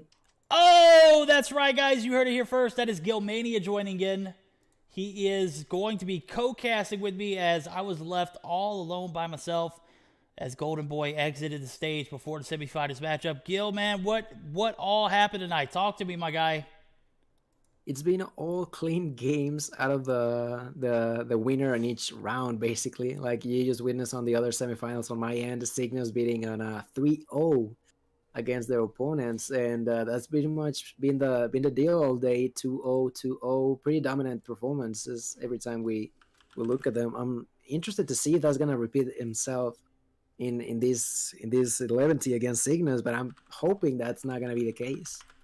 I'm hoping not either, as LA Gaming gave 11 a run for their money, but just absolutely got blown away. That was probably the closest matchup I've seen tonight. 11 won that series 2-1. The domination on Hackney Yard just, whew, man, 11 outplayed the hell out of those guys.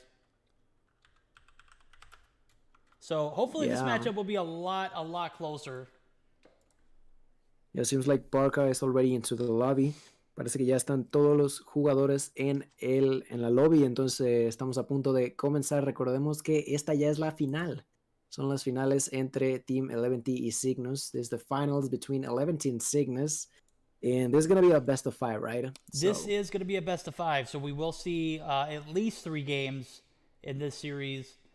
I'm expecting this to go to at least 4, and I say that because 11E is a strong team, and Zygnus is definitely not a pushover. Bear, Jingo, S-Thug, all coming through, playing very strong games in Meseeks Sunday Showdown histories. We've seen them put on a show consistently. Now, this is the situation that they've come across. They've got a very, very tough opponent ahead of them. 11D is, I'll continue to say it week in, week out. This is probably the best 11D team I've seen thus far. So, 11D coming through. They won 3 straight Meseeks Sunday Showdowns, followed up by Nova Invictus, who had a strong utility player in Tectonic. Now, Tectonic didn't play for them tonight, so you saw the results of that. 11D in the finals again here, and I have to say, this is probably, again, a hell of a 11D roster. Yeah, like you mentioned about Tectonic, he was playing on the roster of Teletubbies, and they got taken out in the round of 16, 2-0 by the same team that Cygnus later defeated 2-0 again. So it was like the round 7 of 16, Teletubbies against ARP coming in with a 2-0, and then ARP against Cygnus, and of course Cygnus dominating them on a 2-0. So it's showing that it's not all Tectonic, right? It's all about the team overall, and Cygnus proved that going all the way to the finals today. Yeah, I'm not sure what was going on with that team because I expected them to make it to at least the semifinals, and I was robbed of that dream. So interested to see what comes of that team. And Beerus Nation coming through with a cash bang. I see you, Beerus. What's good, homie? You gotta start coming through more often, dude. I see you like once or twice a month, dude. But when you come through, you always come through in the clutch, man. I appreciate it, Beerus. Miss you, my guy. And just like that, we're going to go ahead and get started.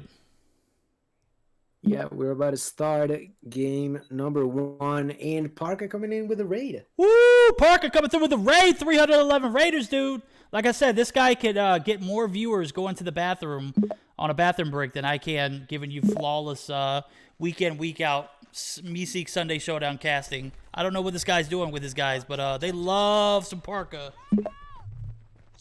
Sí, muchísimas gracias a Parca por ese raid, se les aprecia un montonazo, bienvenidos sean todos ustedes.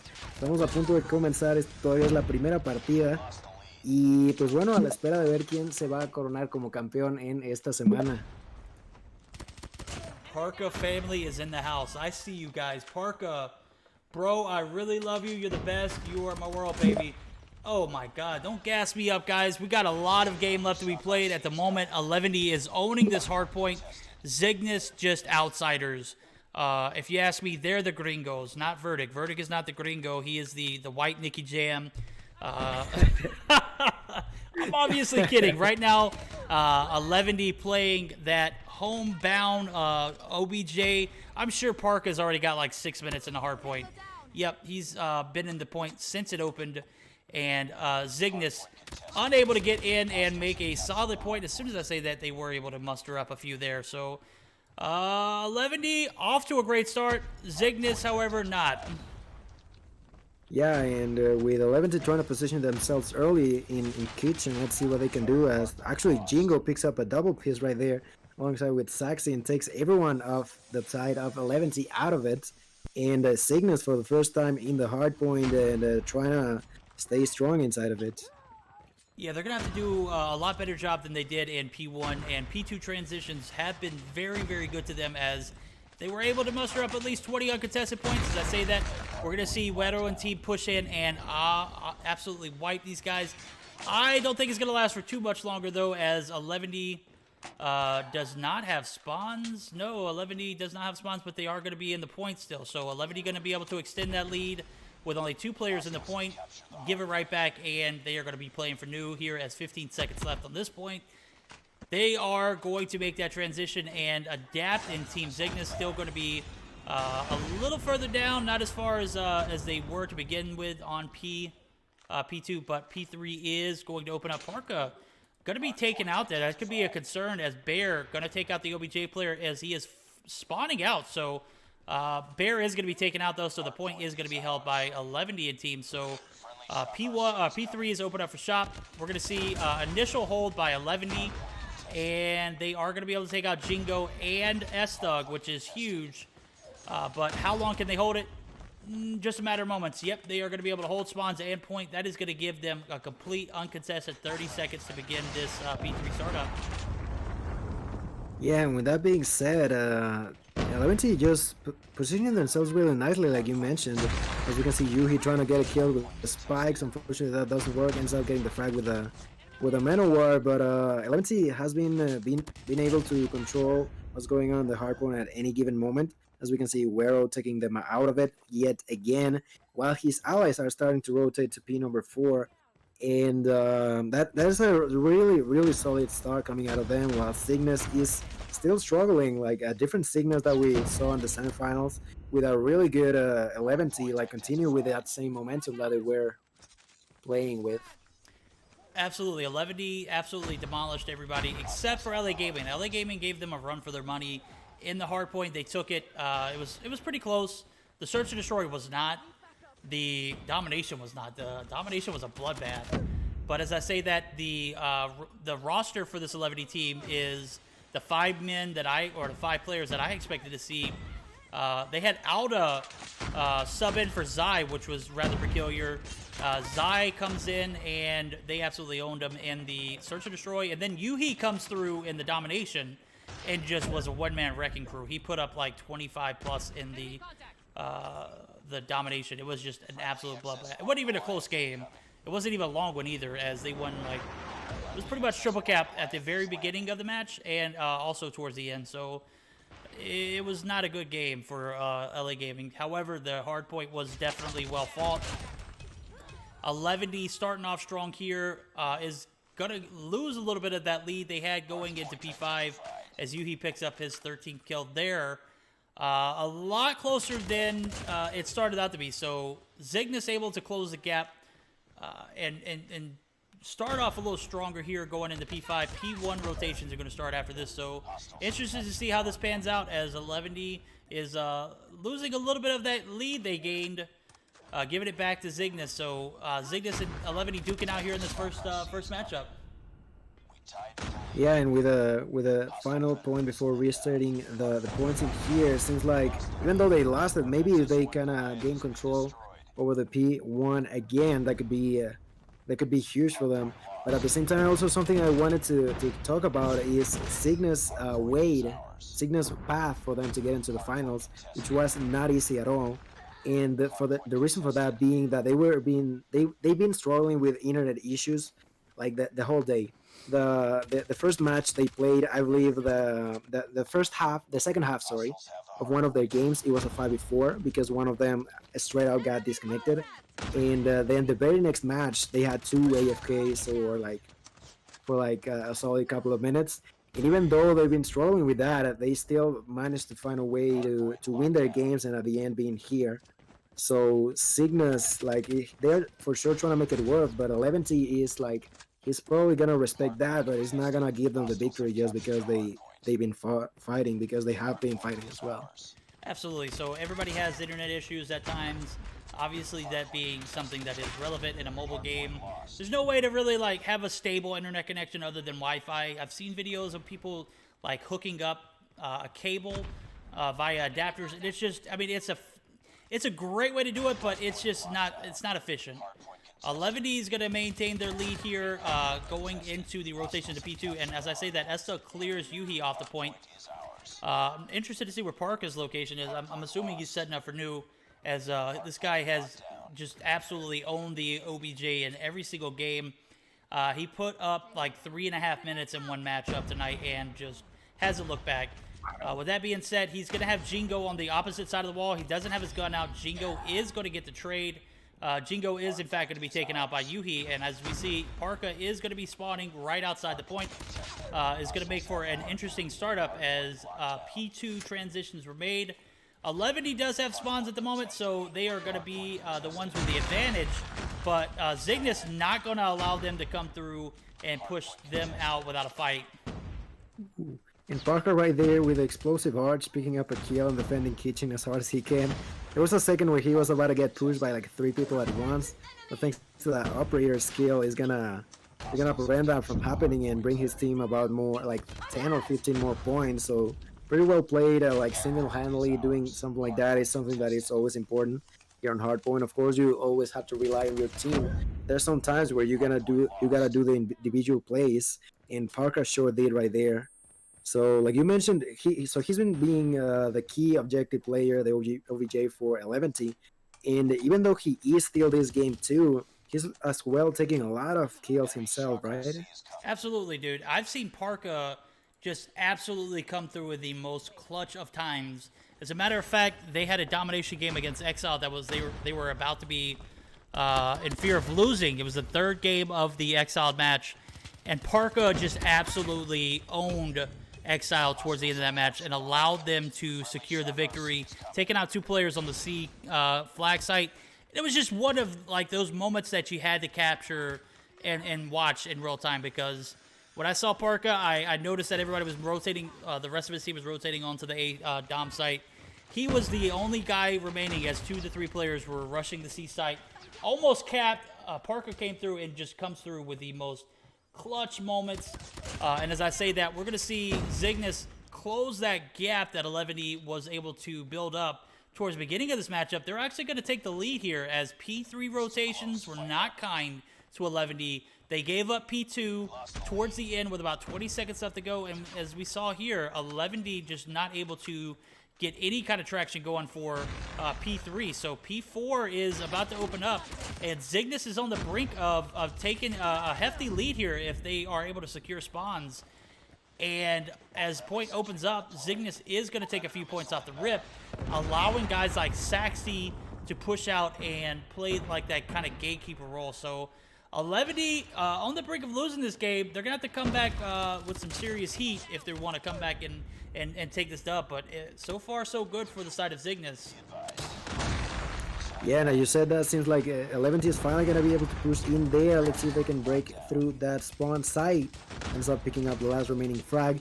And even though there still was a sentry gun, they were able to survive and still continue to contest. And with them being the ones on the back foot now, 11T, as long as they are preventing them from getting any more points, that's more than worth it. As we can see that 11T is going to get his spawns. He's going to try to... Not getting spawns is actually point number 5. But that was pretty well done by them, just surviving for as long as they could, make sure that they couldn't get any more points. So well played by those who are still alive in that point. That was all Parka. My guy Parka slayed out inside of that cubby. I spectated the entire thing. He was in cubby. There was like four to five guys that came through, and he outlasted pretty much all of them, leaving about 4 seconds left on the time for anybody to come in. And you know, he didn't get those points that he needed to close that gap, but he did contest, not allowing Zygnus to extend their lead any further. As I say that, Parker is going to be taken out. He's up to 21 kills, so my guy Parker is absolutely slaying it. 21 and 20, so net positive.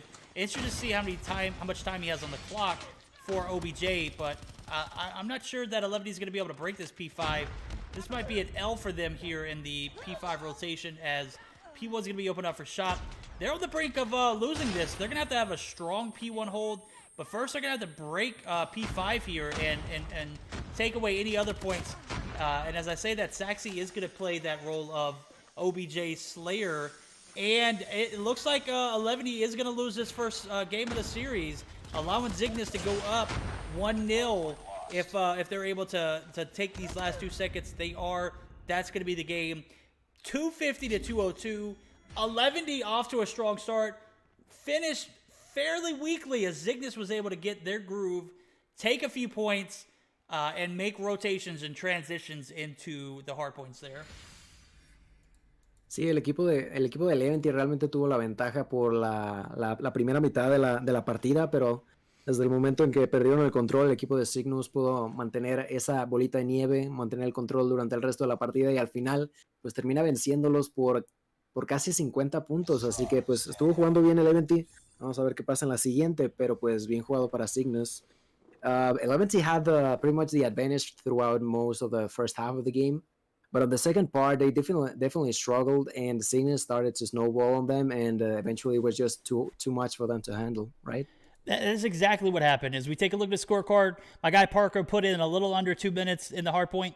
That obviously is a portion of not being able to get spawns. You can't allow this guy to stay in the point without any kind of help. So if you're going to let Parker play support in OBJ, he's going to need a little bit more backup. As we saw that P4 contestation, Parker played his life. He played as best as he could, unable to secure the points. So these guys who are playing Slayer just need to do a better job of anchoring, getting into the spawns, and securing it for him.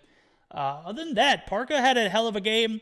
Yuhi and Uero obviously putting on for for 11, just not able to get that slaying OBJ or slaying to secure the OBJ down pack. If we look at the scorecard for the side of Cygnus, Bear, one of those players that we continue to talk about week in, week out, just absolutely dominating. He had their number from the rip, 30 and 16 for him. So a remarkable performance for him, and also a notable performance from the OBJ times perspective. A minute and 36 seconds, as S-Thug obviously was the OBJ designated player. 18 and 26 is probably why Bear had to put a minute and a half on the clock, if I'm assuming correctly. But overall collective effort for the Cygnus roster as they take the first game in the series, opening up this best of 5 tremendously strong for Cygnus. Yeah, and as we move to the game of Search and Destroy on standoff, I also someone that I do want to keep an eye on is Saxy. Saxy in the team of Cygnus. There were 2 games of Search and Destroy where he got 17 and 18 kills respectively. So yeah, I do want to see what he has to offer. Maybe he wasn't like the MVP on the Respawn game modes, but talking about S&D specifically, Saxy definitely put in the work on those games. Yeah, I'm going to go on a limb and say that he's not going to put 17 on, and I'm going to go ahead and make sure I don't cast curse these guys, but he's not going to put 17 and 18 on 11D. That's not going to happen. If it does, that might be the devastation and ultimately, what leads 11D to a 3-0 loss. But let's just be honest, 11D is not going to allow, Saxy to put 17 kills on him. It's just not in their nature. We're going to see a collective effort from all of these guys over at 11D to prevent that. It's going to be anchored by your guys Wetero and Zai. Zai, he may not get the top frag spot, but in a game like Search and Destroy, he's going to be your equalizer. He's going to be playing that sniper role. He's going to be playing very conservatively, allowing him the opportunity to set up, in spots where the opponent's not going to be at. So I would be watching, if you're 11D, if you're watching 11D, you're going to be watching Zai, as he, like I said, it's not going to top frag, but is going to be your clutch Search and Destroy player, if you ask me. For the side of Cygnus, if you're saying Saxy dropped 17 and 18 kills in 2 different games, that is remarkable, but I'm going to have to keep my eyes on him. I just don't think he's going to do it on a team like 11. These guys are well, too vetted, to be put, 17, 18 kills on. Am I right? Yeah. I just wanted to point it out, but like you mentioned, doing it with another team is one thing, but doing it against 11T, that's a whole different story. And but like you mentioned, Sai being one of those players that might not be like pushing like a lot in the first couple of seconds, like you mentioned, if he can clutch those rounds at the end, that's all that matters. So yeah, and which is the weapon that usually you've seen Sai play with? Zai will, since the Arctic is banned, I would expect him to see him with a Locust. If he's not using a Locust, he'll be ARing it with a DRH. Did we see? Nope, the DRH is banned. So, that's interesting. Might see a Man of War. Not 100% sure which gun he'll use, but he has been known to snipe on a map like Standoff. I could expect to see him to snipe. So, interested to see how they are going to play this. And as I say that, we're going to jump straight into the action. So, I'm going to expect this game to go to around 11. I won't say who I think is going to win it, but I do believe it's going to be close. So, definitely think it's going to go to a game 4 if that, leads you to who you think I'm going to win. Who's going to win here? Okay, you say round 11. I think it's going to be done in 10. It's going to be a bit quicker, It's going to be quicker, so 10. Okay, I can respect that. 10, only to 10. And as we start, let me give it a look at Sai. Unfortunately, he's going to be using one of those weapons that sometimes people get to get the speed boost. But so yeah, the Locust, that could be a really good option in a map like Standoff. And like you mentioned, if he is someone who doesn't necessarily rush as hard all the time, yeah, he's actually going to be using that Locust. And I don't know, I was expecting to see more snipers in here. And something that I've noticed this week specifically, I don't know if it's me that I'm not playing enough, but I've noticed a lot more usage of the Fennec, There's actually Yuhi and Just using that Fennec right now. Asai gonna pick up a wallbang, a blind wallbang onto Stog. That's gonna be the first kill, and what a way to die. Yeah, that's going to be taken out by Zai. Zai, I just been peeking this guy. He has been taking, like, the most precarious shots. Obviously shooting for the stars as he is just trying to get a shot onto somebody with a wall bang. Trying to get something to spot the team out. So he's playing that information role. He was unfortunately taken out. And 11D is just absolutely annihilated off the bomb site here. As 3 players are wiped instantly. Bear is going to be 1 player on the site. Jingo is going to be another taken out by Just. Is an animal. Saxy, the 1 player that you told me to spectate and take a look out for, is going to be the last player for Zygnus. He's going to be 1v1ing against Saxy. Oh, he is obliterated. Bodies are shot. I love it. As Just clutches that round against the defuse. Yeah. That's something that I also noticed Saxy doing a lot today, which is playing with that axe. Like it was working for them a lot. But on that one, I think he should have tried to be a bit closer to the door per se, like the way he was gonna walk through. And he already knew he was there. He heard him walking most likely. So if he knew he was gonna be walking through that really surely, I think he should have tried to get a bit closer. That ended up being the same reason why he got taken down. Wow, dude, that was an absolute bomb of a clutch by my guy Just. Using a gun that you had just made a comment on, the Finnick, as we see 2 players now, Yuhi and Just. Just picks up 4 kills, was able to 1v3 and clutch it. We're going to see Saxy retreat with that axe in hand. I do believe Just knows he's there. He's going to push it aggressively. Saxy is going to go ahead and retreat, and we're going to see Saxy taken out, Just being that player that is an absolute pest. Bear's going to be taken out too. Just cannot be stopped. Jingo is, however, going to be the answer to Just as he takes him out. We're going to see Just pick up the Finnick here. And if GoldenBoy was here, he would allow me the opportunity to retract my statement. It is the Finnick. No, not the Finnick, but the, how did he pronounce it? The Finnick. The Finnick is how someone spelled it in chat earlier. Obviously, the Finnick is F-E-N-N-E-C. Yuhi is going to get the refrag on Jingo, and that's going to be the round. But the Finnick, someone spelled, we were just dying, having a great time. Right, the Finnick, yeah, that's quite a way to call it. And like you mentioned, that's going to be the second round where Saxy's going to get taken down through that Finnick from Just. So just is like a nightmare for Saxy right now. Like, it's pretty unfortunate to die twice to the same player. And as I say that, Cygnus is going to pick up 2 quick kills right off the bat onto Yuhi and Wero. And also planting the bomb, so that's going to be a good start of round number 3 for the side of Cygnus. Absolutely. 2 big kills allows them to push in for the bomb plant. Parka's going to be taken out by Thug, and 2 refrags from Zai. Zai coming through with 2 big frags. Saxy going to be pushed by Just. Saxy's going to get the better of that one, and Zai is going to be left single-handedly and is taken out. That 2-0 deficit is going to be closed now to 2-1 as 11D loses the round. Zygnus is able to come through in the clutch. Saxy able to get that revenge that was much needed on Just, as just absolutely abused him the first 2 rounds. Absolutely annihilated him with that Finnick. God, they got me calling it a Finnick now. What the hell am I doing? Yeah, but like finally Cygnus being able to pick up a round, and the very next one they're gonna end up nearly all of them dying. It's only Jingo and Adapt remaining right now, and Jingo being on Grandmaster is gonna be the last one. Yuhi with that Fennec, like Just and Yuhi, those 2 with the Fennecs have so many kills. Wero picks up the last one. That's gonna be 3-1. And the dominance coming out of 11T on S&D, just like you mentioned, seems to be unbearable for Cygnus at the moment. It does, and you know what? This may be a better defending team, Zygnus is, as per se, to an attacking side. But with them unable to adapt to what 11D is doing here, is letting me know that they may not even make for a great defending side. So you got to be able to adapt quickly, and you got to be able to do it on the fly.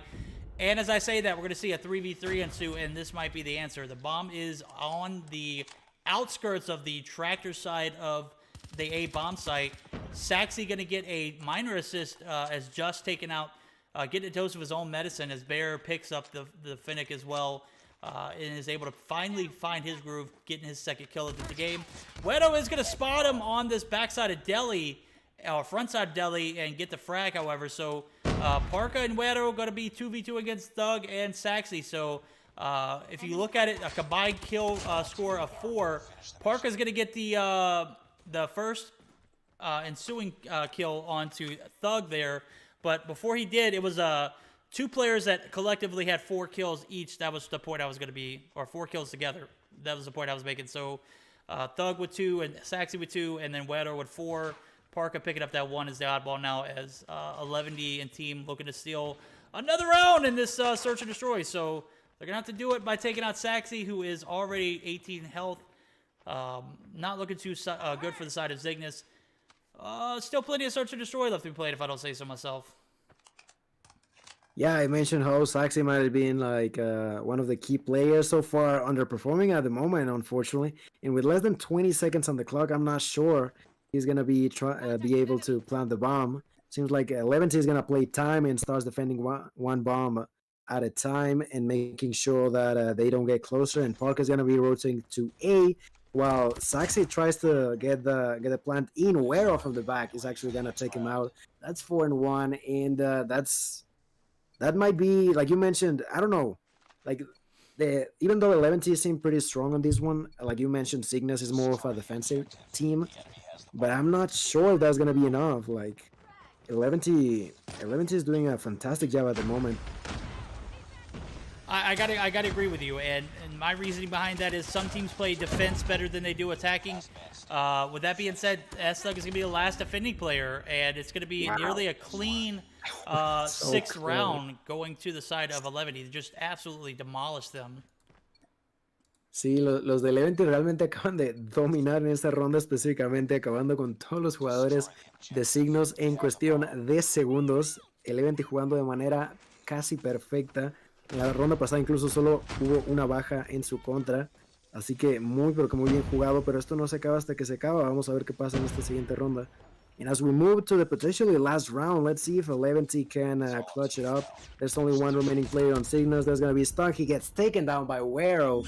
And now 11T is going to tie up this series 1-1. Yeah, that match was over before it started, and we were foolish to think that was going to go past 10 rounds, as we see a nearly flawless victory for the side of 11D. 6-1. Zygnus just, I'm not sure they played the same game as 11D did there. As I mean, they all loaded into the lobby. It just appeared as though they all weren't. They weren't all playing the same game. It just looked like Zygnus was a fish out of water. It looked like they were, playing in a lobby that they had no business playing in. And with that being said, they are going to lose this game. Of the Search and Destroy. Now, the domination game is going to be the deciding factor, in my opinion. Zygnus very much so in this, as we saw them take the first game with ease towards the end. Can they come back and take an L like that and come back collectively and play? That's my question to you, Gil. What do you expect to see out of these guys from Zygnus? Out of the side of Cygnus, I'm not necessarily sure. Since I think that this is the second game in a row where Saxy has not been performing that well. And even though they already played S&D, he didn't do that great of a job either. Only with what I believe was 2 kills or something like that. So I'm not sure. Like maybe if we can see an Adapt has also putting in the work today. But coming from those for that 6-1. I wouldn't be sure who to look at for this next game. I have to assume that Bear is going to be the guy that I'm going to watch for Zygnus. If Bear is able to, as I say that Bear leaves the lobby, Bear will probably definitely join us back up in this domination, as I want to say that's going to be the deciding factor. They absolutely destroyed 11D in the hardpoint game, going 30-16. And then on top of that, going a minute and a half up in the hardpoint OBJ time. So 11D evening the playing field here as we are all tied up 1-1 in the best of 5 of the finals, guys. That's right, dude. We're back here live for another Meseeks Sunday Showdown finals. And Ninja's here. Bear is out? No, that can't be true. I'm not sure. I'm gonna It be could be upset if he the same doesn't thing play. that I was talking about, the internet. I don't know if that's the thing. It seems to be cursed today. I don't know what's going on with the Cygnus team. I believe that every single player out of Cygnus has played today. You know they have 3 subs. Well, every single one has to be called into playing at one point or another. So I'm thinking that last matchup was probably an internet connection issue as Bear leaves the lobby. Bear didn't necessarily have a bad game, but did not have the game like they had in the hardpoint. So I don't know. I've seen 11D also sub in and out. We've seen action from Alda. We've seen action from Mago, who is a sub that they've submitted for in this particular tourney. Let me take a look at the roster and see if I can confirm if I've seen all of these guys in. So we'll take a look and I will let you guys know. But I want to say the very same thing. I'm not sure if it's for the same exact reason. I want to say maybe it was due to just, the need of the team. So like Mago played very well in the Search and Destroy, but was ultimately subbed out in the Domination. We haven't seen Mago join back in the lobby. And this is the starting 5 for 11D, if I'm not mistaken. This is the starting roster. No subs in. This is not. This is what you see when you watch Mobile Mayhem. These guys are the 5 go-to players that you want in the lobby for 11D to secure a victory, in my opinion. So I'm pulling up the roster, and Jesus Christ, at the teams that have that have registered. Wow, this is I'm pushing all the way up to the top. Were they the first team that it seemed like they only have as a sub Mago and Alda, like you mentioned. They don't have a third, at least that I have in here. I just pulled it up. They're at the very, very top. Super is always on top of it, and I appreciate that. Super, if you're watching, do a hell of a job with what you've done with these guys. Just absolutely A1, and we appreciate you coming in, registering these guys week in, week out. Always enjoying watching 11D play in the finals when they make it. We watched them win 3 straight weeks in a row. This could be another week for them if Cygnus continues to have connection issues. I'm obviously not going to pin a victory to 11D, strictly on connection issues, though. 11D, I will continue to say it week in, week out. I'll say it again 10 more times tonight. This is the best 11D roster I've seen since I've been watching 11D play. So we've been doing the Meseeks Sunday Showdown now for 18 weeks. And they played in 16. So, yeah. Definitely the best roster I've seen. Overall, that time, we can all agree that they've been improving, and they've been improving a lot, right? Oh, 100%, dude. Like I said, this is they made a few changes here recently in the past month or two that I absolutely agree with. The roster changes were much needed. Swapping some things out here and there, and this roster, this entire team just works very well together. Parka playing that OBJ role, Zai, Wero, Just, Yuhi, all slaying out when time has come. But Parker is definitely, if you ask me, that pivotal player that, when he slays, the rest of the team just falls in line. So if he's left playing the OBJ, he doesn't mind. He's going to pick up the slack in that particular department, as we saw him try to do it in the hard point. We'll see how he does here in the Domination. Sí, antes de empezar esta partida, pues comentarles para los que están un poco perdidos, que acaban de unírsenos, esta va a ser la partida número 3, van 1-1 en el mejor de 5. Va a ser una partida de dominio en campo de práctica, perdón. Y pues eso, la verdad, la partida pasada dominó bastante el evento y vamos a ver si esa misma jugabilidad se continúa en esta siguiente partida. And as we start this game, it seems like 11 is going to take their sweet time to pick up A. And while they do that, it seems like Cygnus is going to take advantage and picks up B right away.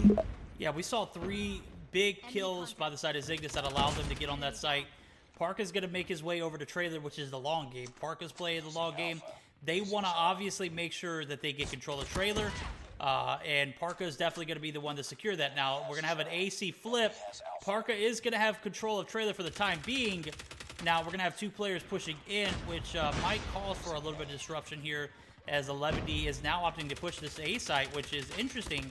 They're going to get a partial cap, not going to get 100% of it, and are going to be taken off the point. Now, that's going to relieve a lot of pressure off this B site, giving 11D the upper hand, allowing them to push in, take B easily, as we see Zygnus forced to push towards this A site and get a recap. That is exactly what you wanted to see. And as we say that just as quickly as they got it, oh no, they weren't able to cap B, but it's like that was so close. All they need is like 1 point on it, and they might get it here as, no, the recap from 11D is going to come through. Yeah. Yeah, we're coming in clutch. If he wasn't in there, like you mentioned, only a split second is all they needed for that cap. Fortunate enough for 11T, that's not going to be the case, and allows them to tie the series and continue to be now on the lead for them.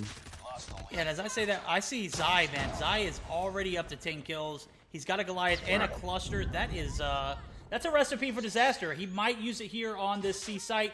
As I see, yes, he does pull it out, but it is going to be a little short, as C is going to be able to be capped there by the side of Zygnus. So Zygnus is going to be able to take C without fear, though. B is going to be pushed. B is not going to be capped as Wedo takes out Jingo. We're going to see 2 more frags from Zai. Ooh. Zai just collecting the bodies here. And that's going to give the advantage to 11D as they have B. They have control of trailer. Well, they have armory here, which eventually leads to trailer control. And C and A going to flip. No, A is going to be triple capped. A, B, and C are in the side of 11D. And 11D making a strong hold on all 3 points here as the devastation for this Zygnus roster just continues to go on into the domination. Yeah, like you mentioned, we should keep an eye on Sai, and he's definitely proving himself right here, as he's going to pick up his kill number 16 now using the Tempest. And with his team about to get a triple cap yet again, while he on his own is going to be defending C. And yeah, Sai, like with all his tricks, making sure that even if he's not close to, for example, he's on A and has to defend C, throws a Predator, for example. Like, Sai is just on fire at the moment, and I don't know if anyone of Cygnus is going to be able to stop him, as 11T is going to double the amount of points that Cygnus has right now. Yeah, and I'm keeping an eye on Zai, as we say that. Dude had 2 cluster strikes. He missed out on another Goliath. That means dude got Goliath, didn't use it, got Goliath again, but, you know, because of the way the score streaks stack, you can't get 2 score streaks at the same time. So Zai cycling through those score streaks and gets another cluster strike as he is up to 24 in this first half. Second half is going to begin here in the next few seconds as we see 100 points reached by 11D, giving them the upper hand. They go up by 50 points. Zai is just absolutely slaying out. Unbelievable.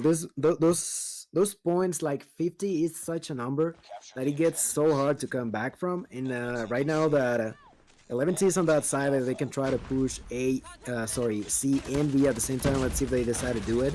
Feels like they don't.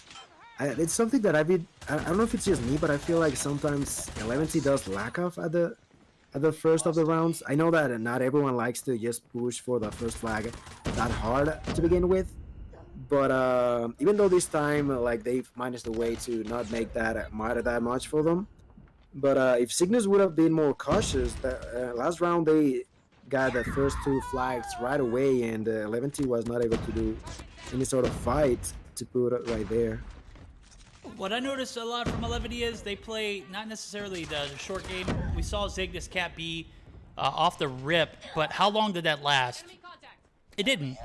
11D played the long game. They played control for trailer. That worked out in the long run. And Zai now with the 28 kills, got a Goliath still in pocket. He needs to get that bad boy down so someone can utilize it either in trailer or in top 10.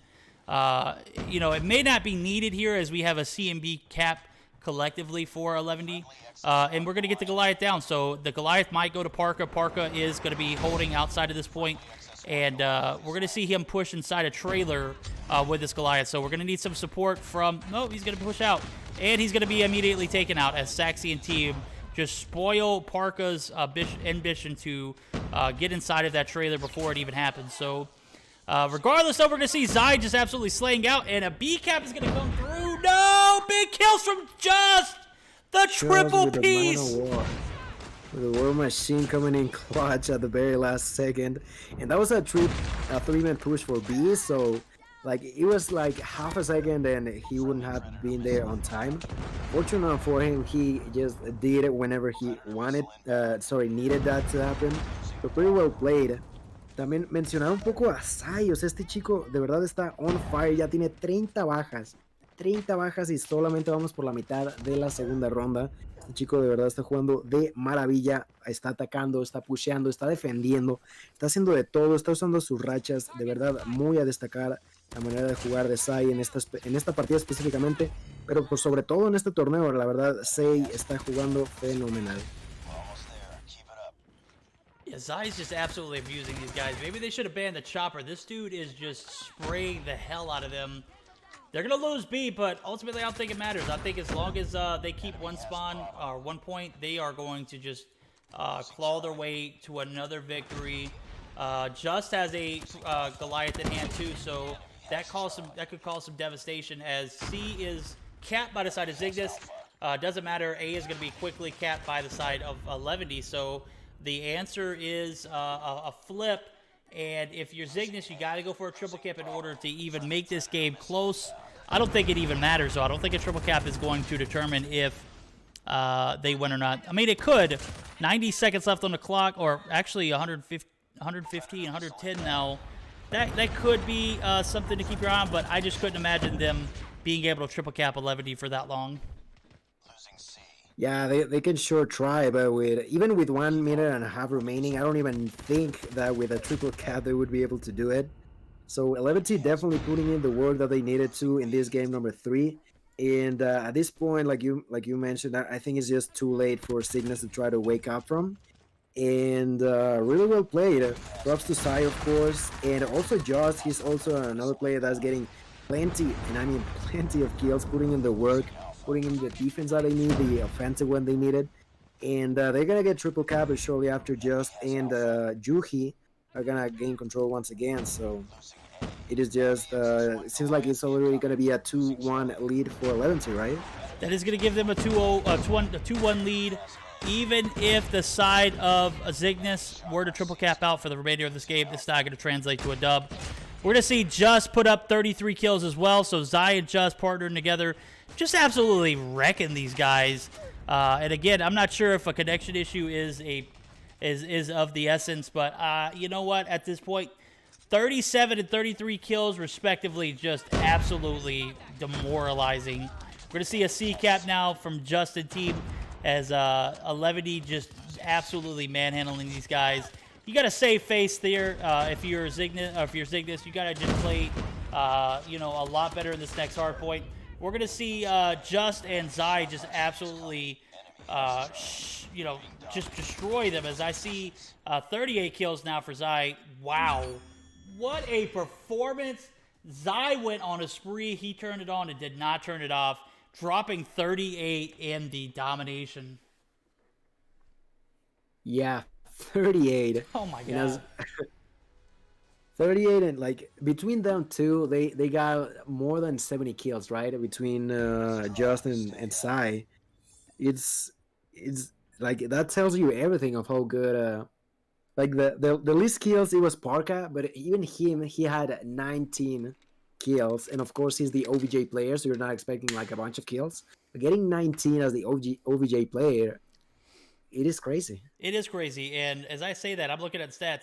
Weado had 13 caps. Where the hell did Weado come through with 13 caps? That definitely secured the dub. Parker still played an instrumental role. Didn't go negative, which allowed his team to profit. Zai and Just, the topic of the discussion, though, 34 and 38 kills respectively. That accounts for 72 kills. Nobody from the side of Zygnus able to even compete in the KD ratio, as I see nobody went positive. My guy Daft went 13 to 31. Double negative. you know, that's just not a great way to start off the domination. And man, I got to stop and think, how would this matchup have gone if Bear was in? As we see a 192 to 153. Don't let that score fool you. That game was all 11-y. 11-y just absolutely dominated them. So 38-19 for Zai, 34-19 for Just, securing the dub for 11-y. They're going to be up 2-1 in the series. And Gil, we are on the brink of an elimination for Zygnus. What does Zygnus need to do here in this Hardpoint Hackney Yard? What do they have to do? Like, I'm not necessarily sure, but I do remember. I think that 1 or 2 players coming out of Cygnus are pretty decent players with pretty solid players with a shotgun, and in certain hard points on Hackney Yard, that can be pretty important if you know how to play it properly. Absolutely. We're going to see Bear join back in, which is absolutely a sign of relief. If you're Zygnus, this is definitely the guy you need to have in the lobby with you in order to contest this 11-y OP roster. These guys just absolutely slaying. That domination wasn't even close, guys. 11-y just outmanned the hell out of them. Take the lead in the series 2-1. They need one more game. Can they do it here on the Hardpoint Hackney Yard? That's going to be the topic of discussion. Are they going to allow Zygnus a foot back in the door, taking us to a game 5? Interested to see. I think Bear's going to be that equalizer. If I had to say so myself, I think this is the guy that they needed last game, unable to play for whatever reasons. If I'm Bear, dude, I would have regretted the hell out of exiting the lobby. Am I right? 100%. And before continuing, I want to ask also the chat, what do they think about this next game? Do you think that 11 is going to be able to clutch it up, or maybe Cygnus will be able to tie it up to a potential game 5? Para los que hablan español, comentarles que piensan que va a pasar por aquí. ¿Consideran que el Eleventy va a poder cerrar este mejor de 5? Van 2-1 ya a la delantera. Vamos a ver si pueden cerrarlo ya aquí, o por su parte Cygnus logra empatar esta mejor de 5. Chat, we got to know. You guys think Zygnus is going to come through in the clutch, take this this game away from 11-y? Or do you think 11-y is going to go ahead and seal the deal, winning it in 4? I have to think that after a dominating performance like that from 11-y, that they should go ahead and take this win. But, I mean, it's anything possible. Zygnus making that roster change, that necessity, or that necessary, Jesus Christ, I can't even speak tonight, that necessary roster change, putting Bear back in. They opted to take Adapt out, as we saw, go 13-31, just not a great domination performance. Obviously, he might have internet connection issues, so I won't speak illy of Adapt. Just not the same player I'm used to seeing. So 11-y on the brink of another Meseeks Sunday Showdown Finals championship win here. They need one. Can they get it? This is the deciding game for Zygnus. Zygnus needs a win here in order to extend this series. 11-y just needs one to take the dub. Yeah, and game 4 about to start. Who do you want to look for? You think Sai alongside with his partner Just are gonna put in the same amount of work they did last time? Or maybe we'll see someone else from 11-y putting in the work. You know what? I want to take a look at Parka, but I also want to take a look at Yuhi. Yuhi using that Finnick. It's an interesting gunner choice on this map. But with all due respect, I got to look at my guy Bear, dude. Bear was, you know, if you ask me, the reason why Zygnus did not compete in that last game. Bear is a guy that you look week in, week out, see consistent numbers from. So I got to take a look at Bear as this first point opens up. Yeah, and I'm not sure if I was right. Oh, for a second I thought he was going to be using a shotgun, but no. He's going to pick up that LK, I believe is the one that he's playing with. And gets taken out pretty quickly by Wero, actually. Wero using that Manowar. And we're going to see, again, Juhi and Just with that Fennec. Sorry, laughing about the way of Fanique. pronunciation. Yeah, I also have that in mind as well now. And Cygnus is gonna take control for a little bit, but quickly with Sai using that shotgun. Actually, Sai alongside with Wero, I think they are both usually shotgun players, if I'm not mistaken, right? I've seen Zai use the KRM in hardpoints. Him using the BY-15 is interesting as, you know, it's not something I've seen him use more recently. The KRM is usually what I see him use when he shotties, but definitely a shotgunner. I haven't seen too many, you said it was Wedo, right? Yeah. I haven't seen a lot of in other shotgun for games, Wedo. yeah. I think the time where I did see it was like, I don't know if it was last week or the week before that, but he was definitely killing it with that BY-15. I would have to think that any gun that Wedo picks up, he just absolutely abuses people with because the guy is just an absolute slayer. Zai gonna push into this P2, this tire shop area, and we're gonna see an initial hold by Cygnus. So interested to see Zai use this shotty. This is a gun that I've seen him use many a times. Obviously, the KRM is something I'd normally see from him, but the BY-15 he is no stranger to. So we're going to see a great transition and takeover from 11D, allowed him to extend that lead that they've grasped now. With 25 seconds left to go in the point, I'd have to say the advantage is going to go in favor of Cygnus, or not Cygnus, but 11D, as the rotations are going to be made. I'm not sure why Cygnus is even pushing this, as yeah, okay, maybe so. Maybe the last 10 seconds are worth it, though, as P2 is about to wrap up.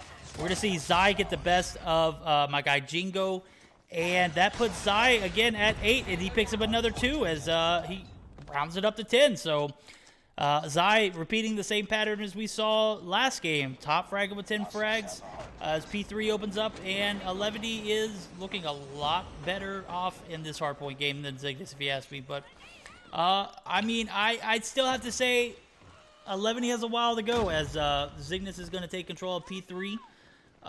Evening the score as we see that lead that 11D built is now going to be shrunk to about 4 points. So, man, this is a toss-up, dude. You know, Zai's up to 13 kills. 11D is just getting absolutely carried by him in this point. Still plenty of game left to be played, so not seeing the kind of performance I see out of Bear usually. That might be due to internet connection issues, and, you know, he didn't mention his name before the game started, so I'm assuming he didn't have, like, breakout performances these past few games? No, he definitely did. He definitely did. It was just, at least most of the matches I saw, it was either Saxy for the Search and Destroy or Adapt, who's actually not in the game anymore as he got subbed by Bear. But he was definitely up there, you know. He was, I don't think he was the MVP, but he was definitely in the top 2, top 3 most of the games.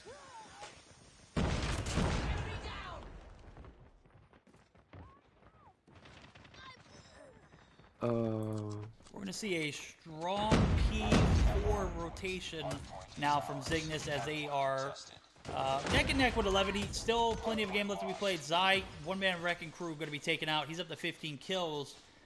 11D took the lead, gave it back, and now Cygnus is going to run away with it as we see Bear opted to use the BY.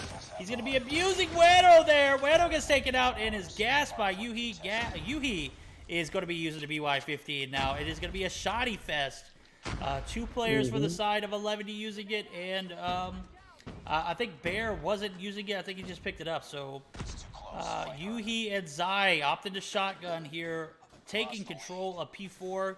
P5 rotations are going to start, and I can't assume anybody's going to win here now, as it is just neck and neck. 11D play well in the rotation or retake from P2, but allowing a little bit more breadth in the side of the game for Cygnus.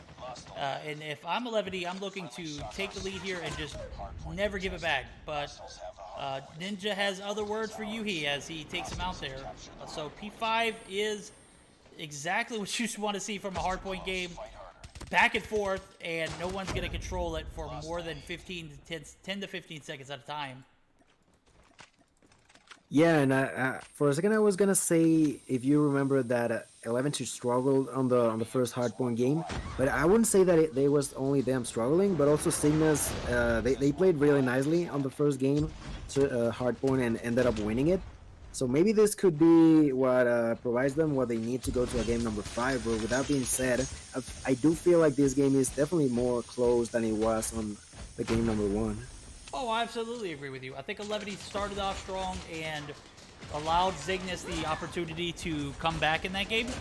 We're going to see I mean, this is not really a strong start by any team by any means. It's a collectively equal matchup, if you ask me. Zai is just absolutely maintaining the longevity of this Goliath here, as it's only down to 687. So a well-placed Goliath and a well-played one as Zai gets in. Is up to 20 kills, so, you know, this is definitely what you want to see out of your Goliath. You want to see a complete hold on P1 here. This is something that could give your team an advantage, and as I say that, it is taken out as he did not have any kind of support from a trophy system. So 11 is going to be taken out of the point, and the Goliath is going to be destroyed. So Zai playing for his life. He's going to be taken out by Thug, who utilizes his operator very well, able to hold the point and allow Cygnus to maintain the lead here. So definitely a better performance from Cygnus in comparisons to the Search and Destroy and the Domination. I think when Bear is on, that is going to be the deciding factor for Cygnus, if you ask me. But, you know, this is the first series I get to spectate them. I can't say, you know, if that was the case in the beginning of the series that they played earlier on the night, but definitely going to be something to keep an eye on. So Sí, realmente el Eventi, o sea, está peleando con garras y dientes esta partida, le está costando bastante. Sai ahí con la doble baja, con esa escopeta, va a hacer un trabajo fenomenal. Sai, de nueva cuenta, está haciendo el mayor carry que puede, justo ahora a punto de aproximarse a esas 30 bajitas. Y recordar que pues la primera partida que fue de punto caliente también la perdió el equipo del Eventi, pero justo ahora está aún más cerrada. We're gonna see how Sai is now sniping with that Tempest. Like Sai with nearly 30 kills and Yuhi with that shotgun. That combo seems kind of scary, if you ask me. yeah, Zai was like a one-man wrecking crew inside of P2. He could not be taken out. He had a little bit of support there, so I got to give a shout out to the rest of the team. As I want to say he had someone with a few assists right there next to him, but Zai just absolutely found what gun he needs to use in these hard points. And it is absolutely that BY-15. This gun is wrecking Cygnus single-handedly. We're going to see a double kill. He gets a nade and the BY kill. Dude, I don't know if you noticed that. Sai just got a kill with a grenade, then with a shotgun, then with an RPG, then with a shotgun again. What the hell is this? This guy is like... whatever he's using. Did he like store a line of JuJu energy? Because this dude is just like A1 with it right now. He can't be stopped. He's doing it. Ooh. Look at that, and now he's on the hard point. He cannot be taken out. He finally dies, but after what, 6, 8, 9 kills in a row? He's up to 32 now, so yeah, that is, if you're Cygnus, you gotta be watching out for Zai. This dude is just unbelievable. Yeah, like, there's nothing else to say besides the fact that he's definitely putting in the work that this team needs to win. And as they get closer and closer to the victory with 32 points left remaining for them to win, is it too late for Cygnus to try to do a comeback in this game? We got a Goliath coming down for Zai, as he's got his second Goliath. He's gonna need a trophy system down, and this might do it for 11. Zai single-handedly just destroying Cygnus. He had a chip on his shoulder or something coming in this game, because he's just absolutely destroying Cygnus and putting up 35 plus kills in 2 straight games. That's remarkable. That is going to secure the win. That is going to get the dub to 11. They're going to take the win and the series. My guy, Zai, MVP of the Meseeks Sunday Showdown Finals, if you ask me. Without a doubt, man. Zai, this guy, someone giving a medal. Like, the price is not enough for this guy. I don't have the words to put on how well this guy played in this finals. That guy Zai needs a nerf. I think they need to ban Zai from the next, instead of banning a gun, they just need to ban Zai, because this guy, woo, 37 kills this game, 38 the last game. What the hell is this guy Zai on? I need to know, because he's in his groove, man, and he can't be stopped. Dude absolutely destroyed Cygnus. Put in 2 minutes on the point, too. 2 minutes, yeah. Pay the guy 11. This guy needs a pay raise. I almost said pay cut. He don't need a cut. He needs a raise. Dude put in absolute hella work. He did the work of 3 people on the point and kills. My guy Zai absolutely wrecked Cygnus. Bear tried to put something on for Cygnus, unable to do anything with his team, as they are 3-1 in the series, going to game 4, and wow. Sí, reconocerle a Eleven, tío. O sea, ya es la cuarta semana que se llevan la victoria. Hubo un par de semanas donde les costó un poquito más, pero una vez más se vuelven a alzar con la victoria. Enhorabuena a todos y cada uno de ellos y también de sus seguidores. Apreciamos mucho que estén aquí con nosotros. Entonces, pero que muy bien jugado para Eleven T. That's gonna be the 4th week. Have they won any more than the 4th that they've gotten at this point, coming out of 11T?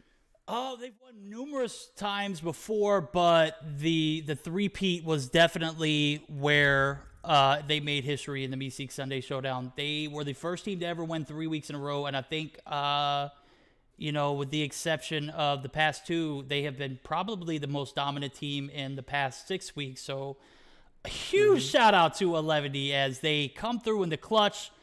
And my guys, wow. All right, that's going to conclude our cast for the night. Guys, always a pleasure. Gil, just coming through in the clutch. I appreciate you, my guy. We're going to go ahead and close out. Gil, man, I appreciate it, dude. Anything you want to say to this crowd of beautiful 11D fans? Well, thank you also very much for watching us today. An amazing performance. A lot of fun casting today, as always. And thank you all for having me in here. Don't forget to drop a like for my boy Verdict. Don't forget to leave the channel with a follow. And make sure that you can also join the Discord server where you can see all the information about this tournament as well. Absolutely, guys. And we're going to go ahead and get ready to raid. We're going to go ahead and take a look at... go ahead and get ready. We're going to go ahead and take a jump into Elizabeth's channel. She's been modding all night, dude, coming through in the clutch. We're going to go ahead and reward her efforts with a raid. So go ahead and get ready. Don't go nowhere. Go ahead and give my girl Elizabeth some love, as she is playing some COD Mobile right now. We're going to go ahead and show her some support.